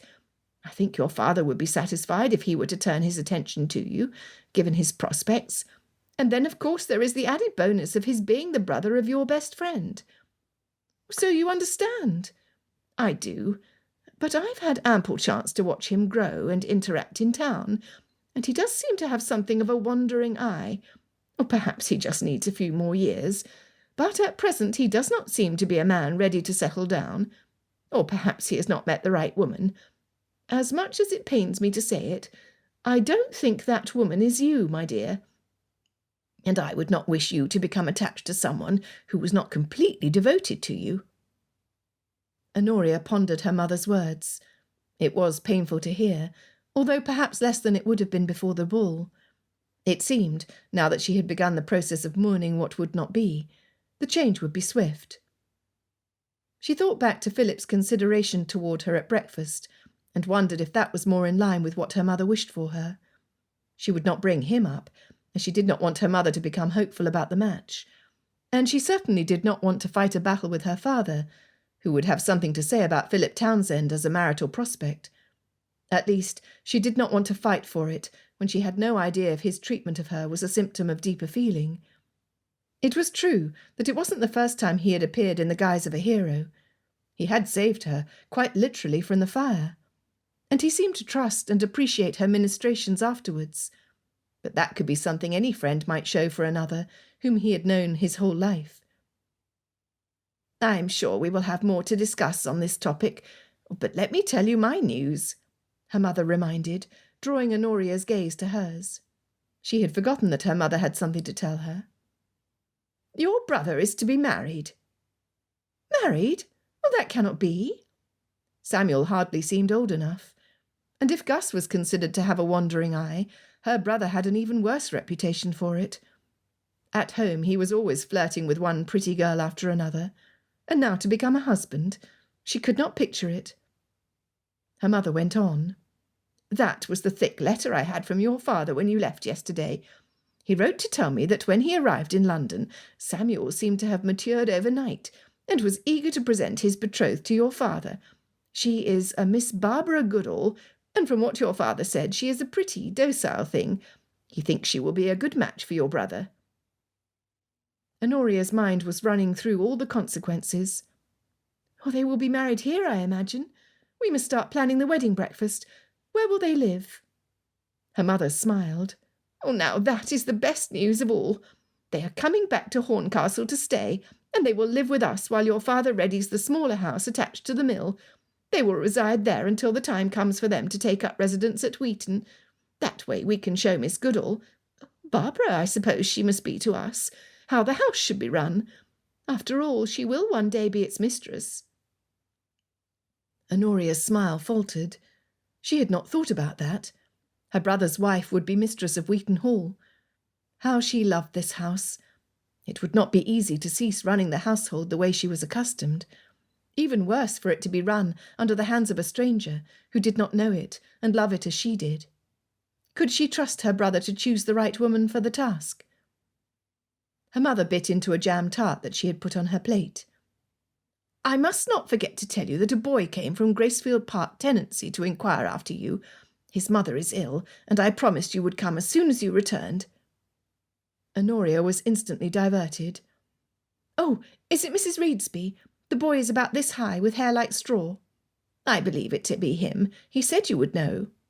"Yes, his mother runs to the bilious condition. It is time that I return to see how she's doing." This brought her thoughts back to Philip, as Gracefield Park lay on the other side of the public road that crossed his estate. She selected her own role, deciding she would worry about Miss Barbara Goodall becoming Mrs. Barbara Bassett when the time called for it. Chapter 14. Philip was shown around Leicester, where Theo's sister Mary lived, but that did not take up more than a day or two of their time. They could ride, and did so more and more as Philip's burns finally started to heal. But as Mary's husband was not a landowner, and spent his days as senior banker in a counting house, there was little sport to be had. In the end they mainly had cards, and a few social engagements to entertain them. Theo was uncharacteristically silent, and Philip darted glances at him when they sat with his brother-in-law over port. Gone were the quips and jokes that were to be expected when conversing with him. Instead, when he was spoken to, he would look up as if coming out of a reverie and give some vague answer. The only clue Philip could gather as to this unusual behaviour was from the comment Theo had let drop about the widow at the ball, and another one upon their arrival. He showed unusual vehemence over the way he perceived Mr. Northwick to have treated his dead brother's widow, and since it was so unlike Theo to take up a cause that did not directly concern him, Philip could only assume there was some interest in the widow on the side of his cousin. Philip left his seat beside Theo, who was staring at a book, and went to stand by the window of the library. There was activity on the street in front of their town residence, although it was set back a ways, giving a degree of privacy the less fortunate would not have. A portion of the sky was visible over the rooftops of the narrow houses on the other side of the street, and he looked up at it, wondering if Theo stood any chance with Arabella. Gus had also shown marked interest, to Honoria's dismay. He hoped there would not be a battle between his two friends. They had taken leave of each other with more reserve than usual. He went over to the side table to pour himself a drink, then walked back to the window to resume his examination of the thoughts that had taken over his mind since he'd arrived at his cousin's house. He had not left Lincoln with a strong idea of his intentions towards Honoria. He knew only that it would be a shame if Gus were to win her over, when she deserved more devotion than what his friend was capable of giving. As there were not as many social engagements in Leicester as promised, Theo's sister being newly in the family way and feeling ill and lethargic, it left Philip with too much time on his hands to think. In a series of flashes, he remembered the way Honoria cradled his hands as she cared for them, the frozen look on her face when he had asked her about her feelings for Gus, and her exquisite form in the gown she had chosen for the stuff ball. He attempted to dismiss those nudges, but when tantalizing images of the curve of her lips or the way wisps of hair curled around her face persistently intruded into his thoughts, he finally had to admit to himself that he had become something of a hopeless case in her regard. And if Gus had not seized the chance that had been thrown to him when Honoria gazed up at him with such adoration, then Gus was a fool and did not deserve to win her. Perhaps Philip might. Philip swayed in the carriage as it took a turn east out of the inn-yard in Sleaford and started forth on the last day of his journey. The rhythmic clop-clop sound made by the horses was soothing, but it did not speed him forward as fast as he would have liked. A full week had passed in Theo's company before Philip realised in which direction his intentions lay, and he came to the hopeful conclusion that he might still have a chance. He allowed only 3 more days to pass before he decided he no longer wanted to wait to find out if Honoria was willing to pledge her troth to him. He might not be dashing, but he would be loyal. It was an easy matter to explain to Theo. He had simply told him he was preoccupied by the irrigation project and wished to return and oversee it. He and Coates had agreed that the engineer would begin diverting the river this very week, before the Waring typically underwent its seasonal surge. If Philip hurried, he would be home in time to watch the event unfold. Theo understood readily and released him of his promise to stay for the full 2 weeks, saying that it was probably best that he returned to his affairs in Newark-on-Trent in any case. Now Philip was back on the road to Lincolnshire, and quickly approaching Bowden House. The crisp air coming through the windows of the carriage brought the scent of more burning leaves and branches, the scent of home. It was a cool October day, although warmer than it had been the week before, in a teasing reminder of the forgotten days of summer, and the trees were at their most glorious, displaying their remaining leaves in all colours. As his carriage drew near to where the public road crossed his land, Philip became aware of a splashing sound that grew louder as the wheels turned over the road. The ground visible from his window was soggy, as though it had been raining for a week straight, although he was fairly certain they'd had the same weather in Horncastle as they had in Sleaford. He lifted his hand to tap on the roof of the carriage so he might stop and investigate, but then hesitated, because he wasn't sure what he could do about all the mud. The wheels began to turn more slowly as the road dipped and the ground grew muddier. Frustration struck as he took in this perplexing condition. If he had been on horseback, he would have been in a better position to examine the conditions of the road that bordered his land, but he was left with his carriage and no spare horse. An unpleasant suspicion came upon him that the problem lay with his irrigation project. He held on to the leather strap from the ceiling of the carriage, contemplating the worrisome sight, when they passed an object on the side of the road. His gaze registered Honoria in his field with her tilbury fixed in the mud, while she tried on foot to encourage the horse to move forward. The rush of excitement at seeing her again, and sooner than expected, was rudely tempered by the sight of her, covered in mud, now attempting to dislodge the large wheel. He pounded on the top of his carriage for it to stop, and leapt out before it came to a complete standstill. "Honoria!" He ran 2 steps to the edge of the road, before sliding and trying to regain his balance. She tilted her head to look at him, her eyes flashing with fury. "Is this your doing, Philip?" She gestured with her free hand to the muddy swamp that had once been his field. "Was it your brilliant idea to flood the public road and your field while draining half the river?" Philip felt heat rise to his chest, both from the sight of her glorious face and her rebuke.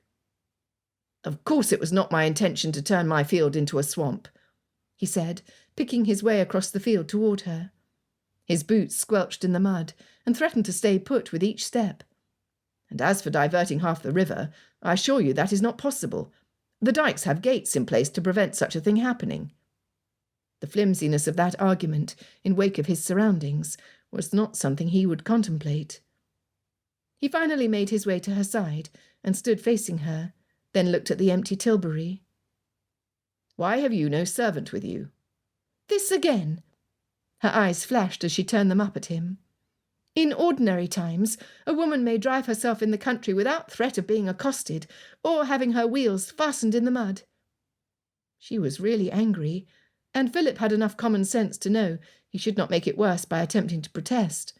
After all, it was entirely his fault. Had he not left his field in the charge of someone he scarcely knew? Then he went off on a pleasure trip, and had not been here to oversee the project himself. He thought he could trust the man, but now he would have to hunt down this supposed engineer of his. Honoria took 1 step toward the carriage, and in doing so lost her half-boot.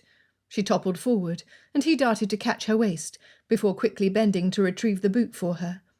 It was at this proximity that he finally noticed what a state she was in, with hair plastered to her neck from exertion, and the mud and water seeping up her gown all the way to the bodice. She must be freezing. "Please, allow me to help you," he said, his voice strangled from guilt and alarm. He did not wait for her answer, but swept her up in his arms and carried her toward the main road, her boot in one of his hands, where his carriage was waiting. Each step was a slipping hazard, but he forced himself to walk straight and steady. "Philip, put me down. I will walk." Her tone expressed outrage, but he ignored her. He could not help but notice both how cold she was and how good she felt in his arms. He hugged her more closely as he climbed up the slight incline to the road, telling himself it was to keep her warm. His servant had jumped down and opened the door to the carriage, and Philip placed Honoria in the seat of it, regretting that he had no blanket in the carriage to warm her. "Jim, you see to Miss Bassett's horse. Cut the traces if you cannot untangle them, and leave the carriage for now. I'll drive and we'll meet you back at the Bassetts." The sky was overcast, and reflections of the clouds shimmered on the pools of water that lay on the ground. Jim turned and picked his way through clumps of grass, whose stalks were visible to where her horse stood patiently. "We'll need more men to dig out that carriage, we will." Philip nodded, though Jim had already turned away. He would have to find a solution for how they would get the carriage out of the mud, and one for how to drain the field. He turned his attention back to the more pressing matter. Honoria sat on the squabs, shivering, and looking past Philip to Jim as he unhitched her horse. "You are freezing." His throat ached with the consequences of his oversight. She did not deny it, and he removed his jacket and wrapped it around her. "I only wish I had a rug in the carriage to warm you, but it's not cold enough for that yet. I will get you home as quickly as possible." When she did not reply, he asked, "Is your father home?" "He is to return in 2 days." Honoria continued to shiver, even under the coat he'd placed around her shoulders, and he could have kicked himself for putting her in such a situation. "I suppose it's for the best, then. I'm sure he would gladly tear me apart limb from limb if he saw you in such a state." A smile touched Honoria's lips that felt to Philip like a mark of grace. "I have no doubt that he would." He turned to climb up on the box seat, but Honoria stopped him. "How do you plan to put the field to rights again? It will not be easy to drain it." Philip came back to the door frame and looked in at her. He sighed as he set one hand on the top of the carriage and leaned his head against it. "I have no idea. I only know that something must be done. I suppose I will have to drain it in much the way they drain the fenlands, digging further canals on the border and closing the dykes." There was a streak of mud on her pale cheek, and he wanted to wipe it off, but he resisted offering a touch that would not be welcome. Despite her pale cheeks, Honoria was a woman of vibrant colours, with thick hair a man could run his fingers through, and bright green eyes one could get lost in. That was not helping him to think clearly, and he forced his expression to be severe. "By the way, what possessed you to go off the road and into the field?" She turned her face to him and opened her mouth in indignation, but then paused to reflect, and answered without rancour. "The field appeared to be drier than the road when I first left it. This part of the road is at a decline, and there was a pool of water at the bottom of it. I was trying to avoid having my carriage get stranded." Philip shook his head, hiding the depth of affection he was coming to feel for her. "It's always safer to keep to a road made of packed dirt than it is to drive into a field that will only absorb the water, turning the ground to thick sludge." Honoria trained her eyes upward, avoiding his. Her prim lips and wry voice spoke volumes. "Well, obviously I do not need you to tell me that now." Philip's grin turned sheepish. Here he was chiding her for having made a foolish decision, when the blame was set wholly upon himself. He reached into the carriage and took her hand in his. The cold of her fingers seeped through her gloves and his. "Forgive me, Honoria. It is my fault entirely that you're in this predicament, and I cannot tell you how much I regret it. I will see that all gets put to rights, and will pray that no harm comes to you from the cold and damp." She met his eyes for the first time, and smiled, giving his hand a small squeeze. "Well, you are forgiven entirely." He hadn't deserved such quick and complete exoneration, but he rejoiced in it. There was a spring to his step when he climbed to the box and took up the reins. His servant had already unhitched Honoria's horse from the carriage and had brought her to the road where he waited. Philip turned the carriage around, and Jim began walking behind him, leading the horse. It would take him close to an hour without a saddle. In a much shorter time than Jim, they reached the gates of the Bassett home. One of the servants came through the door at the sound of their carriage, and Philip called out to him. "Is Mrs. Bassett able to come? Your mistress has had a problem with her carriage, and although she has come to no harm, she is cold, and will need to be seen to as quickly as possible." The carriage door opened, and Honoria stepped out, his coat still wrapped around her. "No, do not bother my mother. She cannot walk easily. I assure you I will be fine." She began to remove his coat from around her shoulders. "Keep it," he said quickly, "at least until you're inside. I can do without it." She looked at it and touched some of the mud that had stained the front of the coat. He wasn't sure it would ever come out. "I suppose you are right. In any case, it must be cleaned. I will see that it is done before I return it to you." She paused. "Or that is, if you will not be too cold when going home. Or perhaps a muddy coat is better than none at all." Philip held out his elbow for her and pulled her close, not feeling any of the cold at that moment. "I will not need it," he said, as another servant hurried forward. Philip asked the man to stand at his lead horse's head. He wished to have some time alone with Honoria. The front door stood open, and he ushered her into the hall, which was empty of servants. Taking advantage of this unexpected boon, he leaned toward her and said in a low voice, "If I may, I would like to come tomorrow to see how you are." She lifted her large green eyes to his, assessing him. He could not resist the pull any longer, and reached over to his coat that she was wearing, and pulled his handkerchief out of the inside pocket. "Forgive me, you have—" He reached over to wipe the mud from her cheek with infinite gentleness, as close to a caress as he dared. She stood immobile. At last she answered, her voice husky. "That is very kind of you, but I'm sure there is no need to make a fuss." It took a moment for her words to register, then another moment to decide he wouldn't be put off for want of courage. "Then I would like to come tomorrow just to see you." Her eyes widened, and awareness flooded her features. There were no servants hovering, But still she whispered, "Are you saying you wish to pay me court, Philip?" He flicked his eyes behind her at the sound of someone's approach and leaned in to murmur, "That is precisely what I'm saying." He lifted her hand and placed a kiss on it, then squeezed it, dropping it just as a lady's maid rounded the corner. "Miss, we didn't want to worry Mrs. Bassett, but you were a long time away. She's resting now. Oh!" She hurried forward when she noticed Honoria's appearance. Philip stepped back to let her reach her mistress. "Please see that she has hot water brought up as soon as it might be arranged. She had the misfortune to have her carriage become lodged in my flooded fields." "Oh, we shall see to her right away, sir." The maid put her arm around Honoria in a protective gesture and moved forward. Honoria looked back over her shoulder at Philip with something like a shy smile on her face. He held her gaze for a precious instant before she was led out of sight. Chapter 15. On their way up the stairwell, Honoria and her mother's maid passed Maggie, who was coming down with a bundle of dirty clothes to be laundered. Perkins ordered for hot water to be brought up, and Maggie hastened her steps. When they entered her bedroom, the maid helped Honoria to remove her clinging wet and muddy clothes, then wrapped her in a blanket. She sank into a chair and waited until Maggie and a scullery maid brought in the copper tub and began filling it with kettles of hot water, followed by buckets of cool water to achieve the right temperature. In the warmth of the room, her feet and hands began to burn as the circulation flowed through them again, and Maggie chattered on about how lucky it was that below stairs had been about to begin the washing and had hot water at the ready. When the preparations were finished, Honoria dropped dried lavender buds in the water and allowed Maggie to help her slip into the copper tub. Then she ordered everyone to leave her, saying, "Oh, take this coat to be cleaned, will you? I would like to return it to Mr. Townsend in good order." "Aye, miss."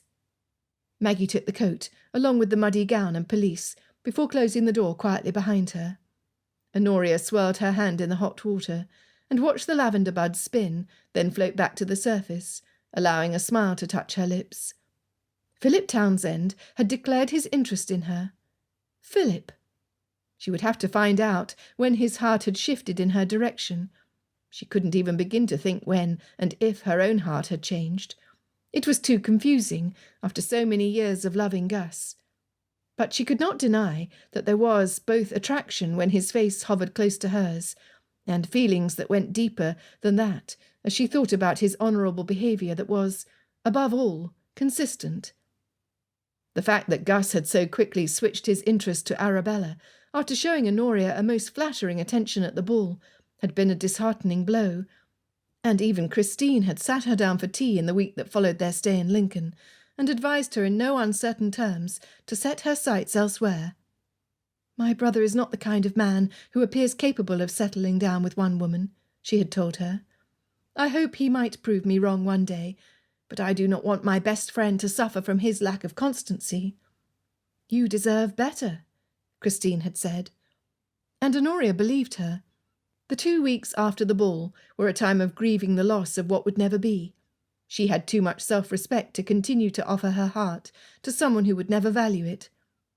She dipped her head under water to wet her hair, then reached for the lemon-thyme soap, biting her lip to keep the smile from making another appearance. It was really so unexpected. Here was Philip, whom she had never considered in the light of a suitor, pursuing her. Now that she thought about it, he had never shown anything but the utmost gallantry toward her.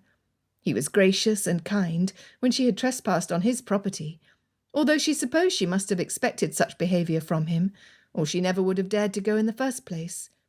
He had saved her life. Honoria ran her fingers over the slight scar on her leg, which was now white and smooth and minimal.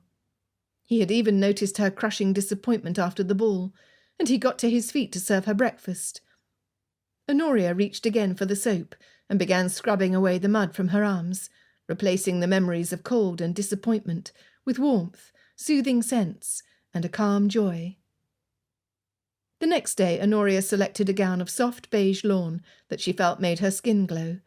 She sat in companionable silence with her mother, her smile ready, stitching the family initials on a tablecloth that would be a gift for Samuel's bride, while her mother performed an inventory of the family silver. More than once she darted her gaze to her mother, wondering if she should tell her that Philip was coming to see her, and why. The sound of carriage wheels arriving through the gates reached them through the lattice windows, and she almost got to her feet, but then feigned concentration on a tricky knot in her embroidery. It would not be seemly for her to appear too eager to see Philip by rushing out of the door at the first sound of his arrival. "Geoffrey, come get the horses. What does a man have to do to get some assistance in his own house?" Honoria and her mother exchanged a startled look, and Honoria shot to her feet, then ran to the door and into the courtyard. "Oh, Papa, you're home early!" Instead of the joy of return that she had expected to see on her father's face, his expression was tight with annoyance. She came to his side as he handed the reins to the footman, who had come running from the stables. "Oh, come in, Papa. Whatever is the matter?" She kissed him on the cheek and pulled him toward the house. "It's that bumbling, idiotic neighbour of ours. I should have known that Townsend would father a son who's just as much of a fool as he is. The sapskull has actually attempted to divert the wearing. He's turned the entire field and the public road back into the fens. And what's more, I'll eat my hat if that addle-pate has not succeeded in lowering the capacity of the mill by draining half the river so that there's nothing left to turn its wheel." Honoria's head went light as she listened to his tirade, and she attempted to think how best to answer him. "Papa, come inside and I will make you comfortable." "And what were you doing in his fields?" He rounded on her. "Don't think I didn't see our Tilbury there, fixed deep in the mud." Her mind grasped at possible answers, but she was saved by the arrival of her mother at the front entrance, whose face was wreathed with the joy of his return. Honoria tugged a warning on her father's arm. "Oh, there you are, Mamma. But we were coming.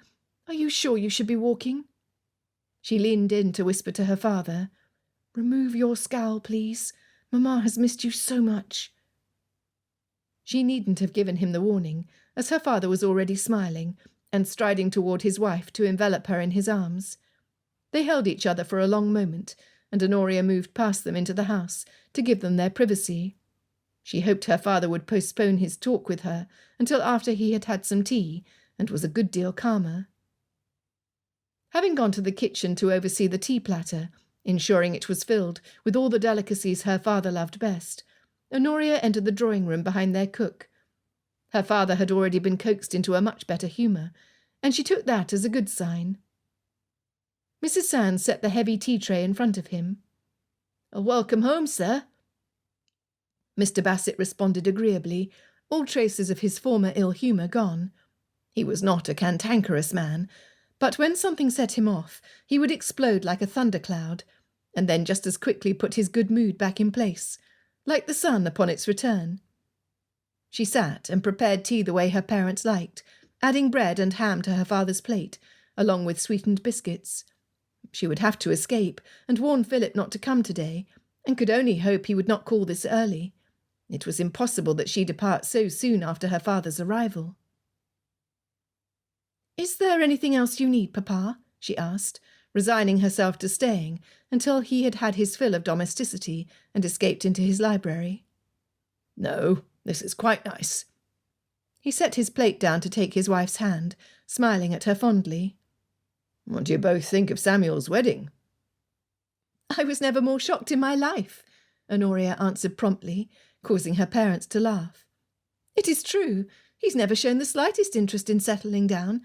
I simply cannot picture it." "Well, you are young yet," her father said fondly. "One day you will also desire to be wed, although such a thing must be far from your thoughts." He bit into his ham and bread and chewed, while Honoria stared at him, stunned. Did he not know she was 19? She looked away when he turned his gaze upon her. "Tell us more about Miss Goodall," her mother said, a smile hovering on her lips. She had not missed Honoria's indignation, and had surely understood the cause for it. Her father told them everything he knew, which was that Samuel, in a move most unlike his urbane self, had speared a small plum on his plate at Gunter's, and the unobliging fruit bounded from the plate to Miss Goodall's back. He was so mortified, he sought an introduction at the next ball, and after one dance decided it was fate. After Honoria and her mother had peppered Mr. Bassett with questions he could not answer, they allowed the conversation to drift to how the committee talks had gone, and how he had entertained himself in London. As soon as she thought she might leave without suspicion, Honoria told her parents she was going for a walk while there was still sun, and promised she would not stray far. They nodded, and she grabbed her bonnet and tied it as she fled the house. She hoped to find Philip at the juncture where his field had been flooded, knowing that without her carriage it would be too far to walk all the way to his house, besides the fact she had no good excuse for visiting him. It would raise the eyebrows of every one of his servants. They might not be diligent, but they would know how to draw conclusions. She was in luck. Honoria had not even reached the field when she saw him on horseback, heading in her direction. As soon as he spotted her, his face split in a broad smile, and she stood still in anticipation, her heart warming at the sight of him. A longing to be close to him filled her as he drew near, to be in his arms, as she had been the day before, when he had carried her. "I was just on my way to see you." Philip swung down from his horse and took both her hands in his. Honoria swallowed at the tremor of excitement that went through her as he looked at her. It was almost as though he wished to devour her. It was the first time she'd ever been on the receiving end of such a look. All she'd ever known until now was dashed hopes and patent disregard. "That is why I came to find you." Her voice came out breathless, and she made an effort to strengthen it. "My father has returned a day early." Philip stilled at the unwelcome revelation, but then he rallied. "This is very good news. Let me not waste any time in going to him and making my intentions known." Honoria was already shaking her head before he had finished his sentence. "No, that is just it. You cannot see him, at least not today. He is in a thundering mood and not fit for company." "Very well, then. I will wait." He frowned, linking his fingers through hers, causing her to forget some of her urgency in the breathlessness that followed his gesture. Did he realise he was holding her hands in such an intimate way? Philip brought his gaze to her. "But do you know what has upset him?" "Unfortunately, I do. He saw your flooded fields, the state of the public road, and the fact that our carriage is still firmly fixed in the mud." "Oh, blast! I've not yet been able to remove it. I've needed to call for more help." He looked down and absently rubbed her gloved hand, his frown lines becoming pronounced. Honoria had trouble focusing with the way he stroked her hand, had trouble breathing. "And he's not only angry about the carriage and the public road." She pulled her hand away. It was too distracting. "He is convinced that you have diverted the river in such a way that has weakened our mill's production." Philip glanced at her, his eyes serious. "I assure you I did not. I would never do anything to harm your family. I sought advice before attempting such a large venture. It is true that when Coates abandoned the project in my absence, the resulting flood perhaps led to a weakening of the current. However, now that all the gates have been closed, the river is back to what it once was.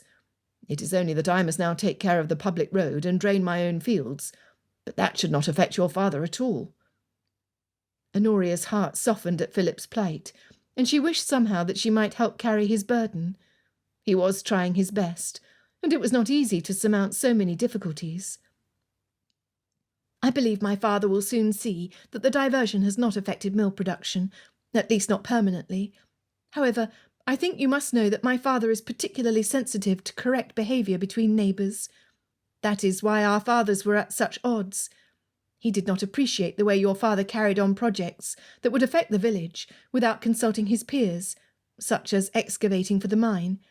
He feared it would both be an eyesore and that it would attract a different sort of population to this part of Lincolnshire." She spoke apologetically, knowing that this admission did not paint her father in the most gracious light. "I suppose it did not help that your father hinted that my father's parentage was inferior." Philip closed his eyes as he shook his head. "I am sorry. It was very wrong of him. And then, of course, the mine was dry, and that was almost worse, for the estate did not gain the income it so desperately needed." "And I am sorry it did not work out as your father had hoped." Honoria remembered Mr. Townsend's sad demise, having died when the mine collapsed on top of him during one of his visits. She was filled with the desire to support Philip, to lift him up.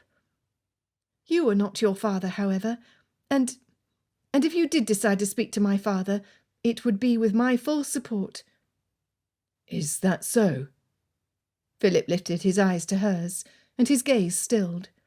He touched his fingers to her cheek, just below her jawline, and she waited for a long, breathless moment until he stepped closer. "May I?" he whispered. The sound of approaching hoofbeats reached them, and Philip quickly dropped his hand and took a step back, a look of frustration on his face. Honoria did not dare to turn and see who it was, knowing her heightened colour would reveal more about her current state of emotions than she wished to. "Coates!" Philip shook his head in disbelief. "He dares to show his face here." In another few moments Mr. Coates had reined in, and he swung down to approach Philip. "Mr. Townsend, I owe you an apology. But before you chase me off your land, as I'm sure you have every right to do, please allow me to explain."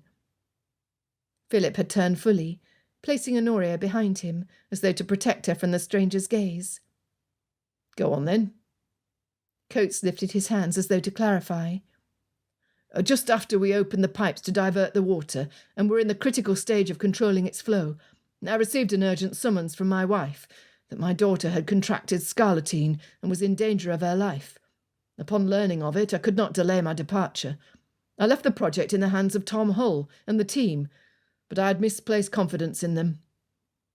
He glanced around at the destruction of Philip's field and frowned. "Once the workers did not have the man paying their salaries in front of them, they became more interested in the alehouse than they were in earning an honest wage. As soon as my daughter was out of danger, I learned about what happened and came as quickly as I could. And now, if you will trust me to repair what has been done, I know where to find a new team of workers, and we will build the trenches necessary to drain the field." Mr. Coates turned to Honoria, who, now fully recovered, stepped more fully into view. He pulled off his hat and bowed. "Good day, miss. I hope you'll pardon my intrusion." Honoria acknowledged him, then turned away and met Philip's gaze with a soft smile. "I can see that you are occupied, so I shall leave you now." Philip glanced back at Mr. Coates, then at her, his features filled with regret. "I will come tomorrow," he said, "and I hope to see you then." Chapter 16. Philip spent the rest of the day with Coates, discussing how to solve the dilemma of the flooded fields. When asked, Coates estimated that there had probably been some decrease in the production at the mill, given the amount of river water that had drained out. The gates had not functioned as they ought to, causing the disaster. However, he was confident that the mill should now be working up to speed, and any ill effects would not be permanent. Surely Mr. Bassett would see that. Philip returned home at the end of the day, his thoughts divided on whether the measures they'd discussed to drain the field would be enough, and whether he stood any chance at winning Mr. Bassett's approval for his suit. By the next day, Philip had come to the conclusion that if he wished to face Mr. Bassett confidently, he would need to oversee the new team Coates had put in place. When he arrived at the field, the workers were already busy digging trenches on the periphery that would allow the excess water to drain. At the very least, Mr. Bassett would not be able to reproach him for being slow to find a solution. Coates took Philip to inspect the dikes, explaining apologetically that the gates that were constructed had been no match for the force of the river in high season, and that the problem would need to be rectified before they attempted the irrigation again. When Philip was confident of the progress, he had the men pause their work to extricate the carriage from the swampy field and bring it to the public road. There he hitched his own horse to it and drove it to the Bassetts. He would return on horseback. It was early afternoon when he arrived at Wheaton Hall, and a servant came out at the sound of the carriage. Philip alighted and handed him the reins. This was soon followed by the arrival of Mr. Bassett himself. "Townsend," he said, in a curt manner that did not bode well for Philip. "Sir, I am returning this carriage with my apologies." Philip paused for a moment to think how best to explain. "I had my men pull it from the earth this morning. The whole thing was terribly unfortunate, and I take full responsibility that my failed irrigation project caused your daughter's carriage to be entrenched in the mud." "So I've heard," Mr. Bassett said, studying the tilbury critically. "And you've returned it to me covered in mud." He went over to examine the body of the carriage. "And there is a nick in the wood here, more like a gouge." Philip should have taken the carriage home to clean and repair it first. and was now realising his error in having rushed to speak to Mr. Bassett. He was hardly going to win him over with such a lack of courtesy. "Again, my apologies. In my haste to bring the carriage to you as quickly as possible, I did not stop to clean it. However, I can have my servants come and do that for you, or I can bring it to Bowden, then return it tomorrow in good order." "There is no need." Mr. Bassett signalled to his footman to unhitch the horse. "I see you have your saddle and are equipped to ride home without needing our assistance. You may be on your way." Philip removed his hat and held it between his hands, as though it held his courage. "Sir, if you will spare me a few minutes of your time, I would like to have a word with you." Mr. Bassett paused in his tracks and turned to glare at Philip under a lowered brow. He seemed to be seriously considering whether he should go with his first instinct and deny the request, or whether he should grant it. At last, his good breeding won out. "Geoffrey, take Mr. Townsend's horse here and give it some water, and whatever else it needs. He won't be long." Mr. Bassett turned and strode toward the house, gesturing with a wave of his hand. "Come with me, then." Philip could hardly believe he had been granted an interview after his initial reception, and he followed Mr. Bassett into the house. They walked directly into the library, and he was not granted a fortifying glimpse of Honoria. "Have a seat." Mr. Bassett sat across from Philip, and although he did not offer any refreshments, Philip was encouraged that he was not made to remain standing while he made his request. "Sir, this has already been said, but I wish again to apologise for the mishap that involved your carriage and my daughter," Mr. Bassett finished. Philip's pulse began to jump. "Yes, your daughter. It is concerning her that I wish to speak to you." Mr. Bassett's scowl grew more pronounced. "What possible connection could you have with my daughter?" Although his tone could only be described as menacing, there was nothing for Philip to do but continue, now that he had already begun. He planted his feet more firmly on the floor and placed his hands on his knees. "Sir, I want to speak to you about your daughter because I wish to pay her court with a view to marriage." Mr. Bassett's eyebrows now rose almost to his hairline, and he stood suddenly, causing Philip to leap to his feet. "You wish to court my daughter?" He stated this in disbelief, then, after a brief pause, added in a raised voice, "You realise what a foolish thing you're asking of me. You have no hope of gaining your wish." Philip had known Mr. Bassett was angry, had suspected he would not entirely look upon the suit with favour, but he did not expect such vehement disapproval. After all, their mothers had been friendly. They were of an equal social standing, and in marrying him, Honoria would remain in the same village as her family. "I do not quite follow." He forced his hands to remain still at his sides, making an effort not to fidget or pace in his agitation. "You do not follow," Mr. Bassett repeated, with awful irony. "Your father and I never saw eye to eye, and in fact I never liked the fellow. Your estate is barely earning enough income to sustain itself, if it's not already falling to ruin from debt. There is still that eyesore of a mine on your land, well in view of the public road and my property. You've just flooded the road and had the audacity to divert the river without my consent, lowering the production of my mill." Philip was tempted to defend himself on this subject, but knew better than to interrupt. When Mr. Bassett had drawn breath, he added, "What bacon-brained notion leads you to believe you could ever hope to win the hand of my daughter?" Philip stood up straight. "I thought you would wish for your daughter's happiness. We share an attachment. There is a tendre on both our parts, and I thought—" "A tendre? What father would give away his only daughter for some imagined attachment? A foolish father indeed, and I am not he. No, it is for the women to think about feelings and for the men to think practically. Even if I had not had an aversion to your father, may God rest his soul, I could never give Honoria away to a man who was barely solvent." Philip was struck mute by the oppressive barrage of accusations. He could not deny the facts, despite working hard to get his estate in order, and he could not defend himself from anything Mr. Bassett said, except perhaps the mill. But it did not seem the right moment. His estate in its current condition would hardly satisfy a father who was a stickler for results. Never mind that Philip was certain he would turn things around. and with a wife like Honoria at his side, there was simply no way he would fail. "I hope I might prove myself in time then, sir. I'm making steps to improve my estate. I'm in the process of increasing the stables, and I'd irrigated my field with the hopes of multiplying the crops there, which would bring more business to your mill, I might add.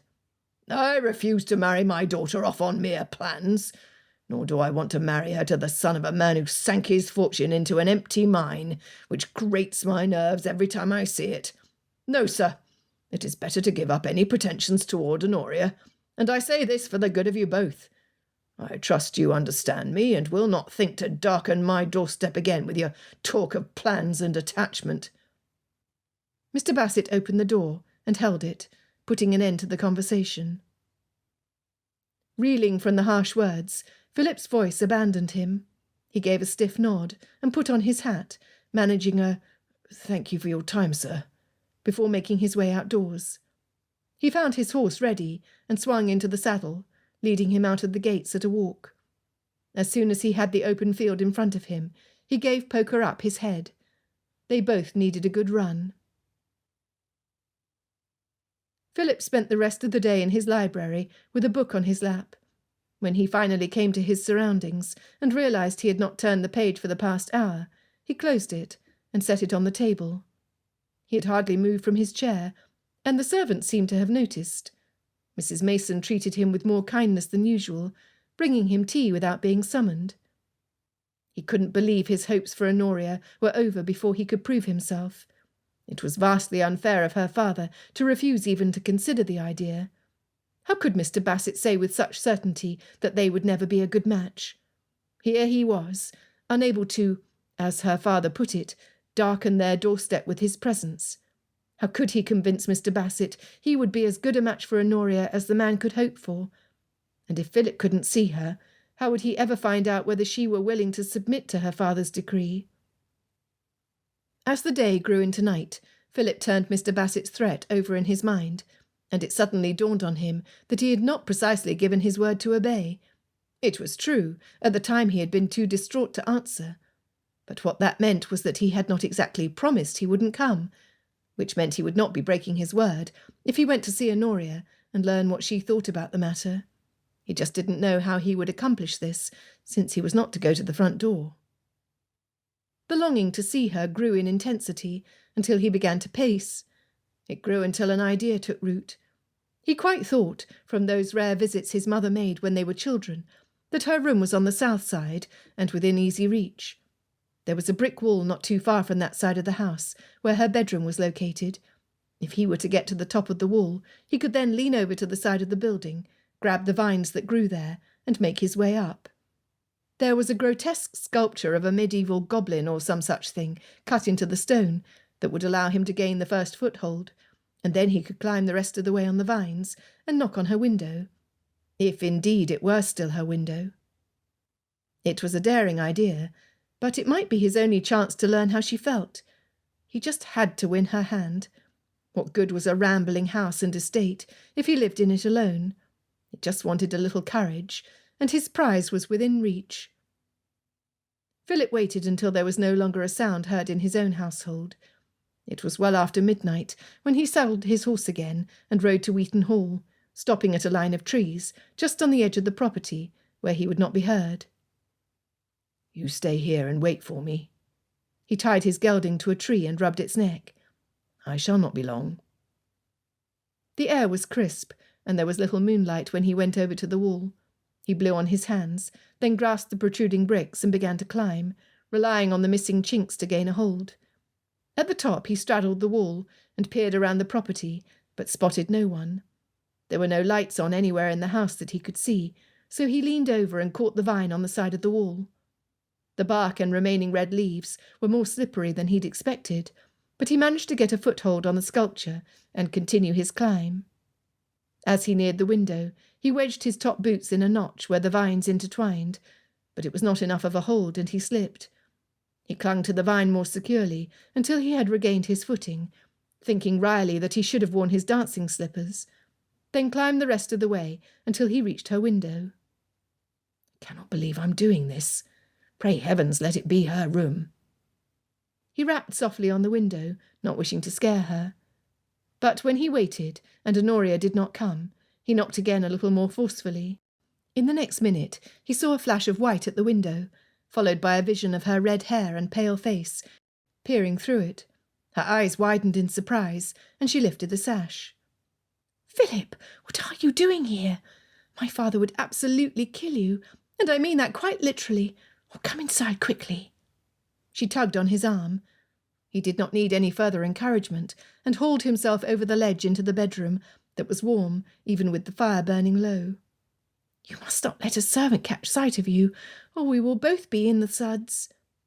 She closed the window, and he stared at her in silence, only a foot away from her. His heart began to pound. It was only at that instant that he realized the impropriety of what he had just done.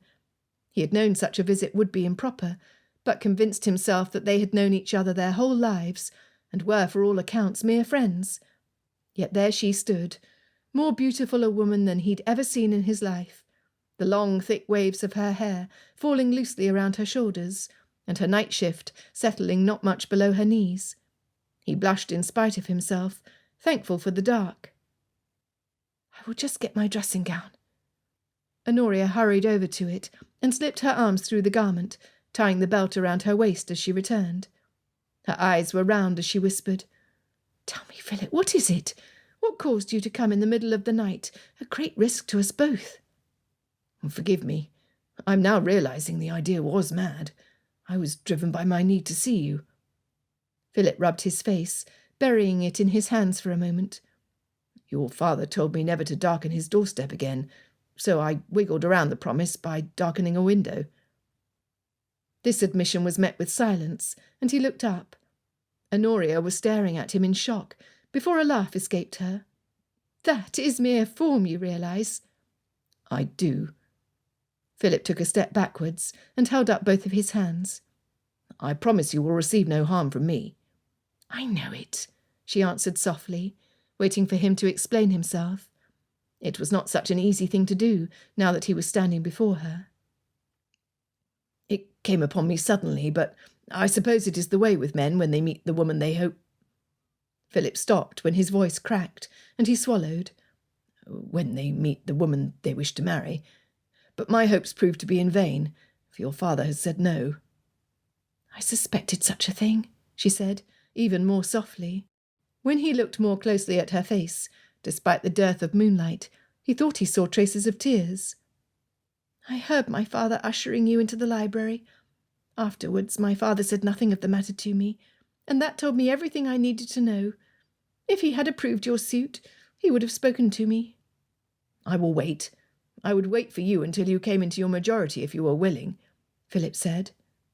He could not touch her, would not compromise her in that way, so he held his hand to his breast instead. "I would never presume to ask you to go against your father." "Despite coming into my bedroom in the middle of the night," she said in teasing irony. He let out a soft groan. "Not my best idea. I shall not make a practice of it.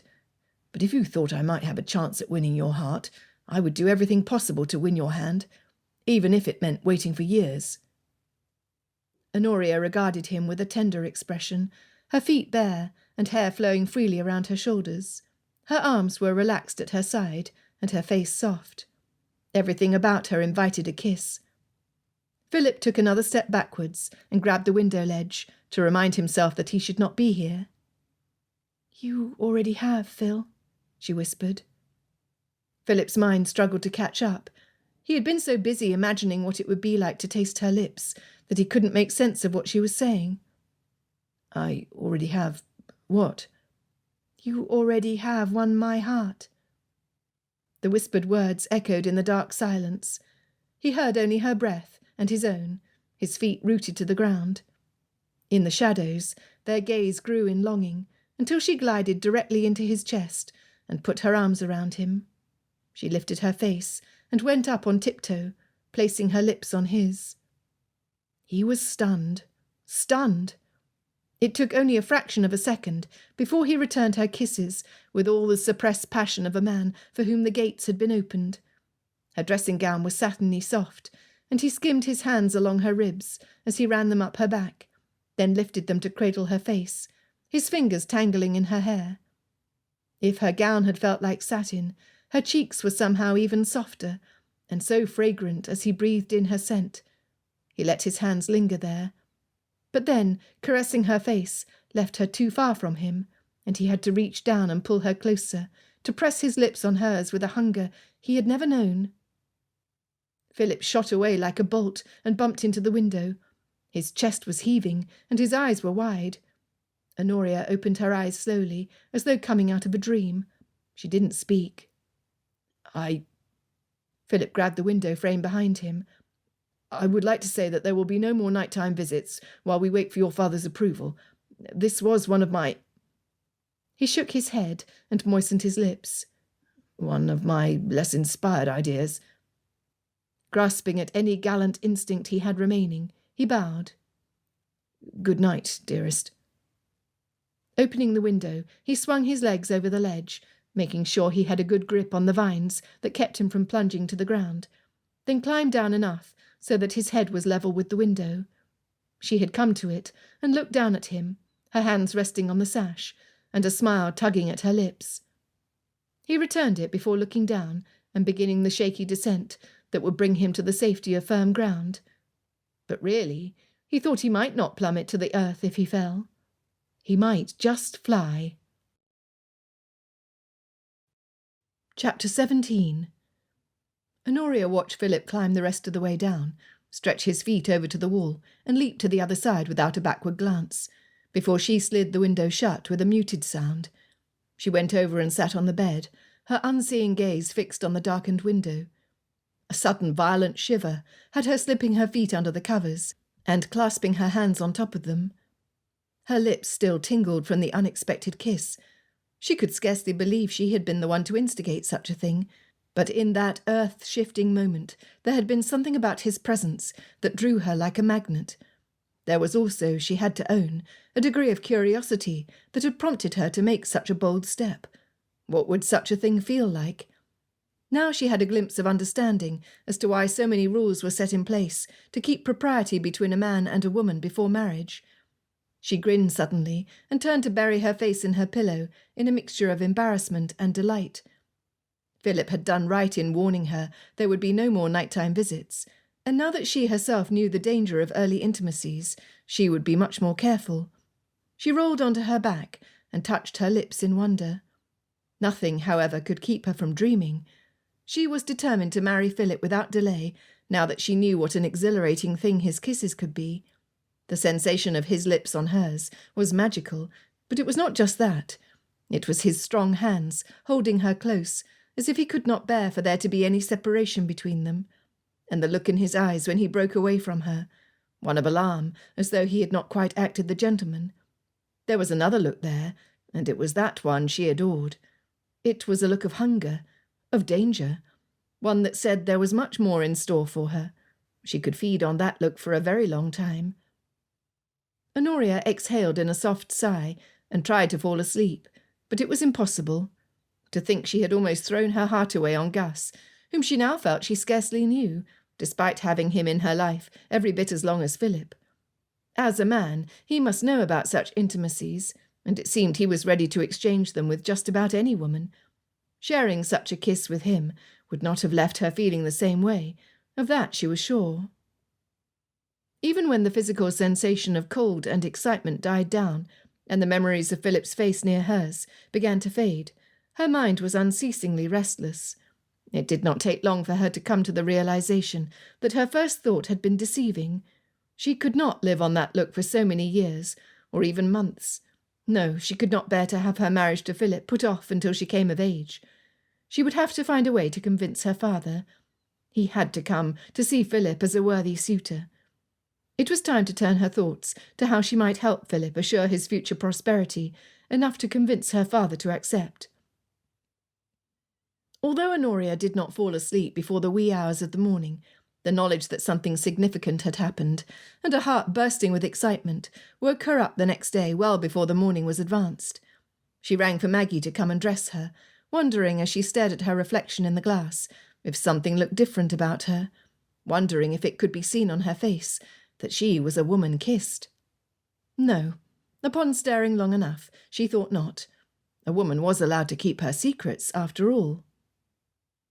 When she entered the breakfast room, her parents were both there, and her mother was in the act of folding a letter. "Good morning, Honoria. This is late for you." "I had trouble sleeping," she replied with perfect truth, taking her seat at the table. The next part was less truthful. "I could not stop thinking about Samuel's wedding. Do we have an idea of when it is to take place?" "In fact, the letter I was just reading came from Samuel, and before I forget—" Her mother pulled a folded paper from the stack and pushed it toward Honoria. "This also came for you from Mrs. Northwick, and it has been franked, which means she must not be at Thimbleby. The news I had from Samuel is that he, his betrothed, and her parents are arriving in 2 days. It is a most fortunate thing that we are ready, for the letter was delayed, and it has left us with little time to prepare." Mrs. Bassett paused to sip her tea, then continued. "The Goodalls will be staying with us until the wedding, and have expressed a wish to discover where the young couple will be spending their early days of marriage, which I suppose is only natural." Honoria took the note from Arabella and tucked it under her plate to read later. She was conscious of her reluctance to meet Samuel's intended, and wondered why this should be so. The only conclusion that came readily was not one that showed her to possess an abundance of Christian charity. She did not want a stranger to take up residence in her home, be it only for a short time. Mr. Bassett wiped his mouth and set the napkin beside his plate. "I've already seen that the banns will be read beginning this Sunday, but I must speak with Mr. Grundon about having the house near the mill ready. His wife has promised to organise a thorough cleaning. It's a good thing we decided to have the roof repaired last summer." He turned to his wife. "As soon as our Honoria here is married off, you and I should think about removing to that house. It's a comfortable size, and there will be fewer stairs to trouble you. Samuel and his bride will want to settle into Wheaton without an overly long delay, and I'm not so partial to it I cannot be happy elsewhere. What think you, my dear?" Mrs. Bassett glanced at her daughter before replying. "I must confess, I am not in a hurry to see Honoria married off and making her home elsewhere, but you are perfectly right in saying that the smaller house will suit us very well." Honoria summoned a smile and looked down at her plate before reaching for the teapot. It was apparently not just having a stranger in residence she would have to accept. She had not considered what it would be like to be displaced from her own home by her brother's marriage, although apparently such a step would not take place until she was married. How generous! It would have hurt much more had she not had a prospect lined up, and perhaps she could turn this to good account. Yesterday, Honoria could not be entirely sure that Philip had broached the matter with her father of courting her until he came to deliver the news that night. But this seemed such a convergence of moments, it was impossible for her to remain still.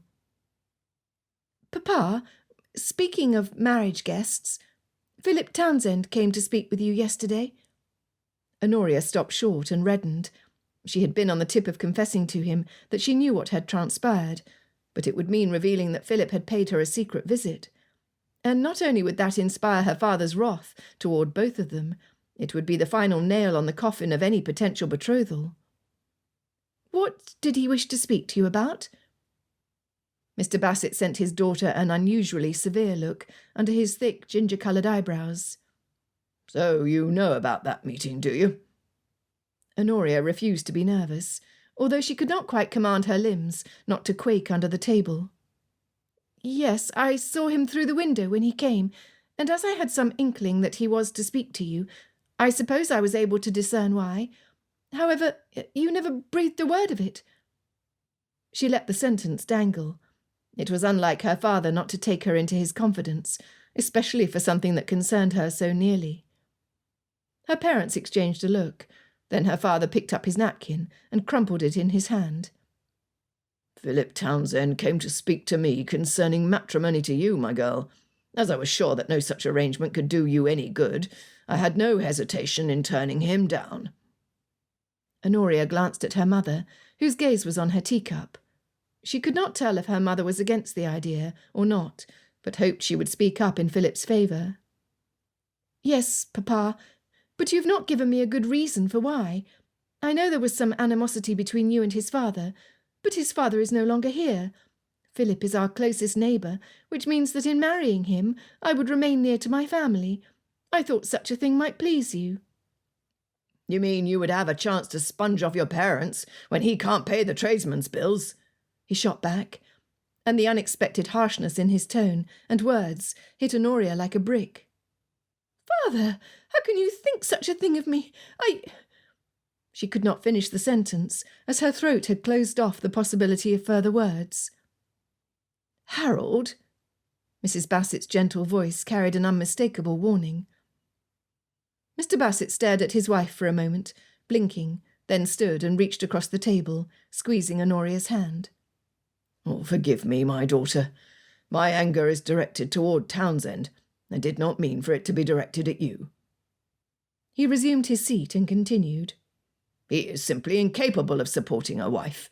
Even if I had not had a falling out with his father, who you must know was one of the most thoughtless, havey-cavey men I have ever had the misfortune to meet, I would still have an objection to the marriage. I cannot see my only daughter setting up house with a man who will not be able to provide all of the elegancies to which she is accustomed." "Oh, but surely Philip's situation is not so dire as that," Honoria protested. "And with a practical woman at his side, who is capable of housekeeping and managing expenditures, would that not be exactly what he needs to make his mark in the world?" "I simply cannot make that sacrifice," Mr. Bassett said, with finality. He glanced at Mrs. Bassett, and a current of unspoken communication passed between them. "And your mother supports me in this. You must put the idea of Philip Townsend out of your mind." He got to his feet. "If you'll excuse me, I need to go meet with Mr. Grundon, especially now that the Goodalls are to arrive so soon. I would not wish for Samuel's bride to suffer a check at her first glance of her new home." He walked over and kissed his wife on the cheek, and then quit the room without further ado. "Honoria, Mamma, at what point did you decide that Philip and I would not suit? There was a time when you hatched a scheme with Philip's mother for our future, and now that I wish it— Oh, but that is just it. How could I have supported you against your father when I did not know you wished it? You haven't spoken a word to me about Philip. The only guess I had about your feeling was my firm belief that he would never have dared approach your father if you and he had not come to some sort of agreement first." Honoria ran her finger around the blue border of her empty plate. "The feelings came about suddenly, and I did not notice him at first, because I was blinded by my feelings for Gus. Philip is kind to me. When Gus ignored me after the ball, he came to my rescue and brought me food. She very nearly said he had saved her life, but she stopped herself. It was better that her parents remained in ignorance of what had happened. "He is interested in my welfare, and there is kindness in his eyes." The words were too feeble, but she could not make them stronger. A flash of Philip's kiss sprang up suddenly, reminding Honoria that there was more than kindness in his eyes. But this was not something she could tell her mother either. Mrs. Bassett pushed her teacup away from her. "If you'll just help me to stand, I wish to go to the drawing-room where the linens are waiting for me. I must begin embroidering initials on the sheets for the newlyweds. Oh, you've done a beautiful job with the napkins." Honoria got to her feet and went over to help her mother, unable to hide her despondency. As she gave her arm in support on their way to the drawing-room, Mrs. Bassett said, "Let us give your father his way in this for now. We have your brother's wedding to think about first. And you are young, my dear, though you do not think so. Let us see if your feelings do not change in a year or two, and whether Philip is constant. If both of these things remain unchanged, nothing will prevent you from being married after that. I will speak to your father myself." Honoria did not trust her voice, and gave no response as she opened the door of the breakfast room to usher her mother through the great hall. A year or two? She was certain she could not wait that long. 2 days later her brother arrived as promised, just as the sun reached its peak overhead. His hair was longer, nearly reaching his shoulders now in blonde waves.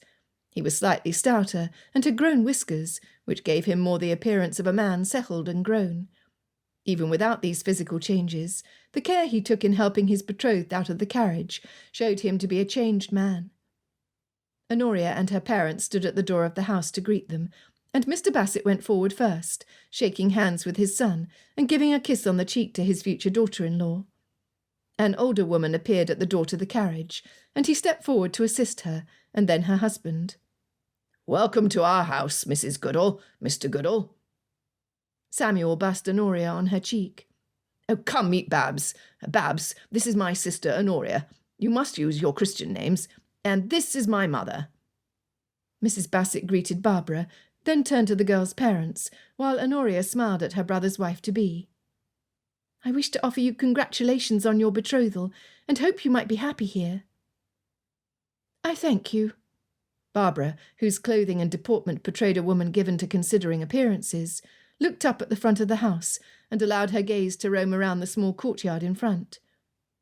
"I had understood the house would be bigger." Honoria hoped her brother had not heard such a thing, for he would be disappointed. She could detect no spite in her tone, and could only wonder what had prompted such a remark. And what would Barbara think, once she saw the house where they would be living following their honeymoon? That was only 1/3 the size of this one. As the crowd made their way toward the house, eventually settling in the drawing-room, it did not take long for Honoria to form the opinion that Mrs. Goodall, a faded woman who had the tendency to mumble, was not the driving force of the family, but only answered, "You are very right, my dear," to whatever Mr. Goodall said. Barbara had more colour in her features, and a stronger presence than her mother, but Honoria could not read her easily. Their first meeting offered no instant connection between them, though she hoped it would come. Mr. Goodall had a more commanding presence than either, and whatever hair he lacked on the top of his head, he made up for with whiskers that overran his round, polished face. "Bassett, it is very good of you to host us during our stay here. I'm sure we are both eager to have the young people married off." Samuel looked with affection at his bride, who had lapsed into silence after her remark about the house. Honoria hoped she wouldn't let Samuel ride roughshod over her. But then Samuel seemed inordinately pleased with his choice. He had been careful to take her hand in his, and assist her even over the tiniest ledge on the threshold. "Honoria, why don't you take Babs on a tour of the house?" he proposed.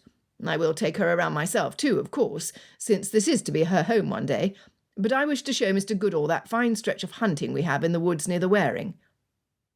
"Samuel," Mrs. Bassett interrupted gently, "do not you think everyone will wish to have tea first?" Samuel opened his mouth as if to object, but after one look at Mr. Goodall, he appeared to reconsider. "Oh, I suppose some tea and something stronger would be in order. Mrs. Goodall, my sister will be happy to show you to your room if you would care to rest afterwards." Mrs. Goodall shot a timid look at her husband and murmured something that sounded like an assent. "We plan to have the wedding the Thursday after the last banns are read," Honoria's mother said. "I know the young people will not wish to wait, and that should give everyone who has decided to accept the invitation a chance to travel here." Mr. Bassett waited until the ladies had been seated before taking his chair. "And we will bring the couple to visit the home where they will live until they eventually take possession of this house." He turned to Barbara. "I'm sure you will find it a snug lodging." Honoria was not sure snug was the description most likely to please, but Barbara's expression revealed nothing. When they had finished having tea and rolls with blackberry jam, the men went to visit the woods, and Honoria left Barbara with her mother, while she showed Mrs. Goodall to her room to change. "I hope you will be comfortable here," she told the woman. "If you need anything, you have only to ask." "You are very kind." Mrs. Goodall's humble reply was accompanied by a sweet smile. Honoria had missed it in the earlier introductions. She returned to take Barbara to visit the house, leading her first to the library. "You must have seen this room when we first came in. These latticed windows are a favourite of mine. I often come here to read." Barbara looked around politely. "I'm sure Samuel would like to have his privacy in the library. I hadn't thought I would spend time here myself." She blushed suddenly. "I mean, of course, when we one day live here." Honoria let the comment pass and led the way into the great hall.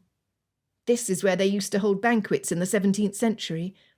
She lifted her hand and gestured to the balcony that surrounded the hall on all four sides. "And that is where our bedrooms are. I shall take you to yours afterwards. You will have one adjoining your parents." She waited while Barbara looked around. "Do you not like to read?"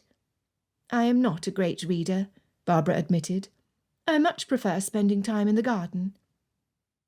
Honoria gestured forward as they neared the corridor on the far end of the dining hall. Let me take you to the kitchen, which is right this way. Do you see the stained glass window in the corner there? It is a favourite of mine. Here, in this room, is the undercroft, where we store our root vegetables, and as you can see, this is my apothecary, Honoria said, not a little proudly. While Barbara took this in mutely, she added, I am glad to hear you like spending time in the garden.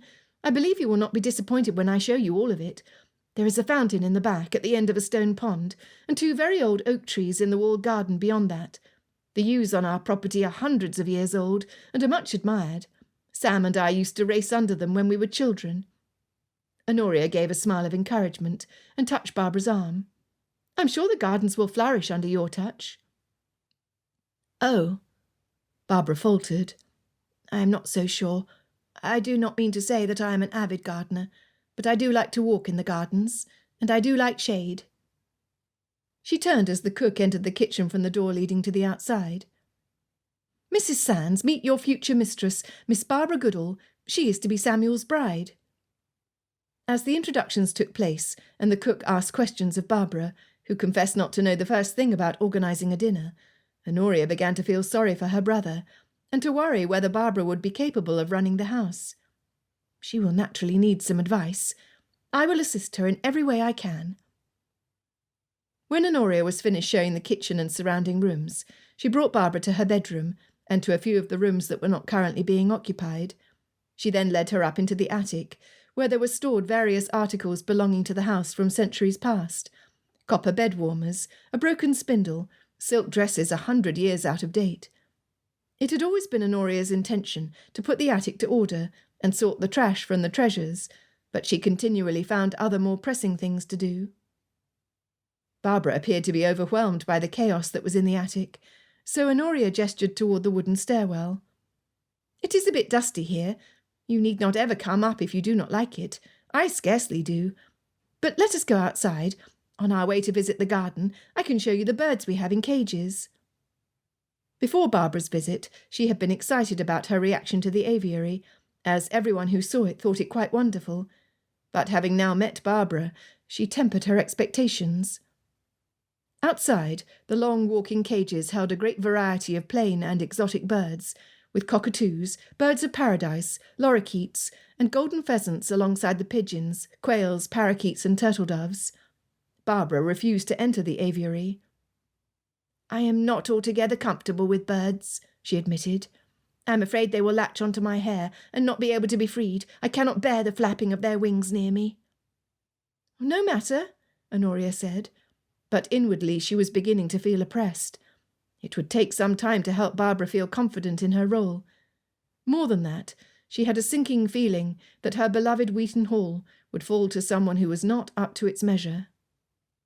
I will bring you to the flower garden, she said. There we may stop and cut fresh blooms for the table.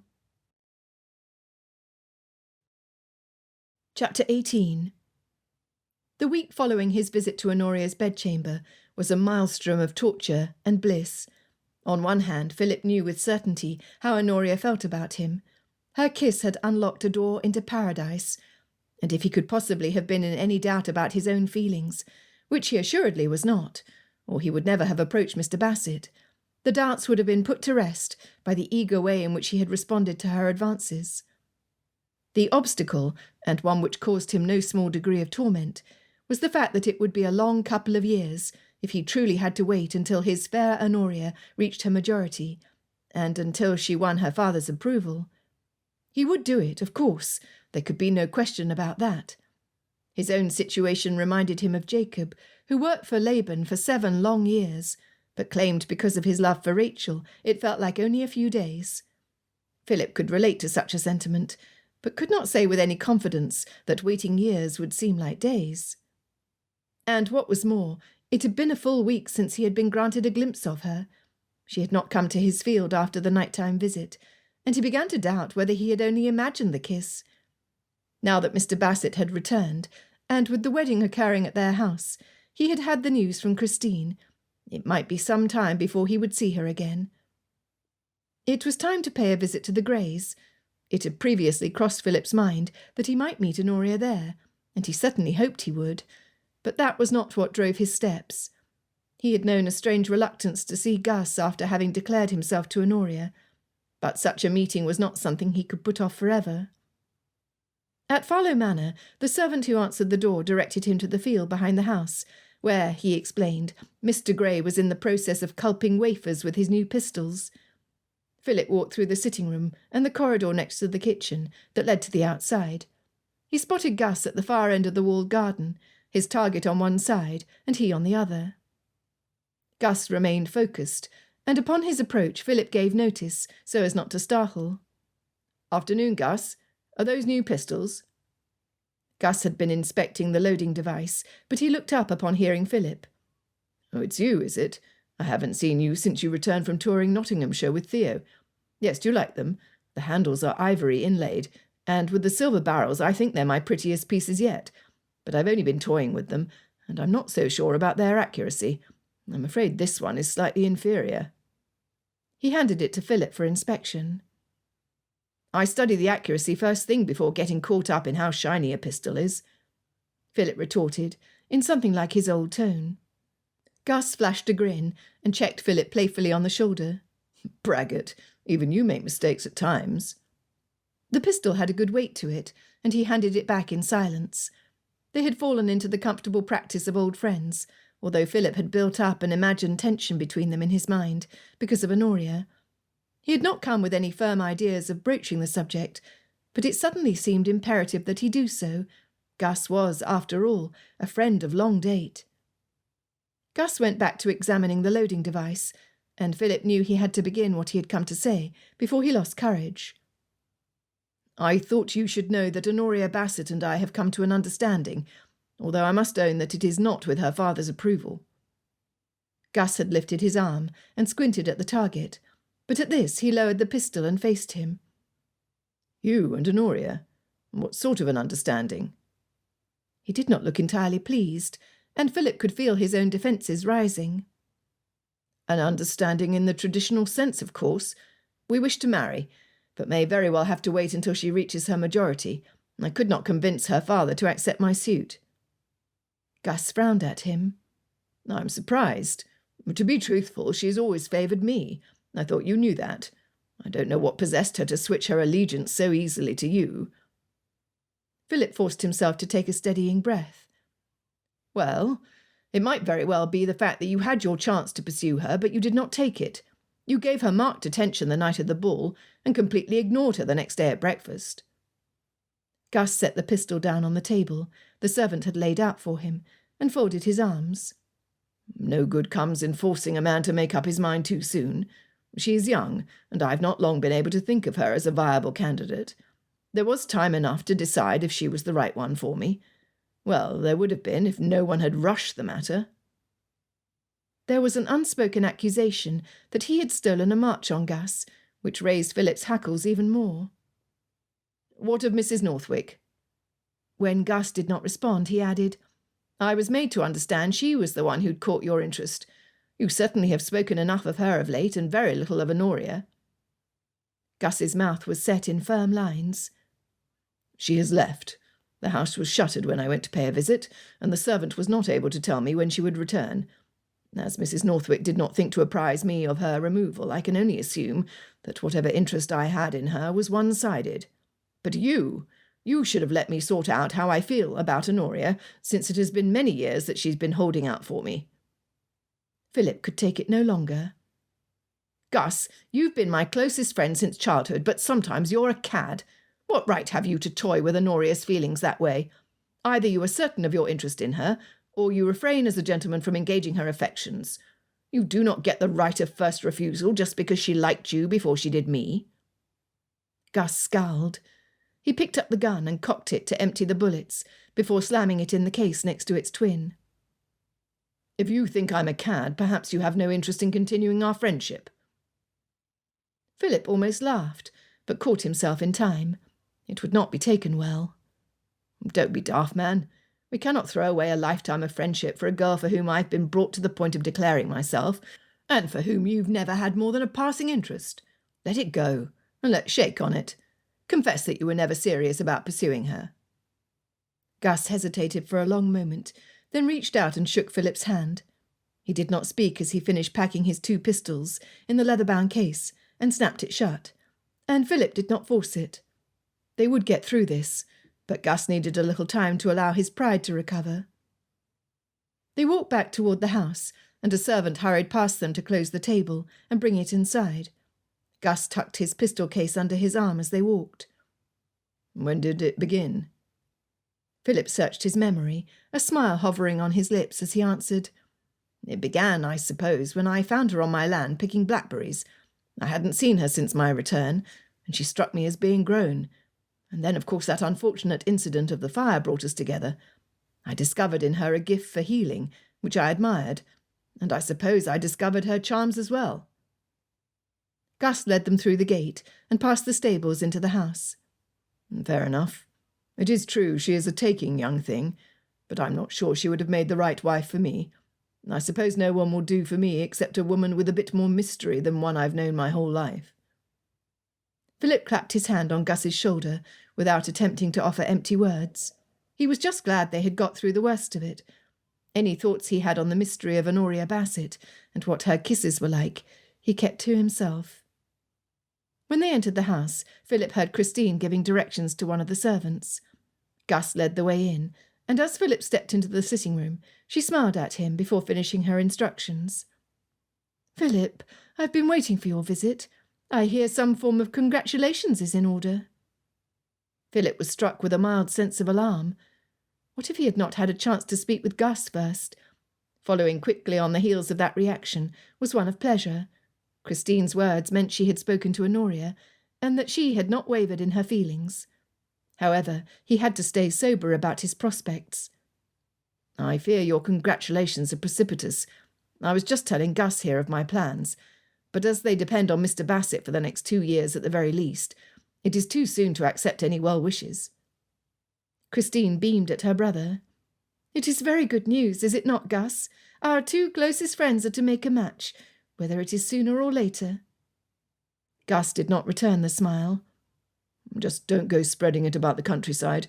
It would cause only harm for Philip and Honoria, with her father still opposed to the match." Christine levelled a gaze at her brother. "I am not such a simpleton, but rejoicing with the man himself and my own brother can hardly be compared to spreading it about the countryside." She turned to Philip. "Come and have a seat. Honoria was here and went off again to visit a tenant she's caring for, and has promised to come back when she's finished. I expect her at any moment." Philip's pulse jumped at the thought of seeing her, and he took his seat, glad for the distraction. He could not deny that had been one of the motives behind his plan to visit today, besides the more pressing one of speaking with Gus. It might be the only place they could meet freely, as long as her father did not get wind of the plan. "Well, it appears the widow has taken flight," Gus said to no one in particular when they had all sat. "Does anyone have news of her removal?" Christine stood when the servant entered, carrying refreshments. She removed her book from the table in front of her and allowed him to set the tray down. "Oh, yes, as a matter of fact. Honoria mentioned having received a letter from Mrs. Northwick. She said she was to return to London for a stay of indefinite length, but that she would surely return. She excused herself for not having made the call personally, and hoped that Honoria would be glad to receive her when she returned." "You never told me that," Gus said. "Here I was wondering where she had gone and when she might come back, and you knew all along." "Well, you can't expect me to read your mind. If you'd asked me, I would have told you." Christine prepared plates of food and handed one to Philip and another to Gus. "I hope you will soon come out of your sullens, Gus. We might no longer have any visitors if they have a glimpse of your long face." Once again Philip had to catch himself before laughing outright. Christine was certainly not timid around her brother. There was a knock, and he turned to look through the window panes alongside the door and spotted Honoria's outline. He stood, eager for his first glimpse of her, since that night in her bedroom. The footman opened the door to admit her. "Mrs. Racine has delivered herself of a fine girl," Honoria said upon entering. She stopped short when she saw Philip, and with a touch of colour in her cheeks added, "Oh, Philip, you are here." The hint of a smile lifted Christine's lips as she ushered Honoria to where they were sitting. "I had some tea brought up. It has begun to be chilly outdoors, so why don't you have some to warm yourself? We were just speaking of Mrs. Northwick." "Oh, yes." Honoria turned worried eyes to Philip. "We are both wondering if her flight is not somehow related to Mr. Northwick's constant presence on the estate, and she so far from society in Thimbleby. She must have felt safer somehow in London." "I hope she will indeed be safe there," Philip said in all sincerity. He truly pitied women who were at the mercy of their circumstances, forced to live subdued in a world where it was easier to be a man. "What did Mrs. Rosine name her?" Christine asked. "Bertha," Honoria smiled. "The Shining One." "Did you assist in the birth yourself?" Philip asked, wondering how far her talents for healing went. "No, it was Mrs. Pokeley. Or to own the truth, I would like to do so, but my mother has requested I wait until I myself am married." If anything, at these words, her colour rose further, and Philip was conscious of Christine's knowing smile directed his way. "What do you think of Samuel's choice of a wife?" Christine asked her, and the conversation drifted to her first impression, which Philip thought a good one, although he could not discern any great initial attachment between Honoria and her future sister-in-law. She spoke of the family's plans for the wedding breakfast, and by the time they had exhausted this topic of conversation, the teapot was empty, and they had consumed most of the cake and all of the fruit. "Gus," Christine said as she stood, "why don't we find something to do, and allow Philip a few moments with his intended? I am sure the opportunity presents itself rarely enough." Gus lowered his brows, then lumbered to his feet. "I suppose I can clean my pistols?" Philip stood suddenly, hesitant to take Christine up on her very tempting offer. He imagined they would be safe in daylight, in someone else's house, where there were no closed doors to the drawing-room, but the sudden urge to be outside with her came upon him. He quite thought they might walk around the closed gardens, where there were plenty of gardeners to serve as chaperones. "Honoria, if you've warmed yourself enough and would not mind returning outside, perhaps we might take a stroll in the gardens." He turned to Christine. "That is, if you do not mind." Christine paused in her steps and gestured toward the kitchen which led to the back door. "Oh, not in the slightest." Honoria retied her bonnet and slipped into her brown cloak. They walked outside together, where the picturesque view of 2 golden chestnut trees, embracing the stable tiled rooftops, met their sight. He kept his hands behind his back as they strolled along the grass path that led under a stone arch through the brick wall. On the left was a small orchard, where there remained only a few apples on the trees, the rest having already been harvested. On the right were beds of late-blooming flowers of mixed colour and style, and ahead were the plots of earth that formed garden beds that had been left to seed. "I'm very pleased to find you here today. In fact, I came with the hope that I might see you." Philip squeezed his fingers together behind his back to keep from reaching for her. "And I you." Honoria glanced sideways at him, offering him a shy smile. "I cannot tell you how happy the prospect of our future together makes me. A man can live on such hope, even though it seems very hard to wait." He turned to her suddenly, afraid to have given her cause to fear his steadfastness. "But you must not think that will trouble me. I meant what I said to you when I declared myself. Even if we have to wait until you are of age, I will not tire of waiting, for I can contemplate no one but you at my side." "The day after you came," Honoria said, lifting her face as the wind caused leaves to scuttle across their path, "I broached the matter with my parents.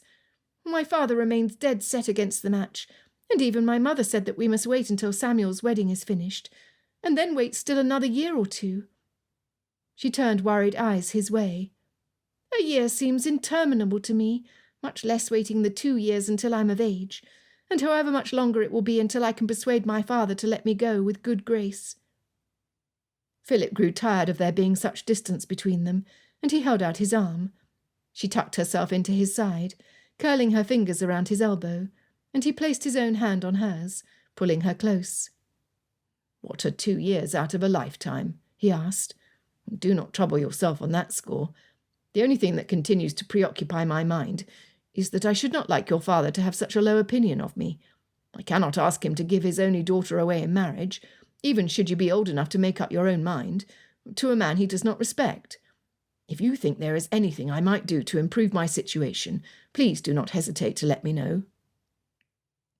Honoria tilted her head toward his shoulder for a brief instant, as if communicating the affection she dared not show, as though laying a confidence. "He is troubled by what he fears to be your insolvent estate, and he is angry about your decision to divert the river. I'm not sure he would have been happier about the irrigation scheme had you broached the matter with him first, though."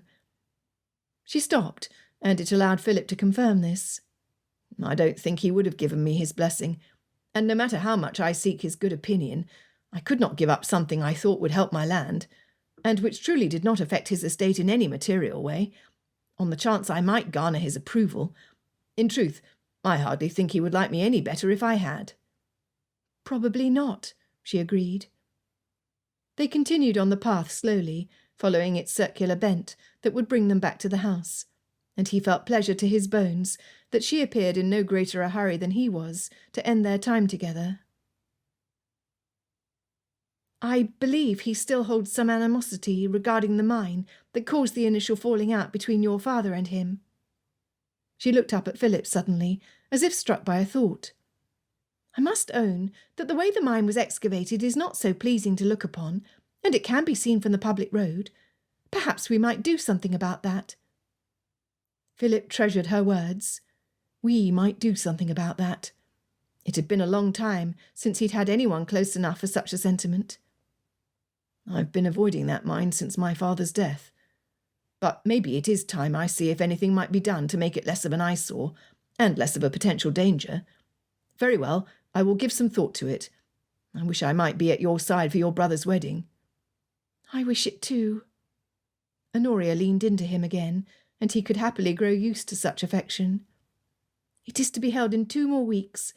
I will likely be called upon to do a great many things to prepare, so I may not see you until after it has taken place." "Perhaps when the wedding is over, that is to say, the morning after the wedding is held, as an example." Philip shot her a look.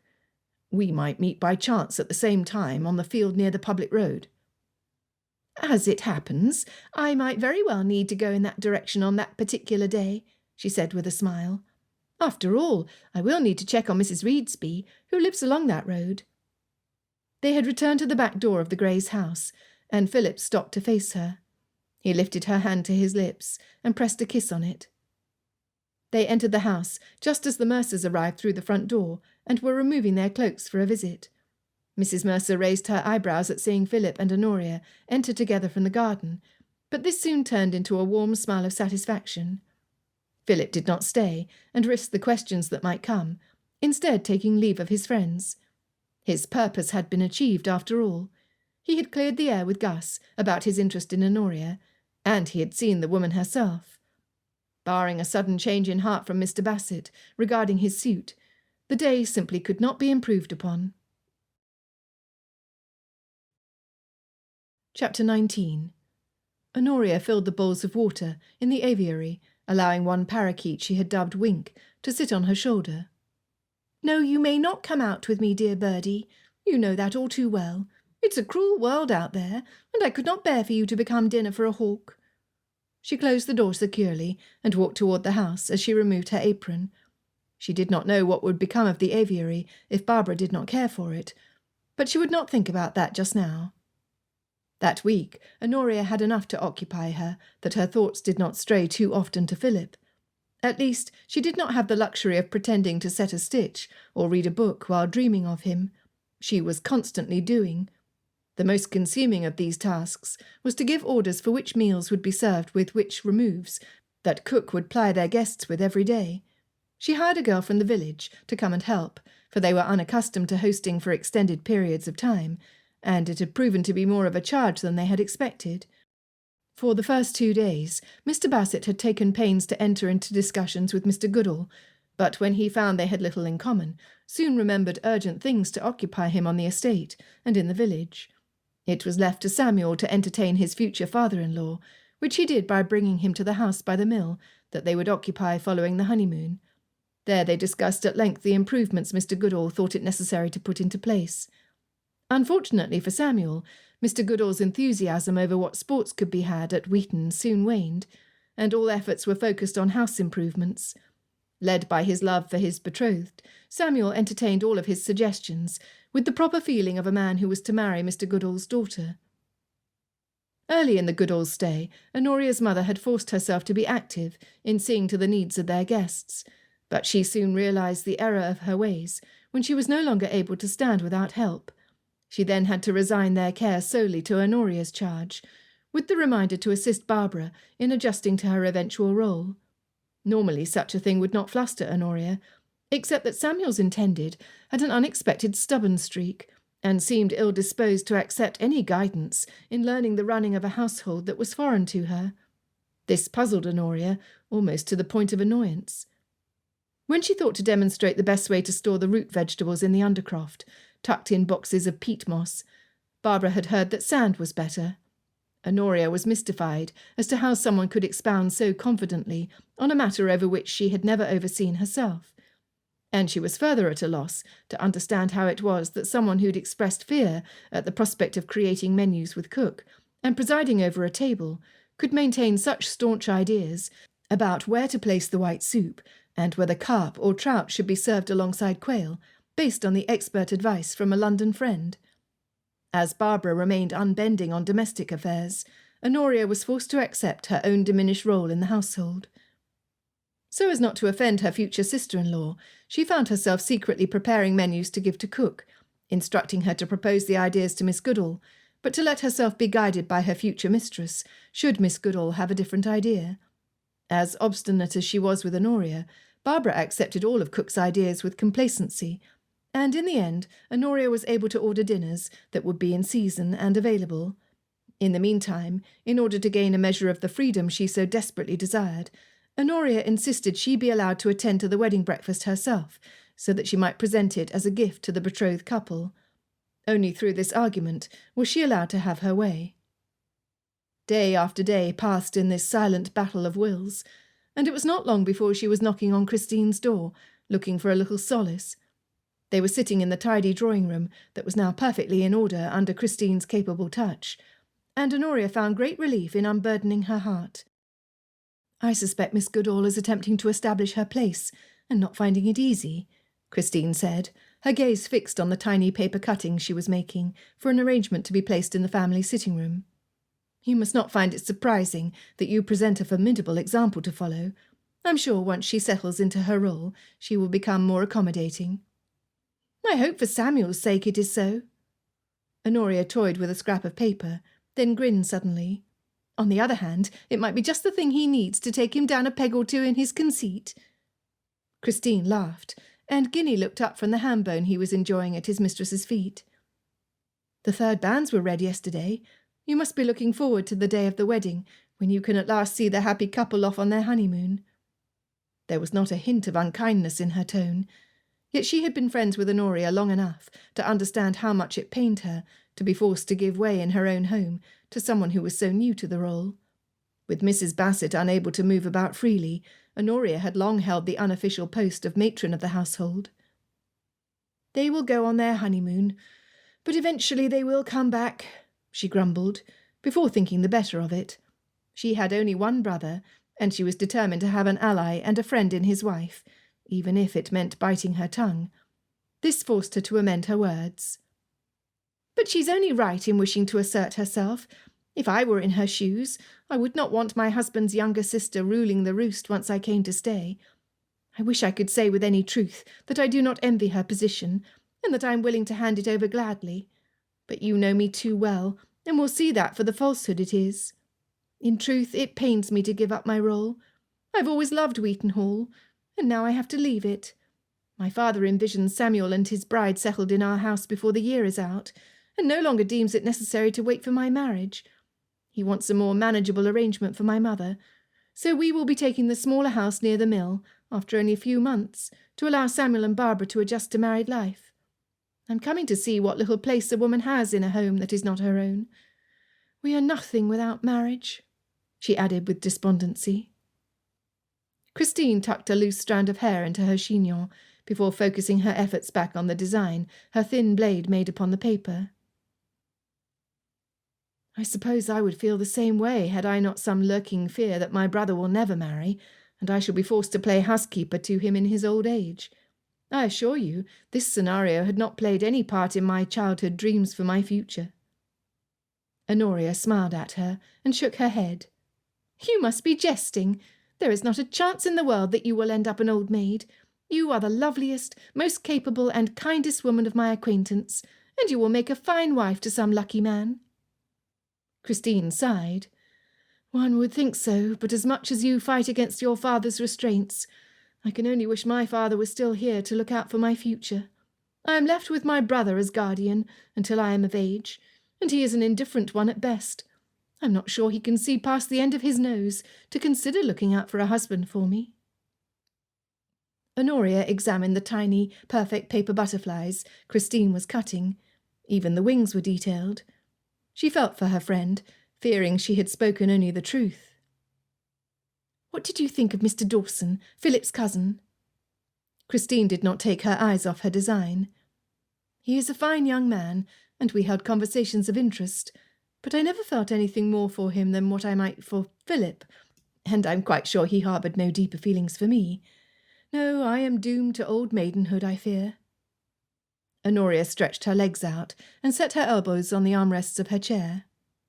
We are both of us in a sad state, are we not? You without a ready prospect, and I with a perfect one, of whom my father will never approve. There is only one remedy for it. Christine glanced at Honoria with twinkling eyes. Queen cakes, she exclaimed, leaping to her feet. I will see to it and ready the tea platter. Honoria smiled at her, buoyed by her friend's cheerful outlook on their circumstances. She stayed behind, applying her thoughts for once, not to Philip and her own predicament, but on what man might have his eyes open to Christine's virtues. There were so few eligible men in the vicinity, but perhaps Thomas Morland might possess a hidden vein of fascination. True, he was not the most voluble of men, but maybe he became as animated as Christine when in intimate company. A sound brought Honoria's head turning toward the door. Gus strolled into the room and froze when he saw her. They had crossed each other's path since her understanding with Philip had been made known, but it had always been in the presence of Christine or the servants, and they had exchanged no personal words on the topic. She wondered if he would say something now, and hoped he would not. You look as fine as a fivepence, Honoria, he said, taking the seat Christine had vacated. He picked up his sister's penknife and fingered it, his gaze on her. His compliments and regard no longer affected her in the same way they once did, and she was able to answer without constraint. Why, thank you. Christine has just gone to fetch some queen cakes. She's worked wonders in this room, wouldn't you say? Everything is in perfect order. When he did no more than nod, she added, How are the affairs on the estate? Christine said the tenants had been much neglected in your absence. He pursed his full lips as he picked up the blade and turned it, then set it back on the table. It is true. Our extended time in Bath did not help in that regard. I'm working with my new steward on reviewing the tenants' leases, some of which will not be renewed. But I shall not go into further detail on the subject, for I know such a thing must bore a lady. She looked at him seriously. It does not bore me. I visit the tenants and help them with their ills, so of course their futures must be of interest to me, and Philip talks to me about the affairs on his estate. I don't know why Philip bothers. There's only one domain for a woman, and it's inside the home. It is not to be giving advice on matters she can know little about. He glanced up to see her eyes fixed on him. I can see that you take objection to my words, but you must see that it is so. If we women know little about such things, it is only because the matter has been kept from us. It is not because we lack the intelligence to understand it. Honoria forced herself to be calm. How was it she had never seen Gus for what he was? There might be a woman for him, but it could never have been her. She had been swept away by a childhood infatuation, and over the years had become blinded by it. She only hoped that, had Philip not opened her eyes to something better, she would have been able to resist Gus's charm before it was too late. As if he had read her thoughts, Gus folded his arms and swivelled in the chair toward her. It is to be Philip, then. Are you certain of your choice? Quite. Honoria was not given time to say more, because Christine returned with the queen cakes. Honoria was quickly discovering that as mistress of the house, Christine's tea platters were unparalleled. She had no qualms about turning up her sleeves and making the cakes herself, and if she had not been away for the past 3 years, she would be renowned for them throughout Horncastle. "Gus, you're here. I will fetch another cup." "Never mind. I will leave you both. I have things I need to see to." He brushed past the tea tray and left without further words. Christine watched him leave. "He'll recover." She stirred sugar into both cups of tea and handed one to her. Honoria took a fortifying sip of the scented tea, weighing her words. "Gus would never have made a good match for me, I now realise. I will refrain from repeating that I have told you so many times. I will only say that I'm glad you realise it, and that you're spared a marriage that would have brought you little happiness. I love my brother, but I am not unaware of his failings. It is better that I accept them, for, apart from my uncle, he is all I have left, and it would not do for us to have a rift." She sipped her tea, then set the cup down suddenly and tightened her lips. Guinea paused in his culinary occupation, then jumped up on the sofa next to her to lick her hand. Honoria went to the other side of the sofa and sat near Christine, touched by the melancholy she heard in her friend's voice. "One of the proverbs says, 'There is a friend that sticks closer than a brother.' Your brother is not all you have left, for you have me." 4 days before Samuel's wedding, her brother surprised Honoria by cornering her in her apothecary to ask for a word in private.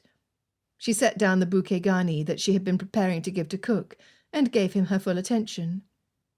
Samuel rubbed the back of his neck and stretched his lips in what looked more like a grimace than a smile. "I know you and Babs have not quite had the easy start I'd hoped for.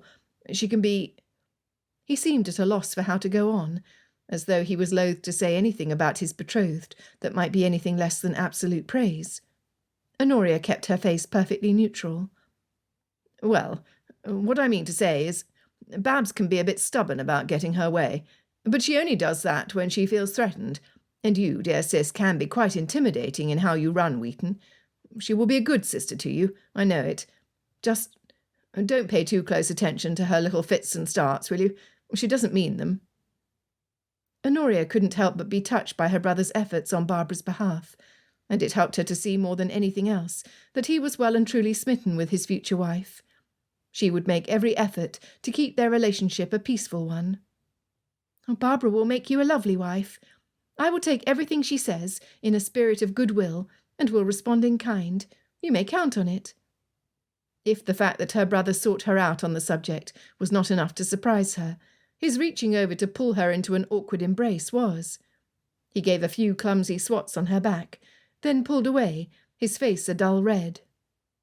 "Well then, I must see to Mr. Goodall. I believe he's waiting for me." Samuel rushed off from that unusual display of vulnerability, and Honoria was left biting her lip to keep from smiling, in case he gave a backward glance.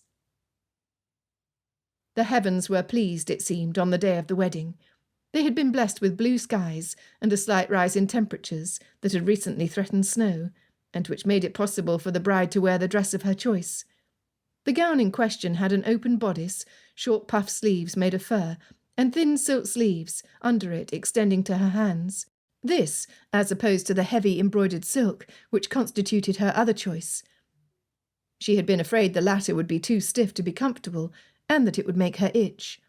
With this favoured gown now a possibility, Barbara had explained to Honoria, in one of her more loquacious moments, it meant that they would have good luck in their marriage. Honoria had given up trying to fully understand the way Barbara's mind worked on a good many things, but she could readily understand her wish to wear a favourite dress. She was glad she had followed her mother's advice to purchase a set of grey silk gloves as a gift for the bride, which, purely by coincidence, would be a becoming addition to her gown. "Oh!" Barbara exclaimed, as she slipped the gloves out of the paper. "These are simply lovely, and they fit to perfection. However did you guess my size?" Honoria smiled impishly. "I borrowed a glove that had been muddied, which you sent to be washed. I brought it to the glove-maker to have the measurements taken, and he was able to do it quickly enough that you didn't notice it was missing." "It is a charming gift. I shall wear them today, and think of you." She turned and enveloped Honoria in a brief embrace. I do thank you for your attention." Honoria warmed under her praise, and the first sign of promise in their fledgling relationship. They might actually find things in common that would draw them closer. She accompanied Barbara to where her parents sat in the waiting carriage and promised to see her at the church. The Goodalls would be departing Wheaton Hall immediately after the wedding breakfast. Honoria's mother and father had gone ahead with Samuel, entrusting the last-minute particulars of the wedding breakfast to her care. The carriage was soon gone, and she had no time to spare. In the kitchen, Mrs. Sands was busy with the small army of servants they had hired for the event. "I forgot to ask if the turtle had been delivered for the soup," Honoria called out over the din. "It came just this morning, and none too late," was the cook's reply. "Do not overmix that batter, Lorette, or the cake will be heavy." She called out to one of the servants at the wooden table, whisking the contents of a large bowl. "Excellent news." Honoria hurried up the stairs and ordered an extra set of wine-glasses to be set beside each plate, then looked around, satisfied. "I had better go," she breathed. It would not do for her to spend so much time preparing the perfect wedding breakfast for the honoured couple that she missed the wedding itself. She took one last glance at herself in the mirror to make sure everything was in place. Her hair had been curled for the occasion, with a wreath of white silk flowers woven throughout, and her mother's looped pearls hung from thin wires in her ears. She allowed herself a moment to stare in the mirror, wondering what it would be like to be a bride herself. With what she was wearing, she could almost convince herself she was one. Then her spirits plunged, as she remembered that such a happy event might not be for ages. The footman was waiting in the open carriage to drive her to the church, and she waved off his help and climbed into the phaeton. "Do make haste, Geoffrey. I do not wish to keep everyone waiting, and have no time to spare."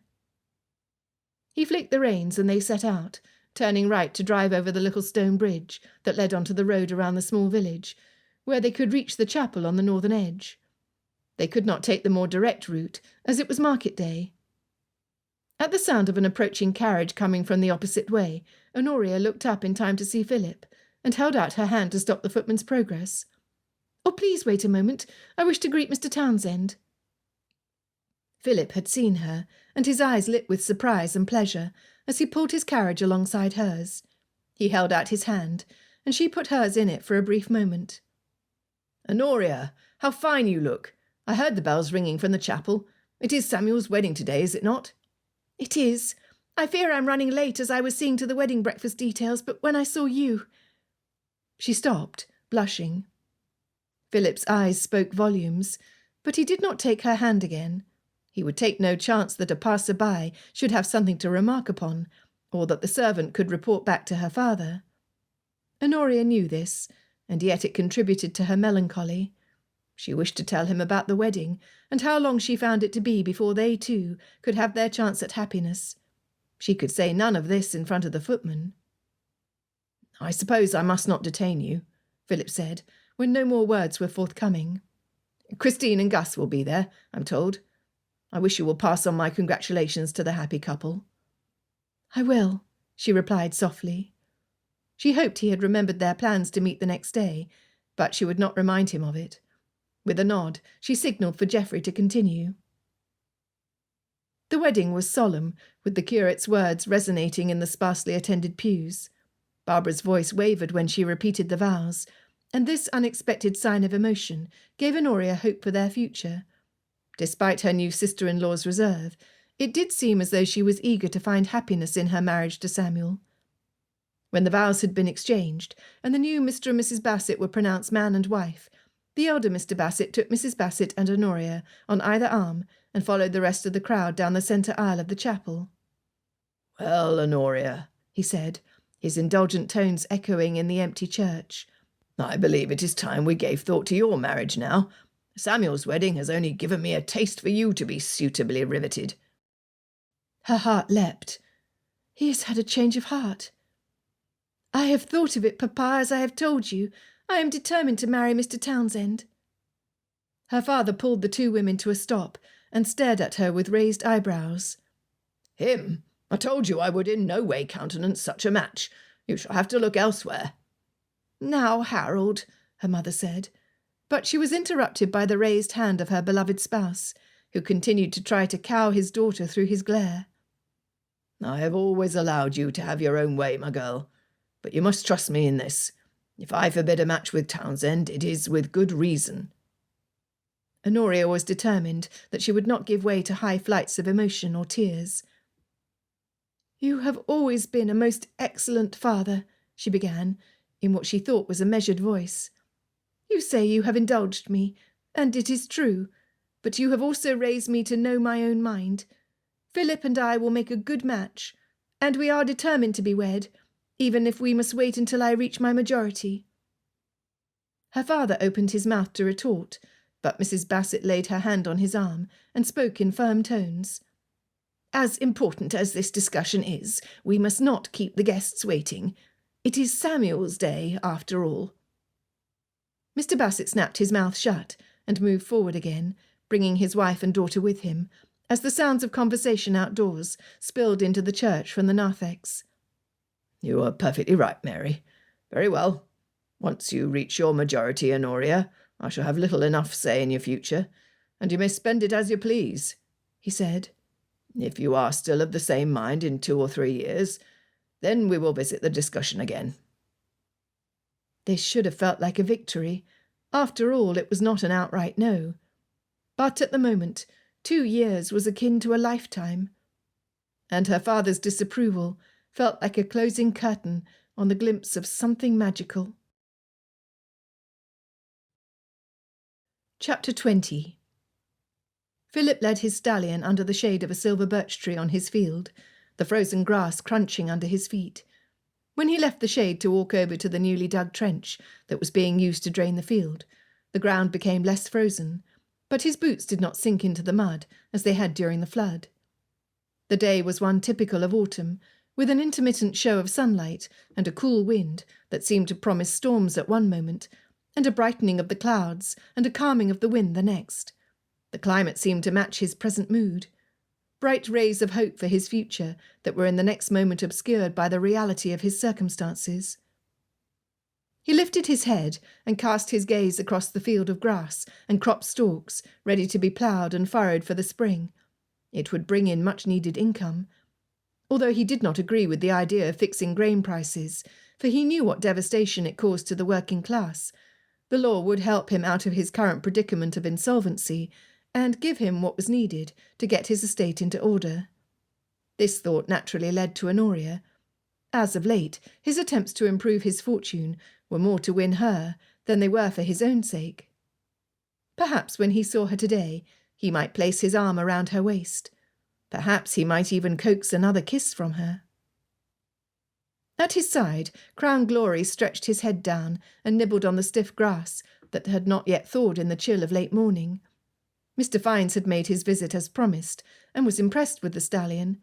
Philip had him run his paces, and knew the moment Mr. Fiennes saw him jump that he was sold. He had since learned that the man was well renowned for his stock, and even supplied Tattersall's. If the resulting foal side of the thoroughbred mare was anything like he expected, it would not be long before he had others requesting stud services. He ran his hands along the stallion's flank. "You're going to be a busy one." He grinned to himself, then wrenched his thoughts into a new direction. The approach of a thin, wiry man, whose build seemed familiar, caused Philip to stop and peer at him. He was walking on Philip's land, and heading toward the public road, as though he had camped somewhere on the estate. As the figure drew nearer, he now had no trouble recognising it as that of the navvy, Tom Hull. He had not seen him since the first team had abandoned the digging, and he was not happy to see him now. The last thing he needed was a vagabond squatting on his estate, especially one who could not be trusted to do the work for which he was hired. "Hull, what are you doing on my land?" Philip watched him approach, brisk steps that were only slightly hindered by the short bowed legs of the older gentleman. It seemed he used all of the time it took for him to reach Philip to think of a suitable reply, because the navvy did not respond until he was in front of him. "I've been looking around the field. The work of these new men here is first rate. The fens is near gone." Yes, but you were walking on my land without my permission. How did you get to the other end if you did not come by the public road? I've been here for over an hour." Tom Hull shifted his gaze, avoiding Philip's entirely.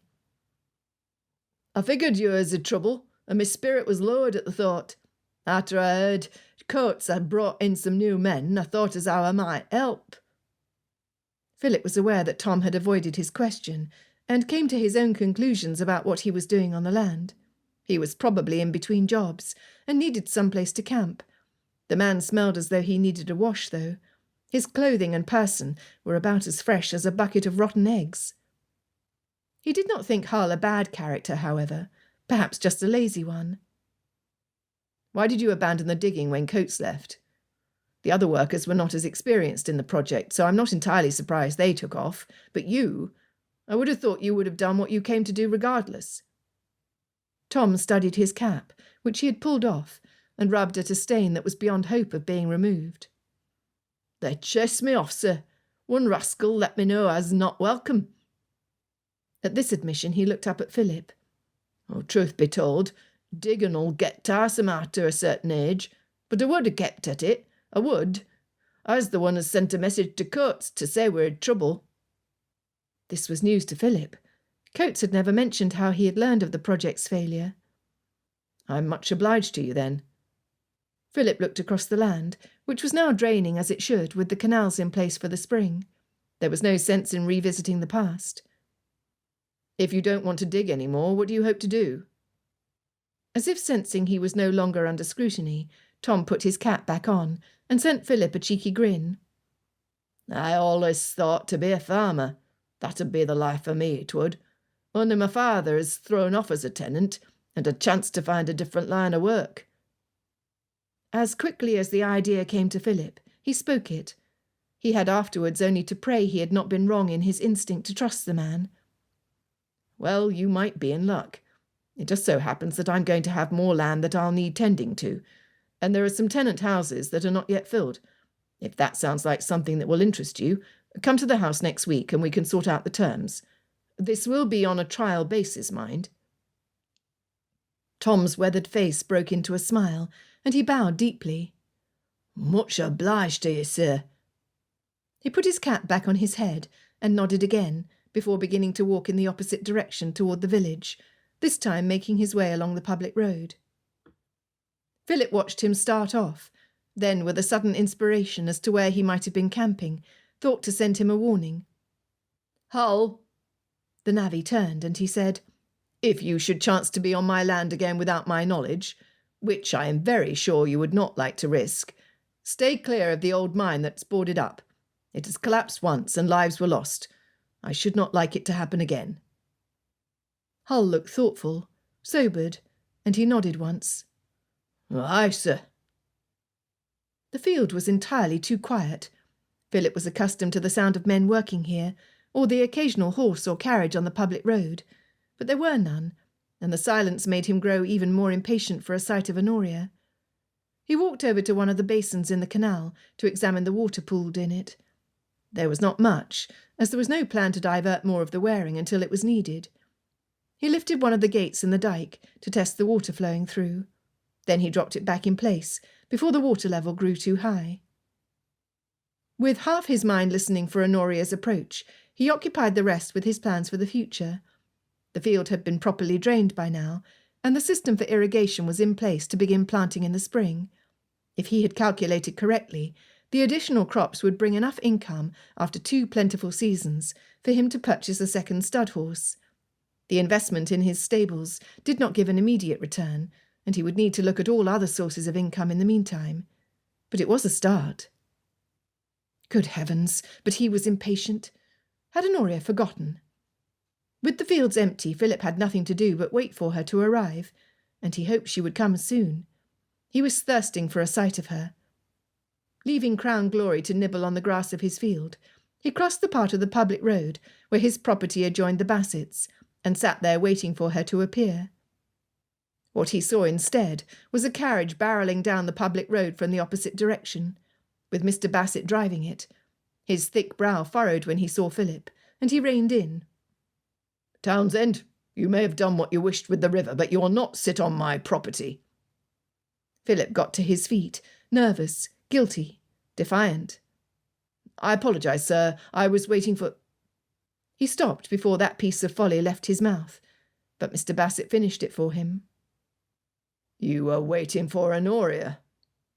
Philip met his gaze with a level stare, neither confirming it nor denying it, and Mr. Bassett frowned. I thought I made it clear you were not to see her. You mentioned not coming to your house, Philip mumbled, knowing he had not a leg to stand on. Merely sidestepping the matter, sir, and you know it. Mr. Bassett thundered, bringing to mind his daughter's gentler tone, saying much the same thing. I want you to steer clear from my daughter, understood? Now remove yourself from my property at once. Angry and feeling much like a chastised boy instead of the man he was, Philip stood and crossed the public road over to his field. The frustration bubbled over, and Mr. Bassett was on the point of driving off when Philip called out, You may try to separate us, but you will only end up driving a wedge in your own relationship with your daughter. If she's decided on me, she's unlikely to give in to opposition. Oh, you think so, do you? You think you know Honoria. Well, you may be sure that I've taken your measure. Do not think that you shall get a groat from me if you seek to marry my daughter. Mr. Bassett growled, lifting a fist. She has nothing but what I decide to leave her. You must do as you see fit, sir. Philip walked over to Crown Glory and grabbed his reins. The horse seemed to sense his mood and followed him more docilely than was his habit. He would not see Honoria today. Mr. Bassett would make sure of it. Embittered, he swung up on the saddle and watched the sight of Mr. Bassett's retreating carriage. Every feeling revolted at the idea of carrying on a secret alliance. But it was one thing to be obliged to wait until Honoria was of age before they could be married. It was another thing to not be able to see her at all. How could their attachment thrive under such circumstances? In the distance, Honoria appeared on foot out of the clearing in the woods that led to her house. Seated on Crown Glory, he stopped to watch her, the stallion standing with remarkable patience, and he was able to witness her catch sight of both him and her father at the same time. She stopped and waited for her father to approach, her face revealing little that he could see from this distance. Mr. Bassett said a few words to her that Philip could not hear, and she rounded the carriage and climbed up next to her father, and they drove off. He gave a nudge to his horse, who needed no more than that, before setting off across the fields at a canter, then at a gallop. If only Philip could outrace his impotent fury at Mr. Bassett's high-handedness, and the dismal outcome to the day. Chapter 21. Honoria cast a lingering glance after Philip before climbing into her father's waiting carriage. It took only one look at her father's face for Honoria to know she would not be speaking to Philip today, or perhaps not at all for the foreseeable future. She had not taken her father for an ogre, but never before had she seen him so set against something she wished for. If there was a thing she was convinced was best, she had always been able to cajole him into seeing things in a favourable light, so that he ended up agreeing to it. But in this, in the most important longing in her life, which was her future with Philip, he was impossible to move. I did not expect to see my daughter going against my express wishes to satisfy her own. Mr. Bassett's face was inflexible as he steered the horses down the road that led to Wheaton. Honoria looked down at her fingers clasped on her lap.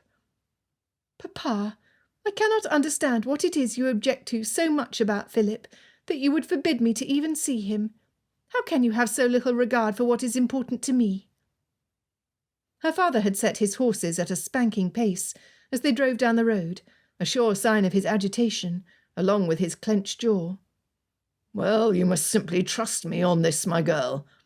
I have had a few more turns around the sun than you have, and if I am fixed upon my decision, it is with good reason. So that is it, then? Honoria's throat closed suddenly, and she had to fight to get the rest of the words out. We shall have no further discussion about it. I had not known you to be so severe. He glanced at her, and his tone softened when he answered. I cannot relent, even if I thought him to be a husband who could provide for you, which I don't. There's something about the Townsends that has always set up my bristles.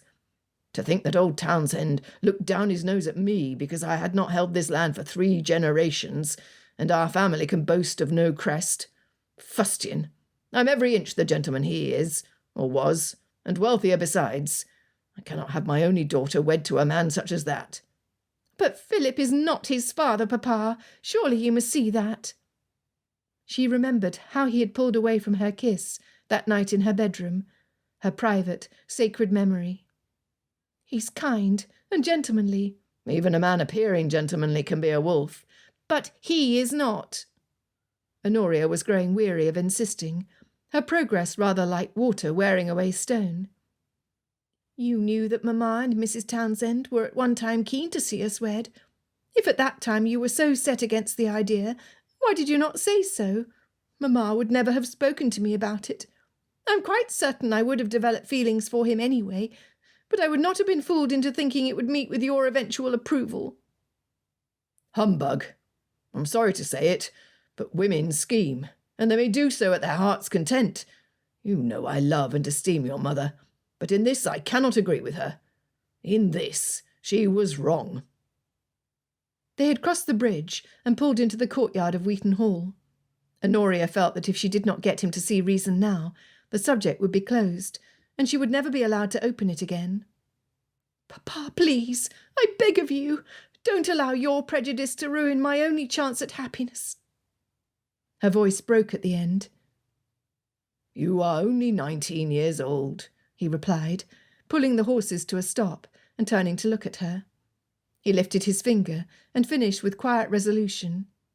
"Your chance at happiness will look very different in a year than it does now." Geoffrey came over to take the reins to the horses, and her father made a move to alight, putting an end to the conversation. "I don't think so," Honoria said softly. She climbed down from the phaeton and walked slowly into the house behind her father. "Honoria, is that you?" Mrs. Bassett called out to her from the drawing-room, bringing her to its door. "Would you have some of that nettle tea made up for me?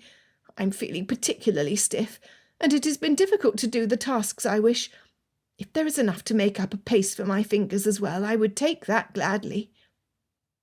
Honoria momentarily forgot her worries. "Of course, Mamma. I shall fetch what you need right away." "What, are you pained again, Mary?" Mr. Bassett walked forward with a look of concern in his eyes, and he leaned over to kiss his wife on her lips.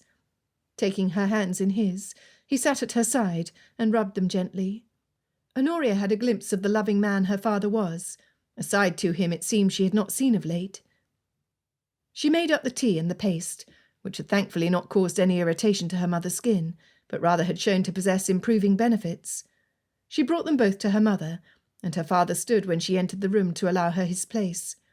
After she had seen to her mother, rubbing the ointment on her hands and elbows, she stood and turned to find her father looking at her. He stepped forward and wrapped her in his embrace. "I hope you know I'm only doing what I think is best for you." Honoria did not answer him over her closed throat. She could not. But her tears fell. She returned his embrace, then left the drawing-room in silence.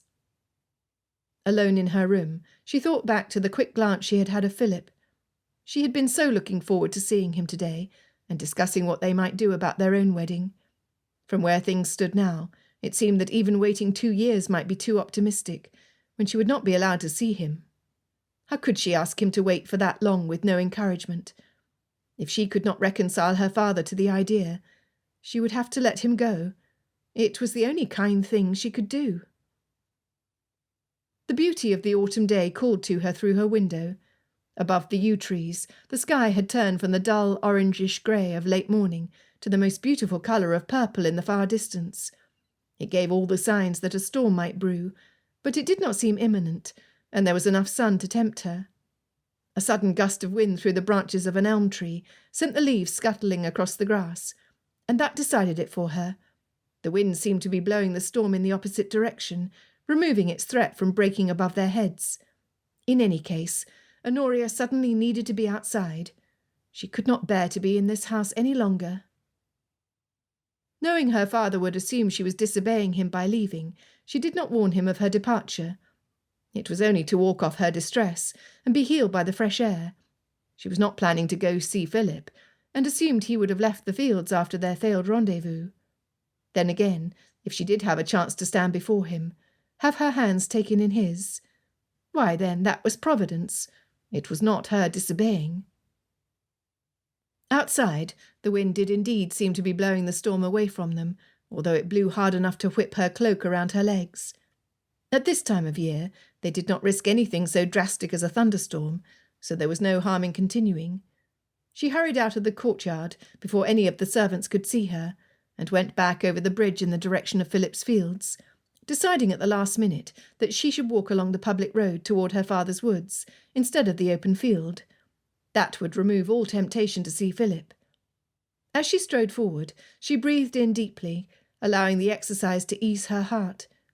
Rather than torture herself with her imminent problem, she allowed her mind to relive the wedding breakfast, the looks that passed between the happy couple, the neighbours eating at their table and entering into lively discussions, then Samuel and Barbara driving off toward the Peak District, where they had rented a house for a few weeks for their honeymoon.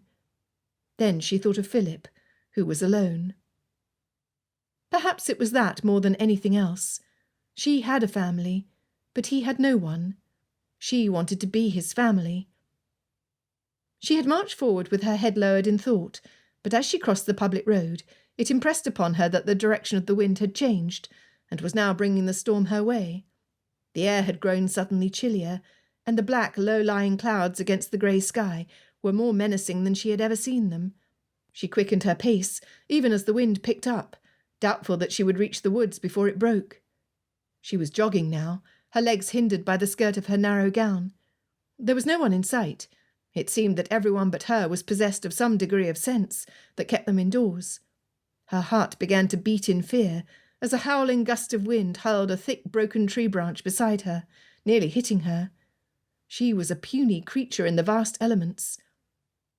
The rain began, the sparse cold droplets becoming tiny balls of ice that thundered down. Honoria threw the hood of her cloak over her head, lifted her skirt, and began to run as the wind launched more gnarled branches at her, and a large elm splintered at the trunk and fell on the side of the road. She fought against the gales of wind that flapped her cloak against her, which came with such strength it stole her breath. It would be impossible to make it home at this pace. She could only move forward toward the woods and hope to find shelter there.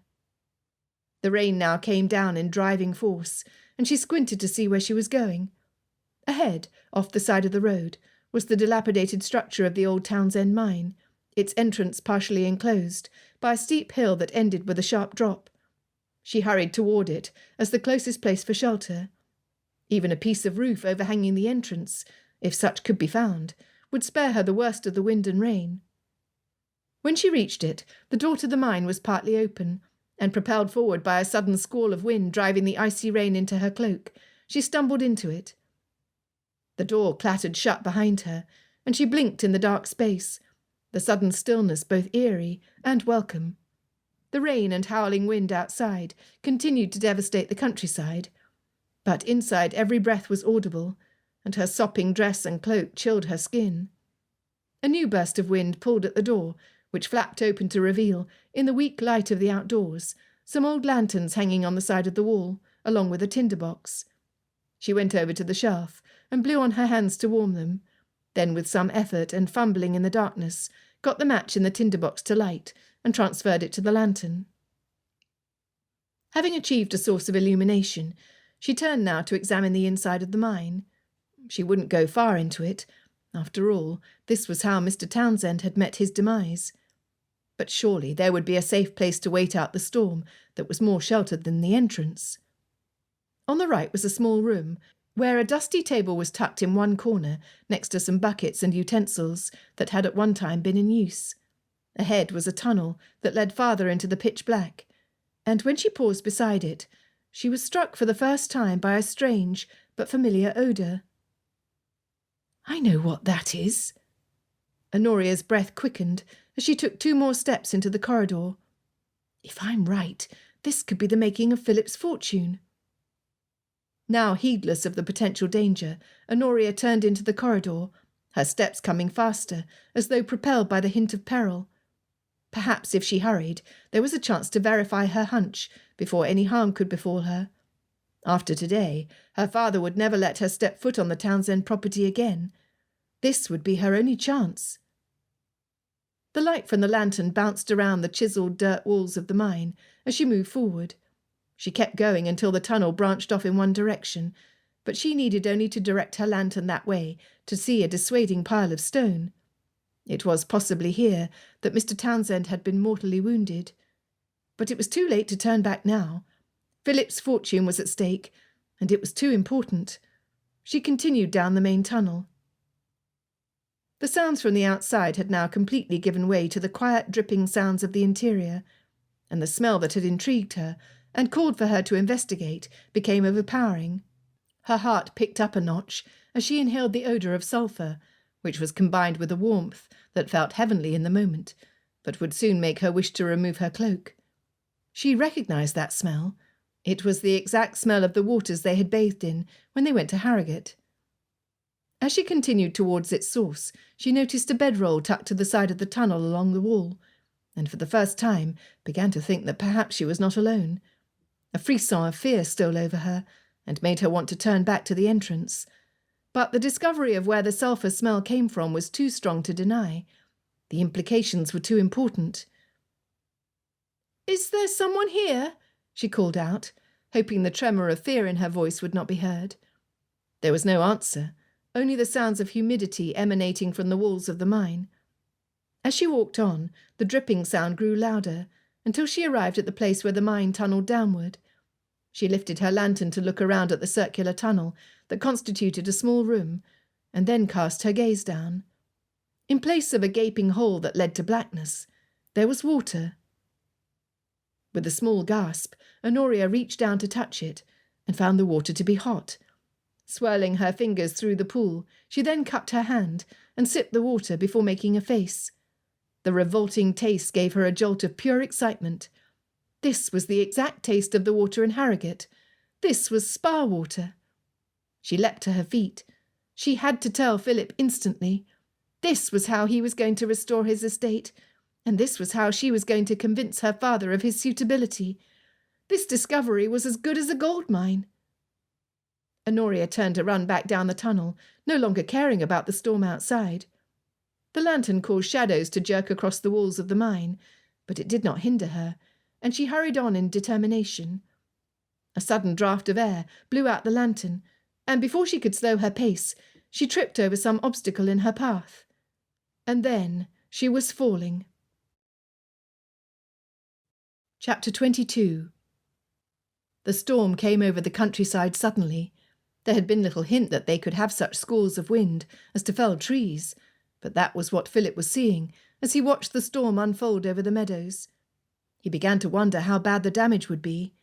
He feared it would be extensive, and that he would be hard put to find the ready in order to pay for everything. Thankfully, he had not begun to repair the vacant tenant houses, and would therefore not be called to do it twice. However, there were poplar trees that spread their branches over the roof of the stables, and he could only hope they would not come down and break through the tiles. It took him only a moment's reflection to decide that the horses were safer in the stable, even with the threat of trees falling on them, than they were in the open pasture. Curious as to what such a wind would feel like, he went to stand at the front door, opening it to step outside of the portico. One step on the stairs, and the wind nearly knocked him over, causing him to inch his way backwards to the safety of shelter. It would be best if no one had been caught out in such a storm, for the rain was icy and punishing enough, but with the driving wind it could be mortal. He re-entered the house and caught a glimpse of his housekeeper scurrying by. "Mrs. Mason, be so good as to bring me some tea, if you will." He thought he heard her mutter a cross between an excuse and acquiescence under her breath. He was beginning to lose patience with her. "Was that a yes, Mrs. Mason?" "I'll bring it as soon as I take this vinegar to the still-room, sir."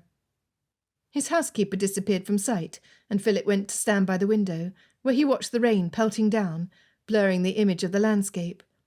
He wished he had a housekeeper who leapt to her feet to serve him, rather than one he had to chase after. But he had it on good authority that it was difficult to find help, and he had no wish to add to his worries. He went to sit on the armchair, listening to the sound of the rain. 20 minutes had passed, and he was still waiting for the tea tray to arrive. All of a sudden, there was a pounding on the door that pulled Philip out of his seat. It resonated with the sound of urgency. "Townsend!" It was indeed the voice of a desperate man. Philip thought he recognised it, but he could not credit his ears. He strode over to the door and threw it open. "Mr. Bassett!" he exclaimed in surprise. So his ears had not deceived him. Mr. Bassett was the last person he expected to show up on his doorstep. He made his way in the rain down those few steps from the portico and grasped the man's arm. "You must get out of the storm, sir. Let me have our footman see to your horse and carriage." The wind was pushing the tilbury at an alarming angle. "Never mind about that. Honoria's missing. Is she here? Where is she?" Philip had gripped the side of the portico for balance, and he pulled Mr. Bassett into its shelter. There he peered into his face in alarm. Honoria was out in this weather. "She's not here. I haven't seen her since she rode away with you." "Well, then, she's out in the storm somewhere." Mr. Bassett could barely speak against the wind. In front of the house, the tilbury lurched to the side again, and the bay horse fretted, backing up in the harness. They needed to get the horse to the stables. But the thought of Honoria in this weather made it difficult for Philip to breathe. He hoped she would have thought to seek shelter somewhere, but he did not want to leave that to chance. His mind rapidly spun over the possibilities. Even if the need was urgent to find her, they could not take Mr. Bassett's small carriage out in this storm. "Come inside and let me run for Jim, sir." He called behind him into the house. "Mrs. Mason, you're needed. Jim!" As soon as the footman arrived, he told him to bring the carriage to Marcus in the stables and have the groom saddle his dray horse and gelding. Mr. Bassett's bay looked spent and should not be brought out again into the storm. When he had seen to these arrangements, he ushered Mr. Bassett into the sitting-room. After another glance through the window at his footman struggling with the tilbury, Philip made a snap decision to leave Honoria's father to assist. Jim did not seem to be having success, battling against the wind with both the horse and carriage.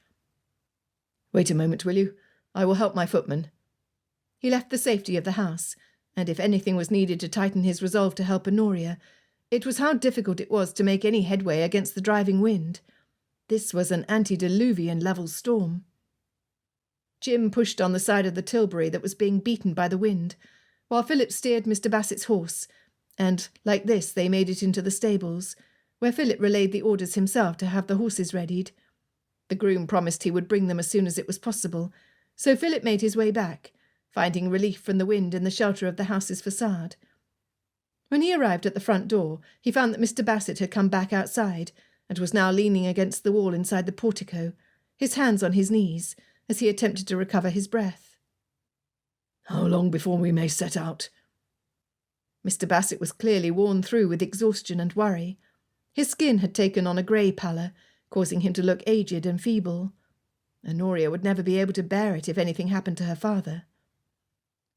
"Do come inside, I beg of you. I've asked my housekeeper to bring some tea, and we will get warmed up while the horses are being saddled. I give you my assurance that we will set out directly as soon as we have the horses. We cannot cover enough ground without them." Mr. Bassett did not respond, but he followed him into the house again. Philip walked over to the set of stairs leading to the kitchen and called down, "Mrs. Mason, is the tea ready? I will need you to send up another cup." He figured it would be faster to call her than it would be to ring the bell. There was no answer, and he turned to find Mrs. Mason walking toward him from the housekeeper's pantry. "I will get that now, sir," she said, her tone a mix of defiance and fear. He gritted his teeth in irritation toward the woman. She had not even begun to have the tea ready. "Never mind the tea. Just bring some brandy," he replied curtly.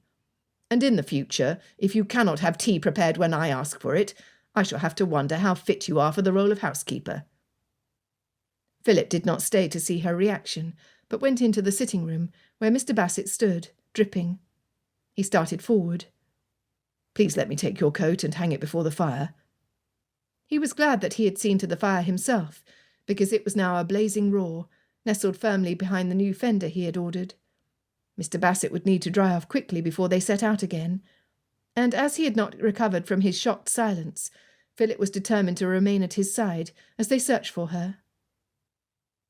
"What led your daughter to leave the house?" he asked, as they both stood in front of the flames. Mr. Bassett did not meet his eyes, and to lower himself to communicate with Philip seemed a struggle almost beyond what he could bear. At last he said, "I cannot say for sure. We had words about her choice to meet you clandestinely, but had not thought them harsh enough to precipitate her flight."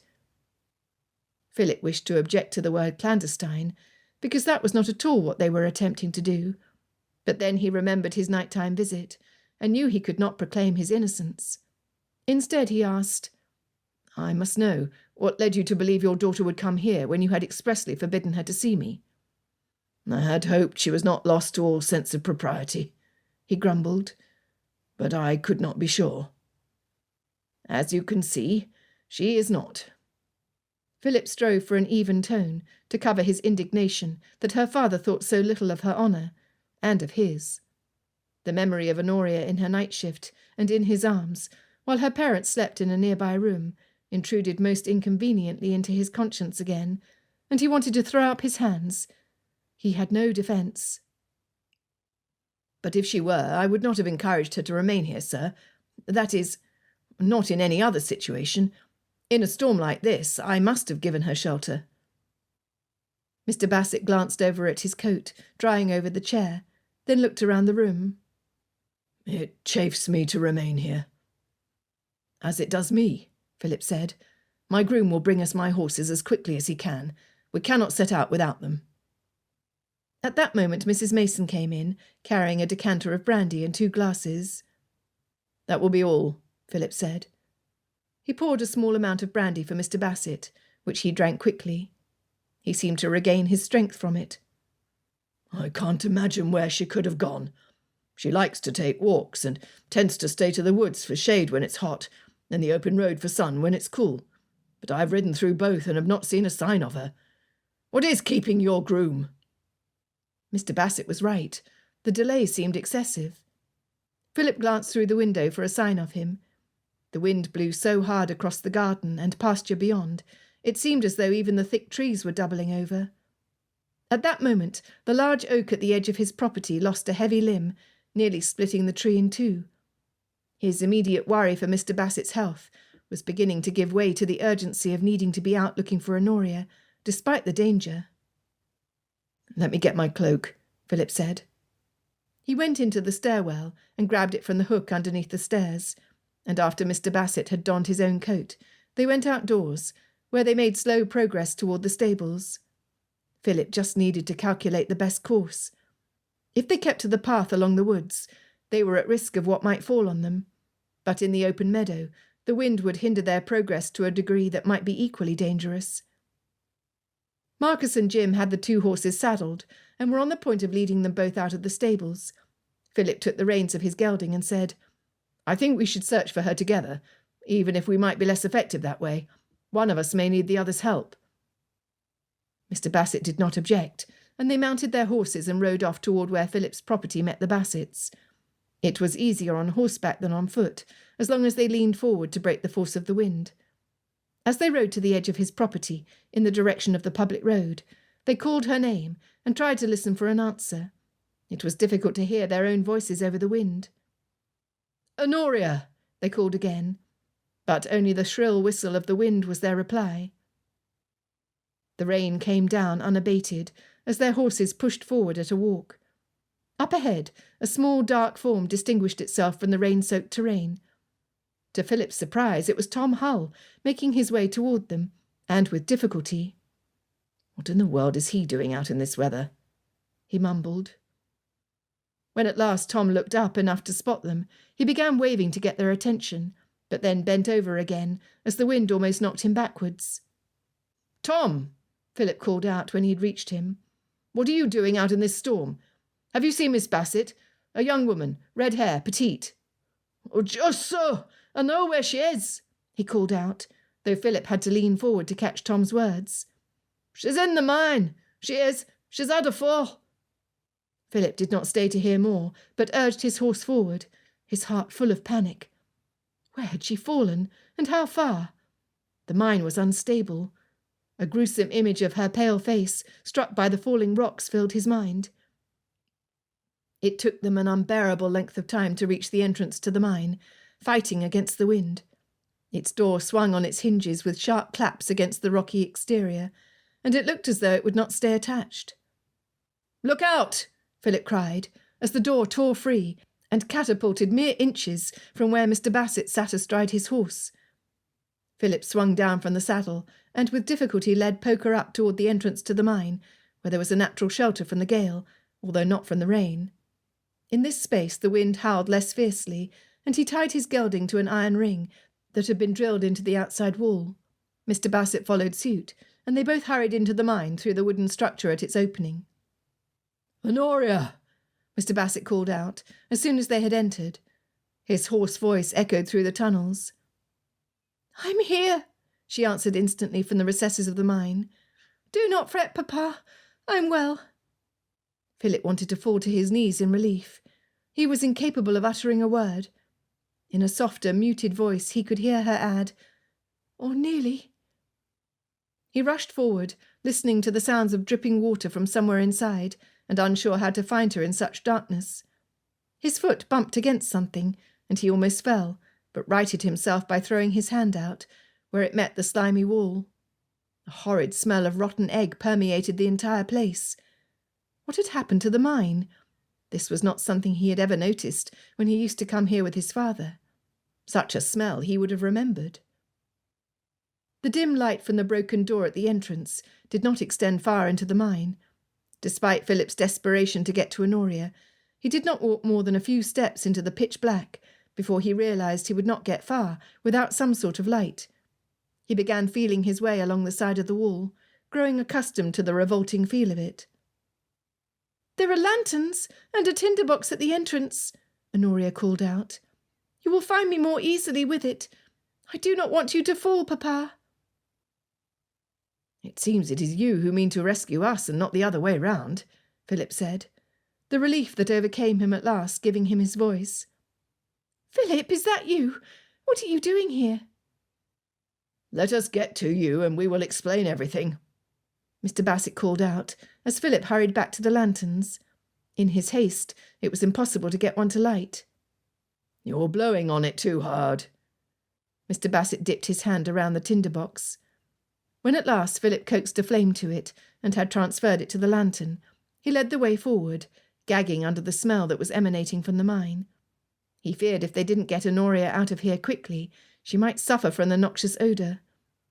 Now, led by the light that filled the corridor, they found her, sitting against the wall of the mine, her legs stretched out in front of her. "There you are. Oh, my girl." Mr. Bassett fell to his knees beside Honoria. He embraced her, kissing her head, as Philip cast the light of the lantern beyond her, staring in disbelief at the sight. What should have been a mine shaft now appeared to be a large pool of water, with the beams of light reflecting on its rippled surface. Where was the open tunnel leading down to the lower levels of the mine? "All is well," Honoria said, patting her father on the back as he held on to her. "I've only hurt my knee stupidly, and I suppose my head a little bit. I was running, and the lantern went out. I tripped and knocked my head, but I think I was only out for a moment. I was mainly just dizzy. However, when I tried to get up and walk, I found it to be impossible, so I've been waiting here. I think there might be someone living here." "I believe I know just who it might be," Philip said dryly, bringing his full attention back to her. He would have to talk to Tom about trespassing, but for the moment he could only be grateful the man had led them to Honoria. His eyes held hers for a minute. "Let us get you home," Mr. Bassett said, leaning down to lift Honoria in his arms. Philip moved forward to offer, but pulled back when he saw his services would not be welcome. Mr. Bassett grunted as he began to lift, then set her down heavily. "Oh!" Honoria exclaimed as she was back on the ground. "Are you hurt?" Mr. Bassett said nothing for a moment, before gasping out the words, "I've hurt my back." "Oh, Papa!" Honoria looked at him in sympathy, but could not go to him. "It is nothing, but—" Mr. Bassett's voice trailed away, and he glared at Philip. "If you will permit me, sir, I will carry her." He exchanged a look with Honoria, and her eyes sparkled. He hoped his own face did not reveal to Mr. Bassett just how much he was looking forward to holding his daughter in his arms. Mr. Bassett grunted and grabbed the lantern, looking anything but pleased. He staggered forward, rubbing his lower back, and Philip leaned down to gather Honoria in his arms. She clasped her hands around his neck and kept her face tantalizingly near. Philip smiled at her as he followed Mr. Bassett in silence.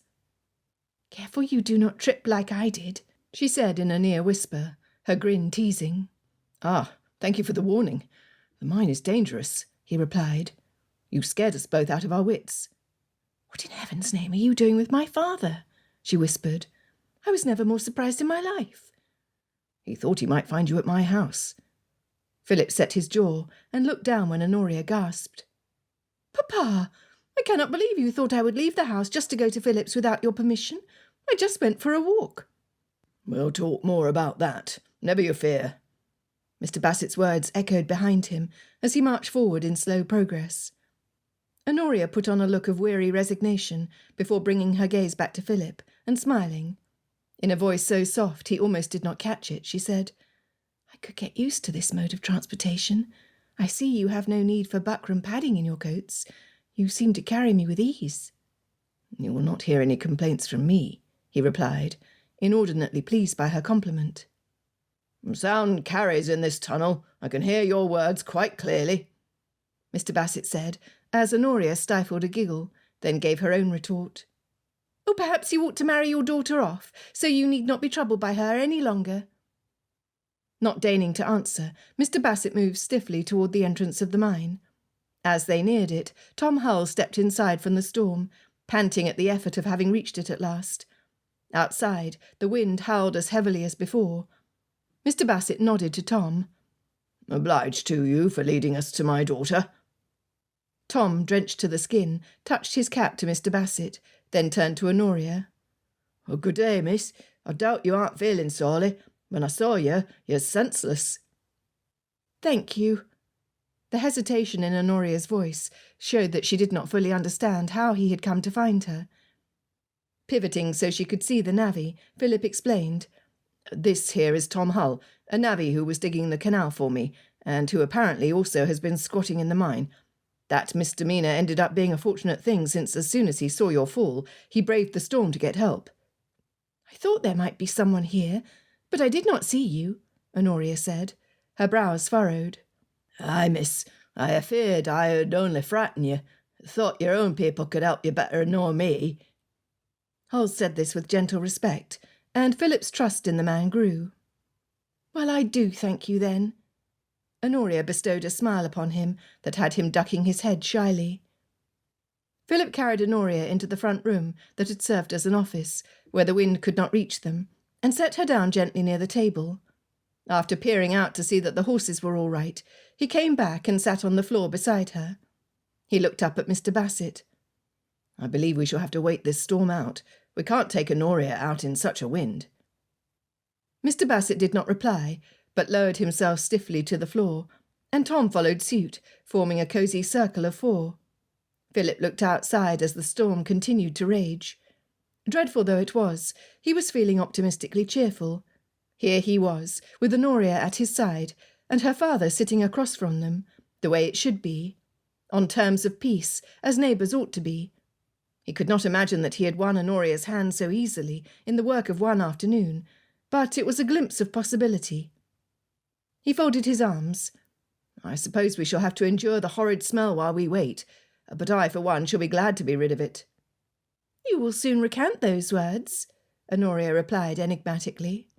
"That horrid smell is the best part of today's adventure." Philip and Mr. Bassett both turned to her in confusion, and her expression could only be described as smug. "Your collapsed mind, Philip, has given way to a healing spring. This can be made into a spa that will bring people from all over the Shire. And what's more, Mamma is going to be able to use it without even leaving Horncastle." Chapter 23. Both her father and Philip turned to Honoria with looks of amazement etched on their faces, and it was Philip who spoke first. "Are you saying that this water has restorative properties like those in Bath? It seems too fantastic to be true. Do you think we can turn it to good account?" I think so. Of course, I know very little about such matters, but I believe the people of Lincolnshire would willingly pay for access to spa waters if it does not involve leaving the Shire. She leaned back against the wall of the cave, then shifted when it touched the sore spot on her head. Thankfully, the bump had not been too severe, and she seemed to have evaded a headache. Looking at her father, she added, "And as I said, Mamma would be the first one to benefit from it. Even for no other reason, I think we should see if it really does possess spa properties." How high and thick is that roof above the basin of water near where we found Honoria? Mr. Bassett asked Philip, giving the first indication that he was seriously considering the idea's merit. The sound of rain continued outdoors, and the wind pushed it into the entrance, but they were well protected in the room where they sat. Philip turned to his right and peered down the black corridor they had come from, but there was nothing to see. I don't know. Why do you ask? Her father trained his eyes to the ceiling of the mine, following its path over to the corridor. You could never hope to earn anything unless the area was lit. No one will dare enter the place unless it is modernized. Besides, we cannot risk the mine having another collapse, particularly from the roof. You would have to replace the stone ceiling with a wooden one to give it less of a cave-like aspect. And perhaps add some glass, Philip suggested. Honoria studied his face to see if he had been affected by the reminder of the mine's collapse, but his reflective answer gave her hope that the negative memories from the past would be erased by the more hopeful future. Tom, the navvy, had not given any evidence of having followed their discussion, but that was apparently a cover for a mind actively working.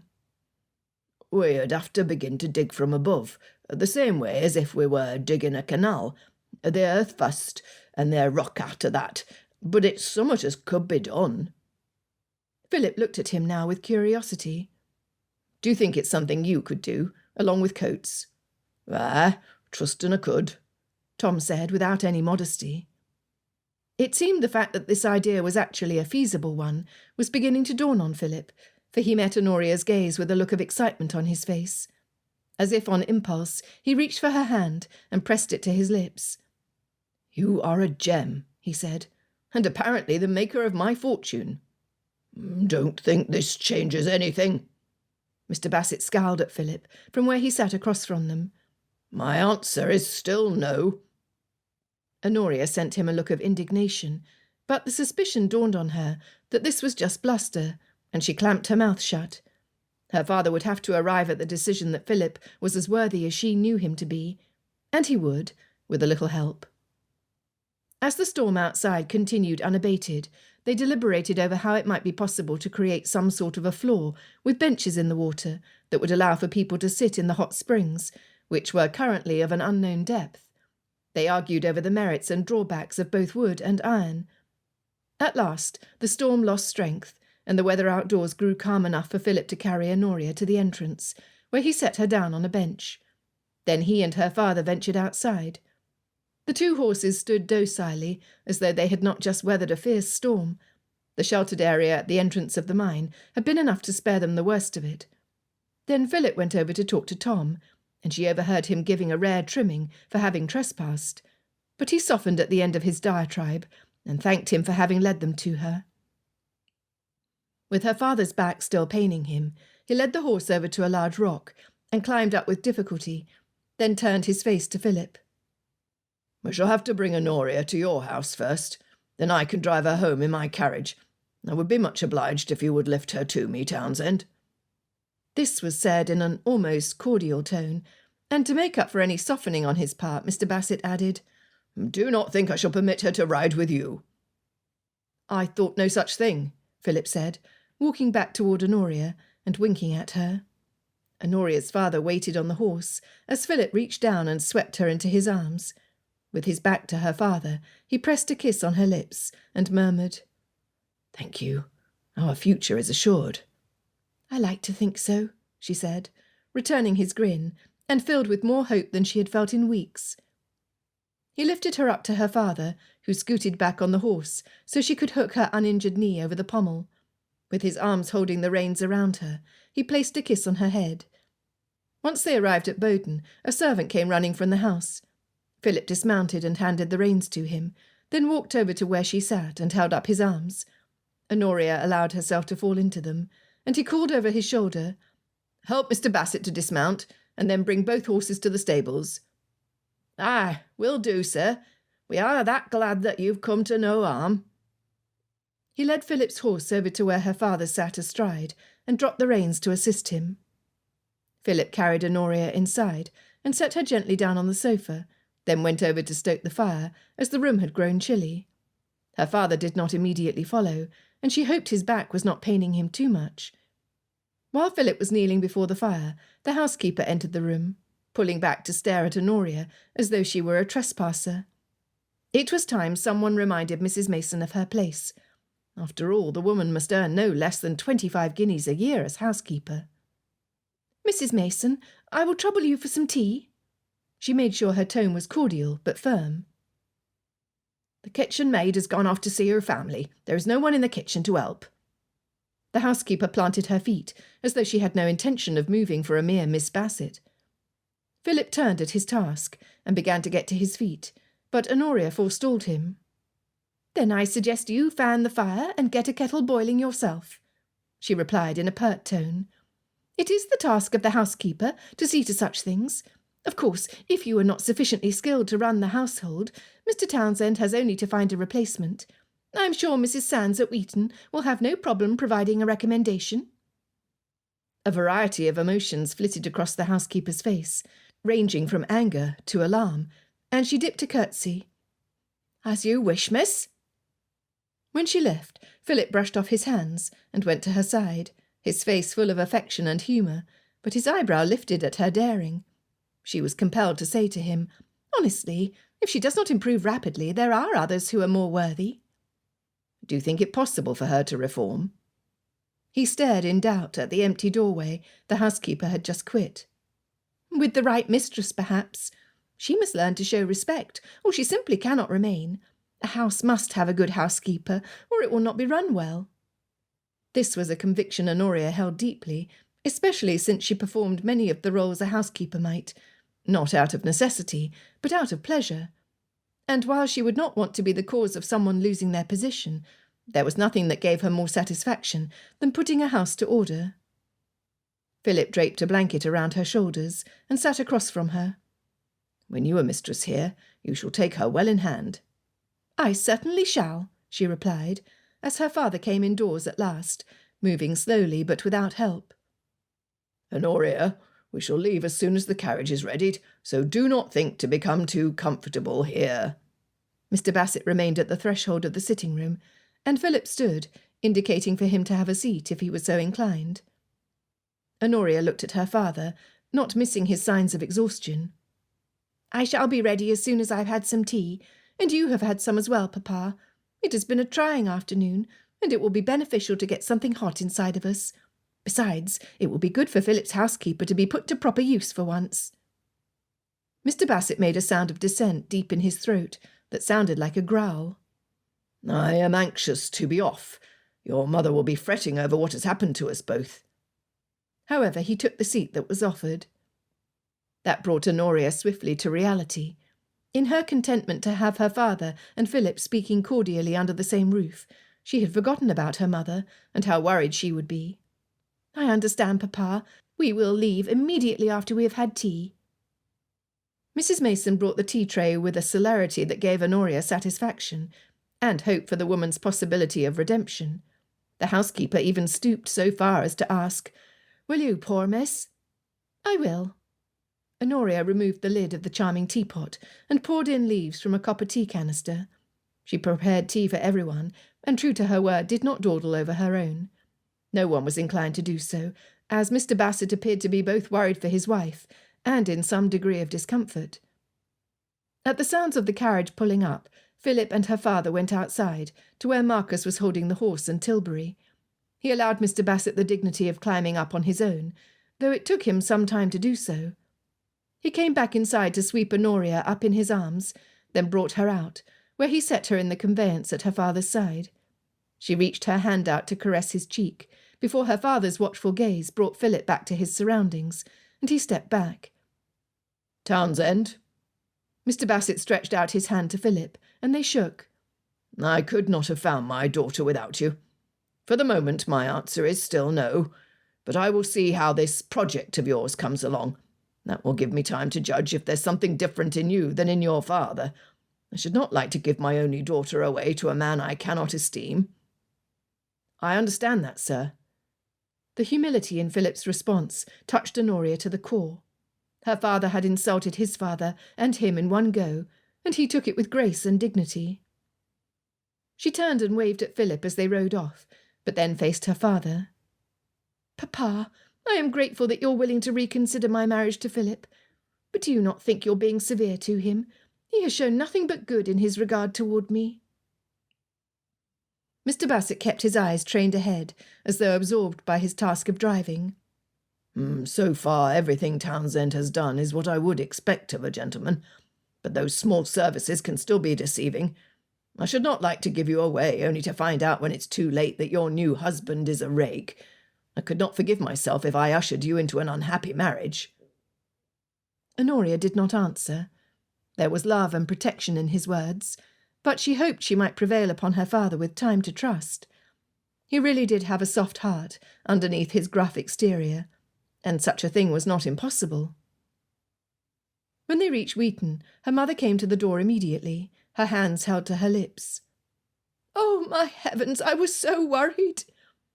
She did not attempt the few stairs down to the courtyard, but held out her arms for Honoria. Mr. Bassett shook his head. "She cannot come to you. She's hurt her knee. Ah, Geoffrey, there you are. Have the goodness to carry Miss Bassett to the drawing-room." The footman did so immediately, and Honoria was soon sitting next to her mother, who reached for her hand. She leaned down and sniffed. "Oh, your clothes smell terribly. We shall have to get you changed. I tremble to think of what adventure you must have stumbled into." "Such an adventure, Mamma. But perhaps I will wait until I've changed, before telling you what it is that has caused that dreadful odour. It is good news."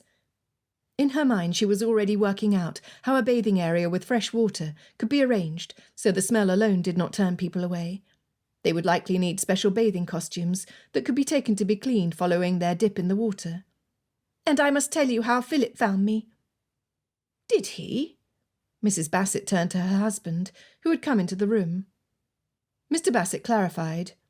"Townsend was with me, but it was one of his workers who discovered her. I will own, however, that if I had not gone to Bowden House first, it is not likely we would have thought to look in the mine." When Honoria had been brought up to her room to change, Maggie wrinkled her nose at the smell of her clothes. "We will have to wash your hair tonight too, miss," she said, as she stripped her of her clothes and rubbed her with a towel to warm her. Once she was clothed in fresh raiment, Geoffrey carried her back downstairs to the sitting-room, where they had now received a visitor. Mr. Mercer was seated in one of the armchairs in the room with a drink in his hand. He stood when he saw her. "Miss Bassett, I am to understand you had quite a rescue," he said, bowing and resuming his seat as soon as she had been set down on the sofa. "Your father has just been telling both your mother and me how it all came about." "As exciting an adventure as I could wish for," she said cheerfully.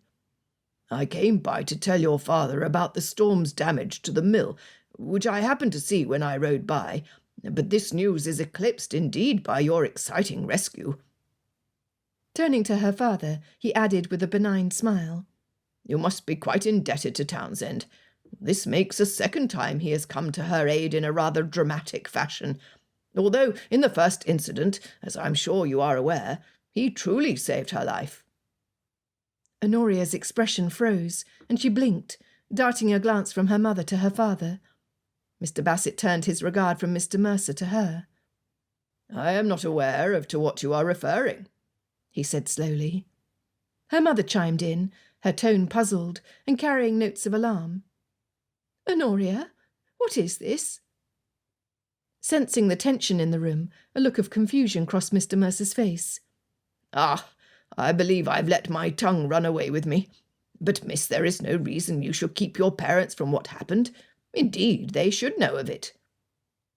He turned to her father. "While we were at Farlow Manor, an evening shortly after the Greys returned to Horncastle, your daughter's gown caught on fire, and quite dramatically, as I said before. The speed with which the flames sped up the skirt of her gown—" He stopped and dropped his gaze to his hands. I shudder to think of it. If Townsend had not thrown himself on top of her and beat out the flames with his hands, causing considerable burns to himself, I fear she might not be here today. He was very quick to act." Mr. Bassett was silent for a long moment as he stared at his daughter, and she could read what was going through his mind. He was reliving the memory of his sister's death. No one spoke, and at last he met her gaze.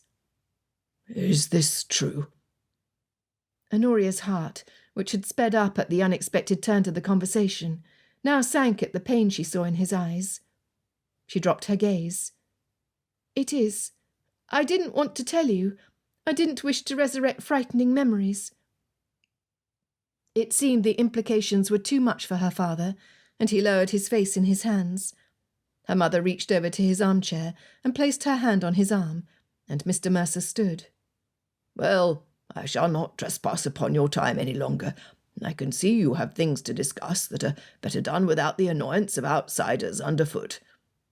He bowed to Mrs. Bassett, who gave him a grateful smile of acknowledgement. Then he turned to face Honoria. "It was the right thing to do, you know, telling your parents. Secrets amongst family members always have a way of coming out." Then he took his leave. "Why did you not tell us?" her father asked, lifting his head at last. "I shall have to invite Townsend over to thank him myself. I owe him a debt of gratitude that I can never repay." "We do indeed," her mother said quietly. After a small beat, she added, "But I think you might easily begin to repay it. The best way you could thank the man is to give him your daughter's hand in marriage." When his gaze remained fixed ahead, unseeing, Mrs. Bassett smiled at Honoria over Mr. Bassett's head with something of a conspiratorial look. Honoria's heart began to hammer with excitement. She was tempted to speak and cajole, but silence would answer better. Instead, she turned hopeful eyes to her father and waited. "Very well," he said at last. "He may have my blessing, but the marriage will have to wait. It is not something we can rush, and I must first see to the damage at the mill." The exultant feeling inside threatened to bloom and burst outward in a cheer, but as Honoria knew her father was speaking as a man goaded beyond what he could bear, she bit back a smile and let him have his way. "Yes, Papa," she said meekly. Chapter 24. Philip walked aimlessly from the library to the dining room and then retraced his steps, wondering once again if Honoria had completely healed from her fall. It had been nearly a week since he had watched Honoria ride off, with her father following the storm. After what had transpired, he didn't precisely despair of winning her hand, even before the 2 years were up. That didn't make it easier to wait. In other matters, all was going splendidly for him.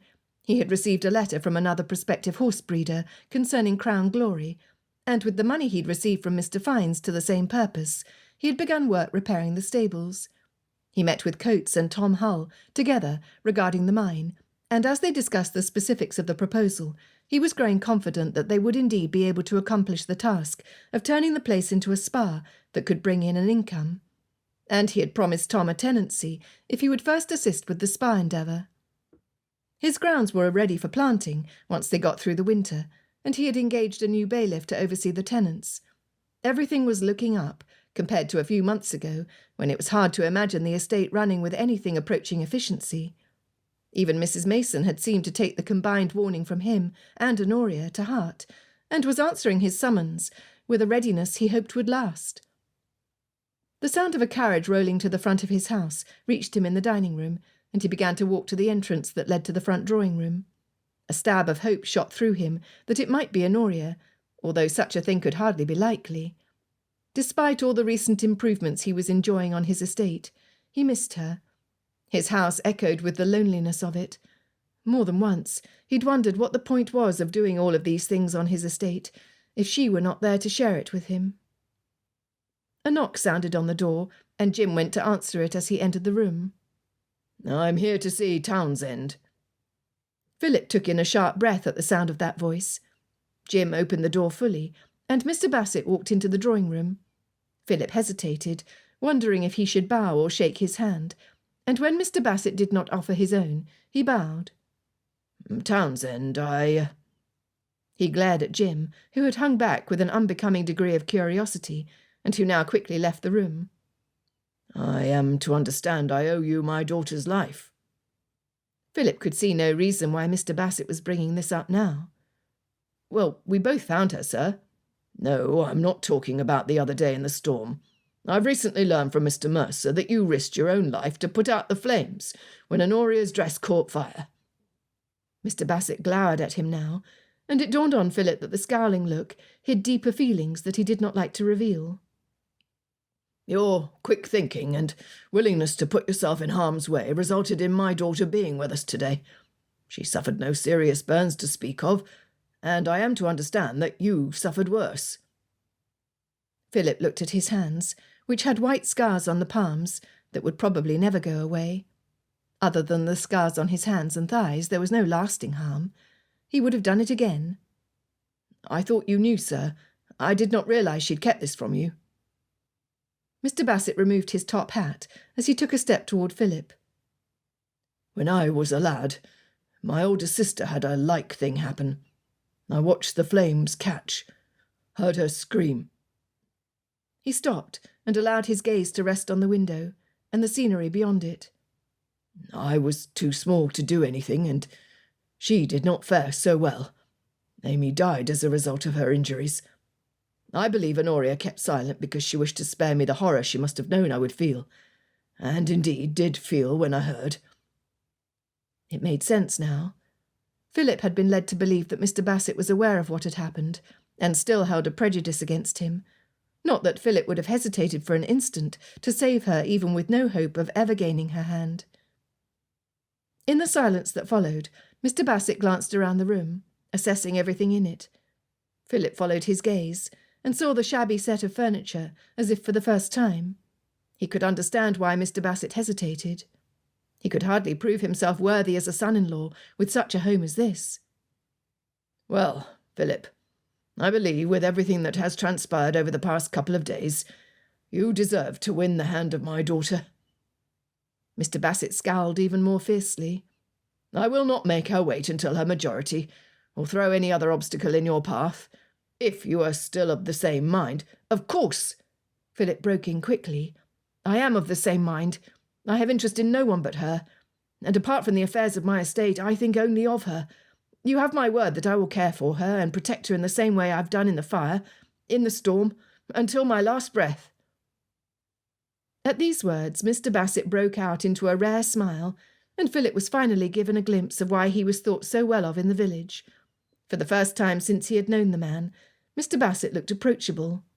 More than that, he looked kind. I have wronged you, Philip, and am not ashamed to admit it. I will be glad to welcome you as a son. Mind, we will not think about a wedding before the spring. We've just seen to Samuel's wedding, and we will need to outfit Wheaton Hall for them sooner than we had expected. We must end one season before we begin another. He held out his hand, and Philip wasted no time in giving his own to shake.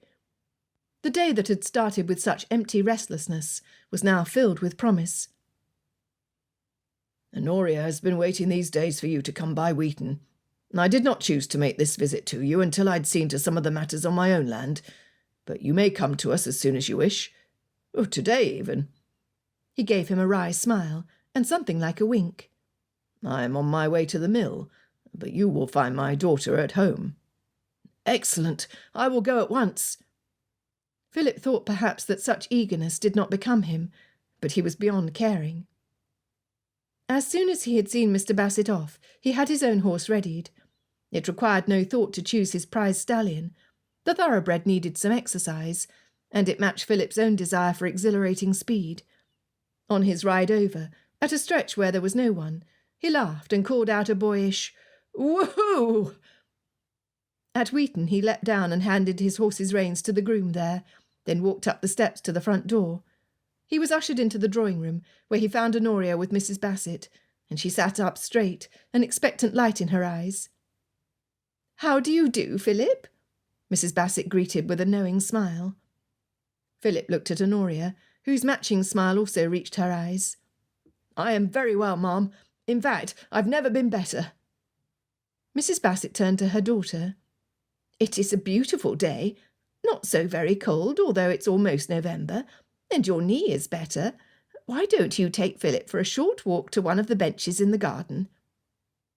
Honoria set down her sewing and stood, walking toward him with only the slightest limp. "A most excellent idea. I will just fetch my cloak."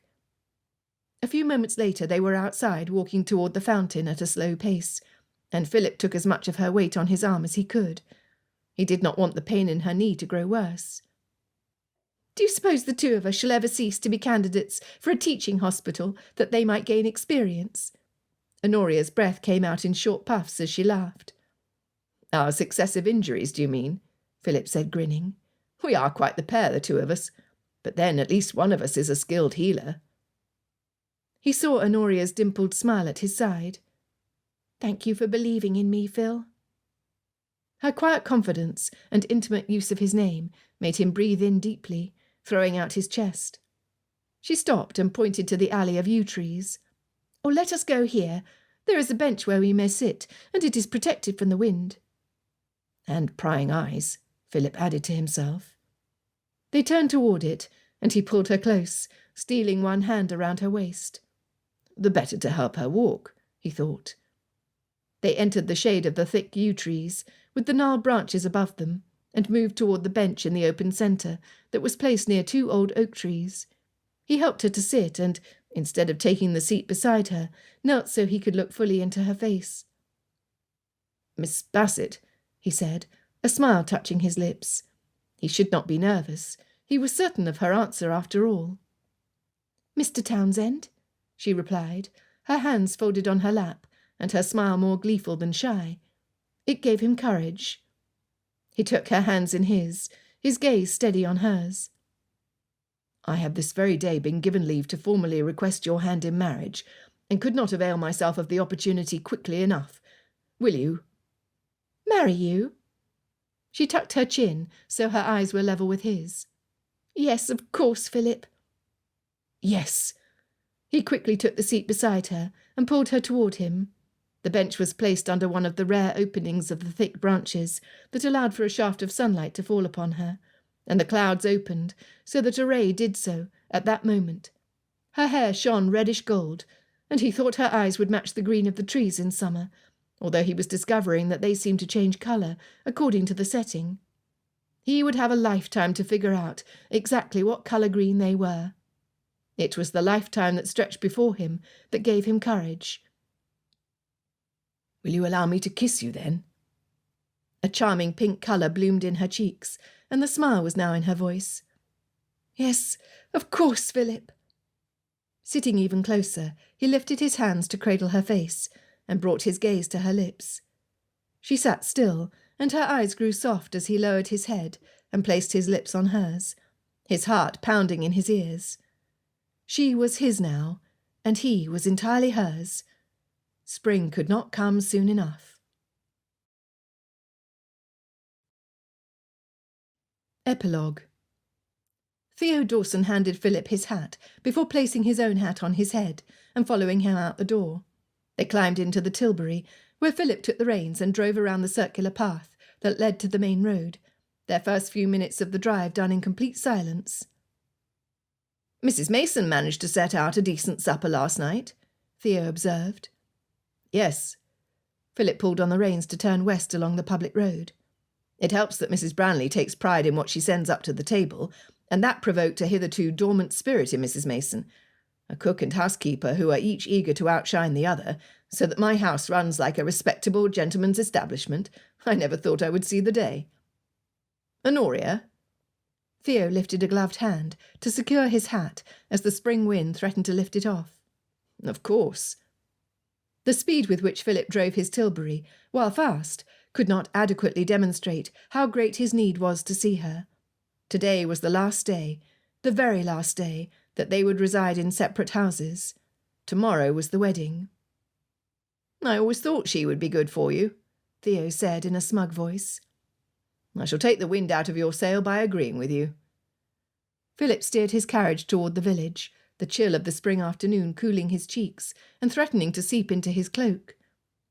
"Will all the Bassetts be there this evening?" Theo grasped the side of the tilbury as Philip feathered a corner. Philip glanced sideways at him. "How little faith you have in my driving.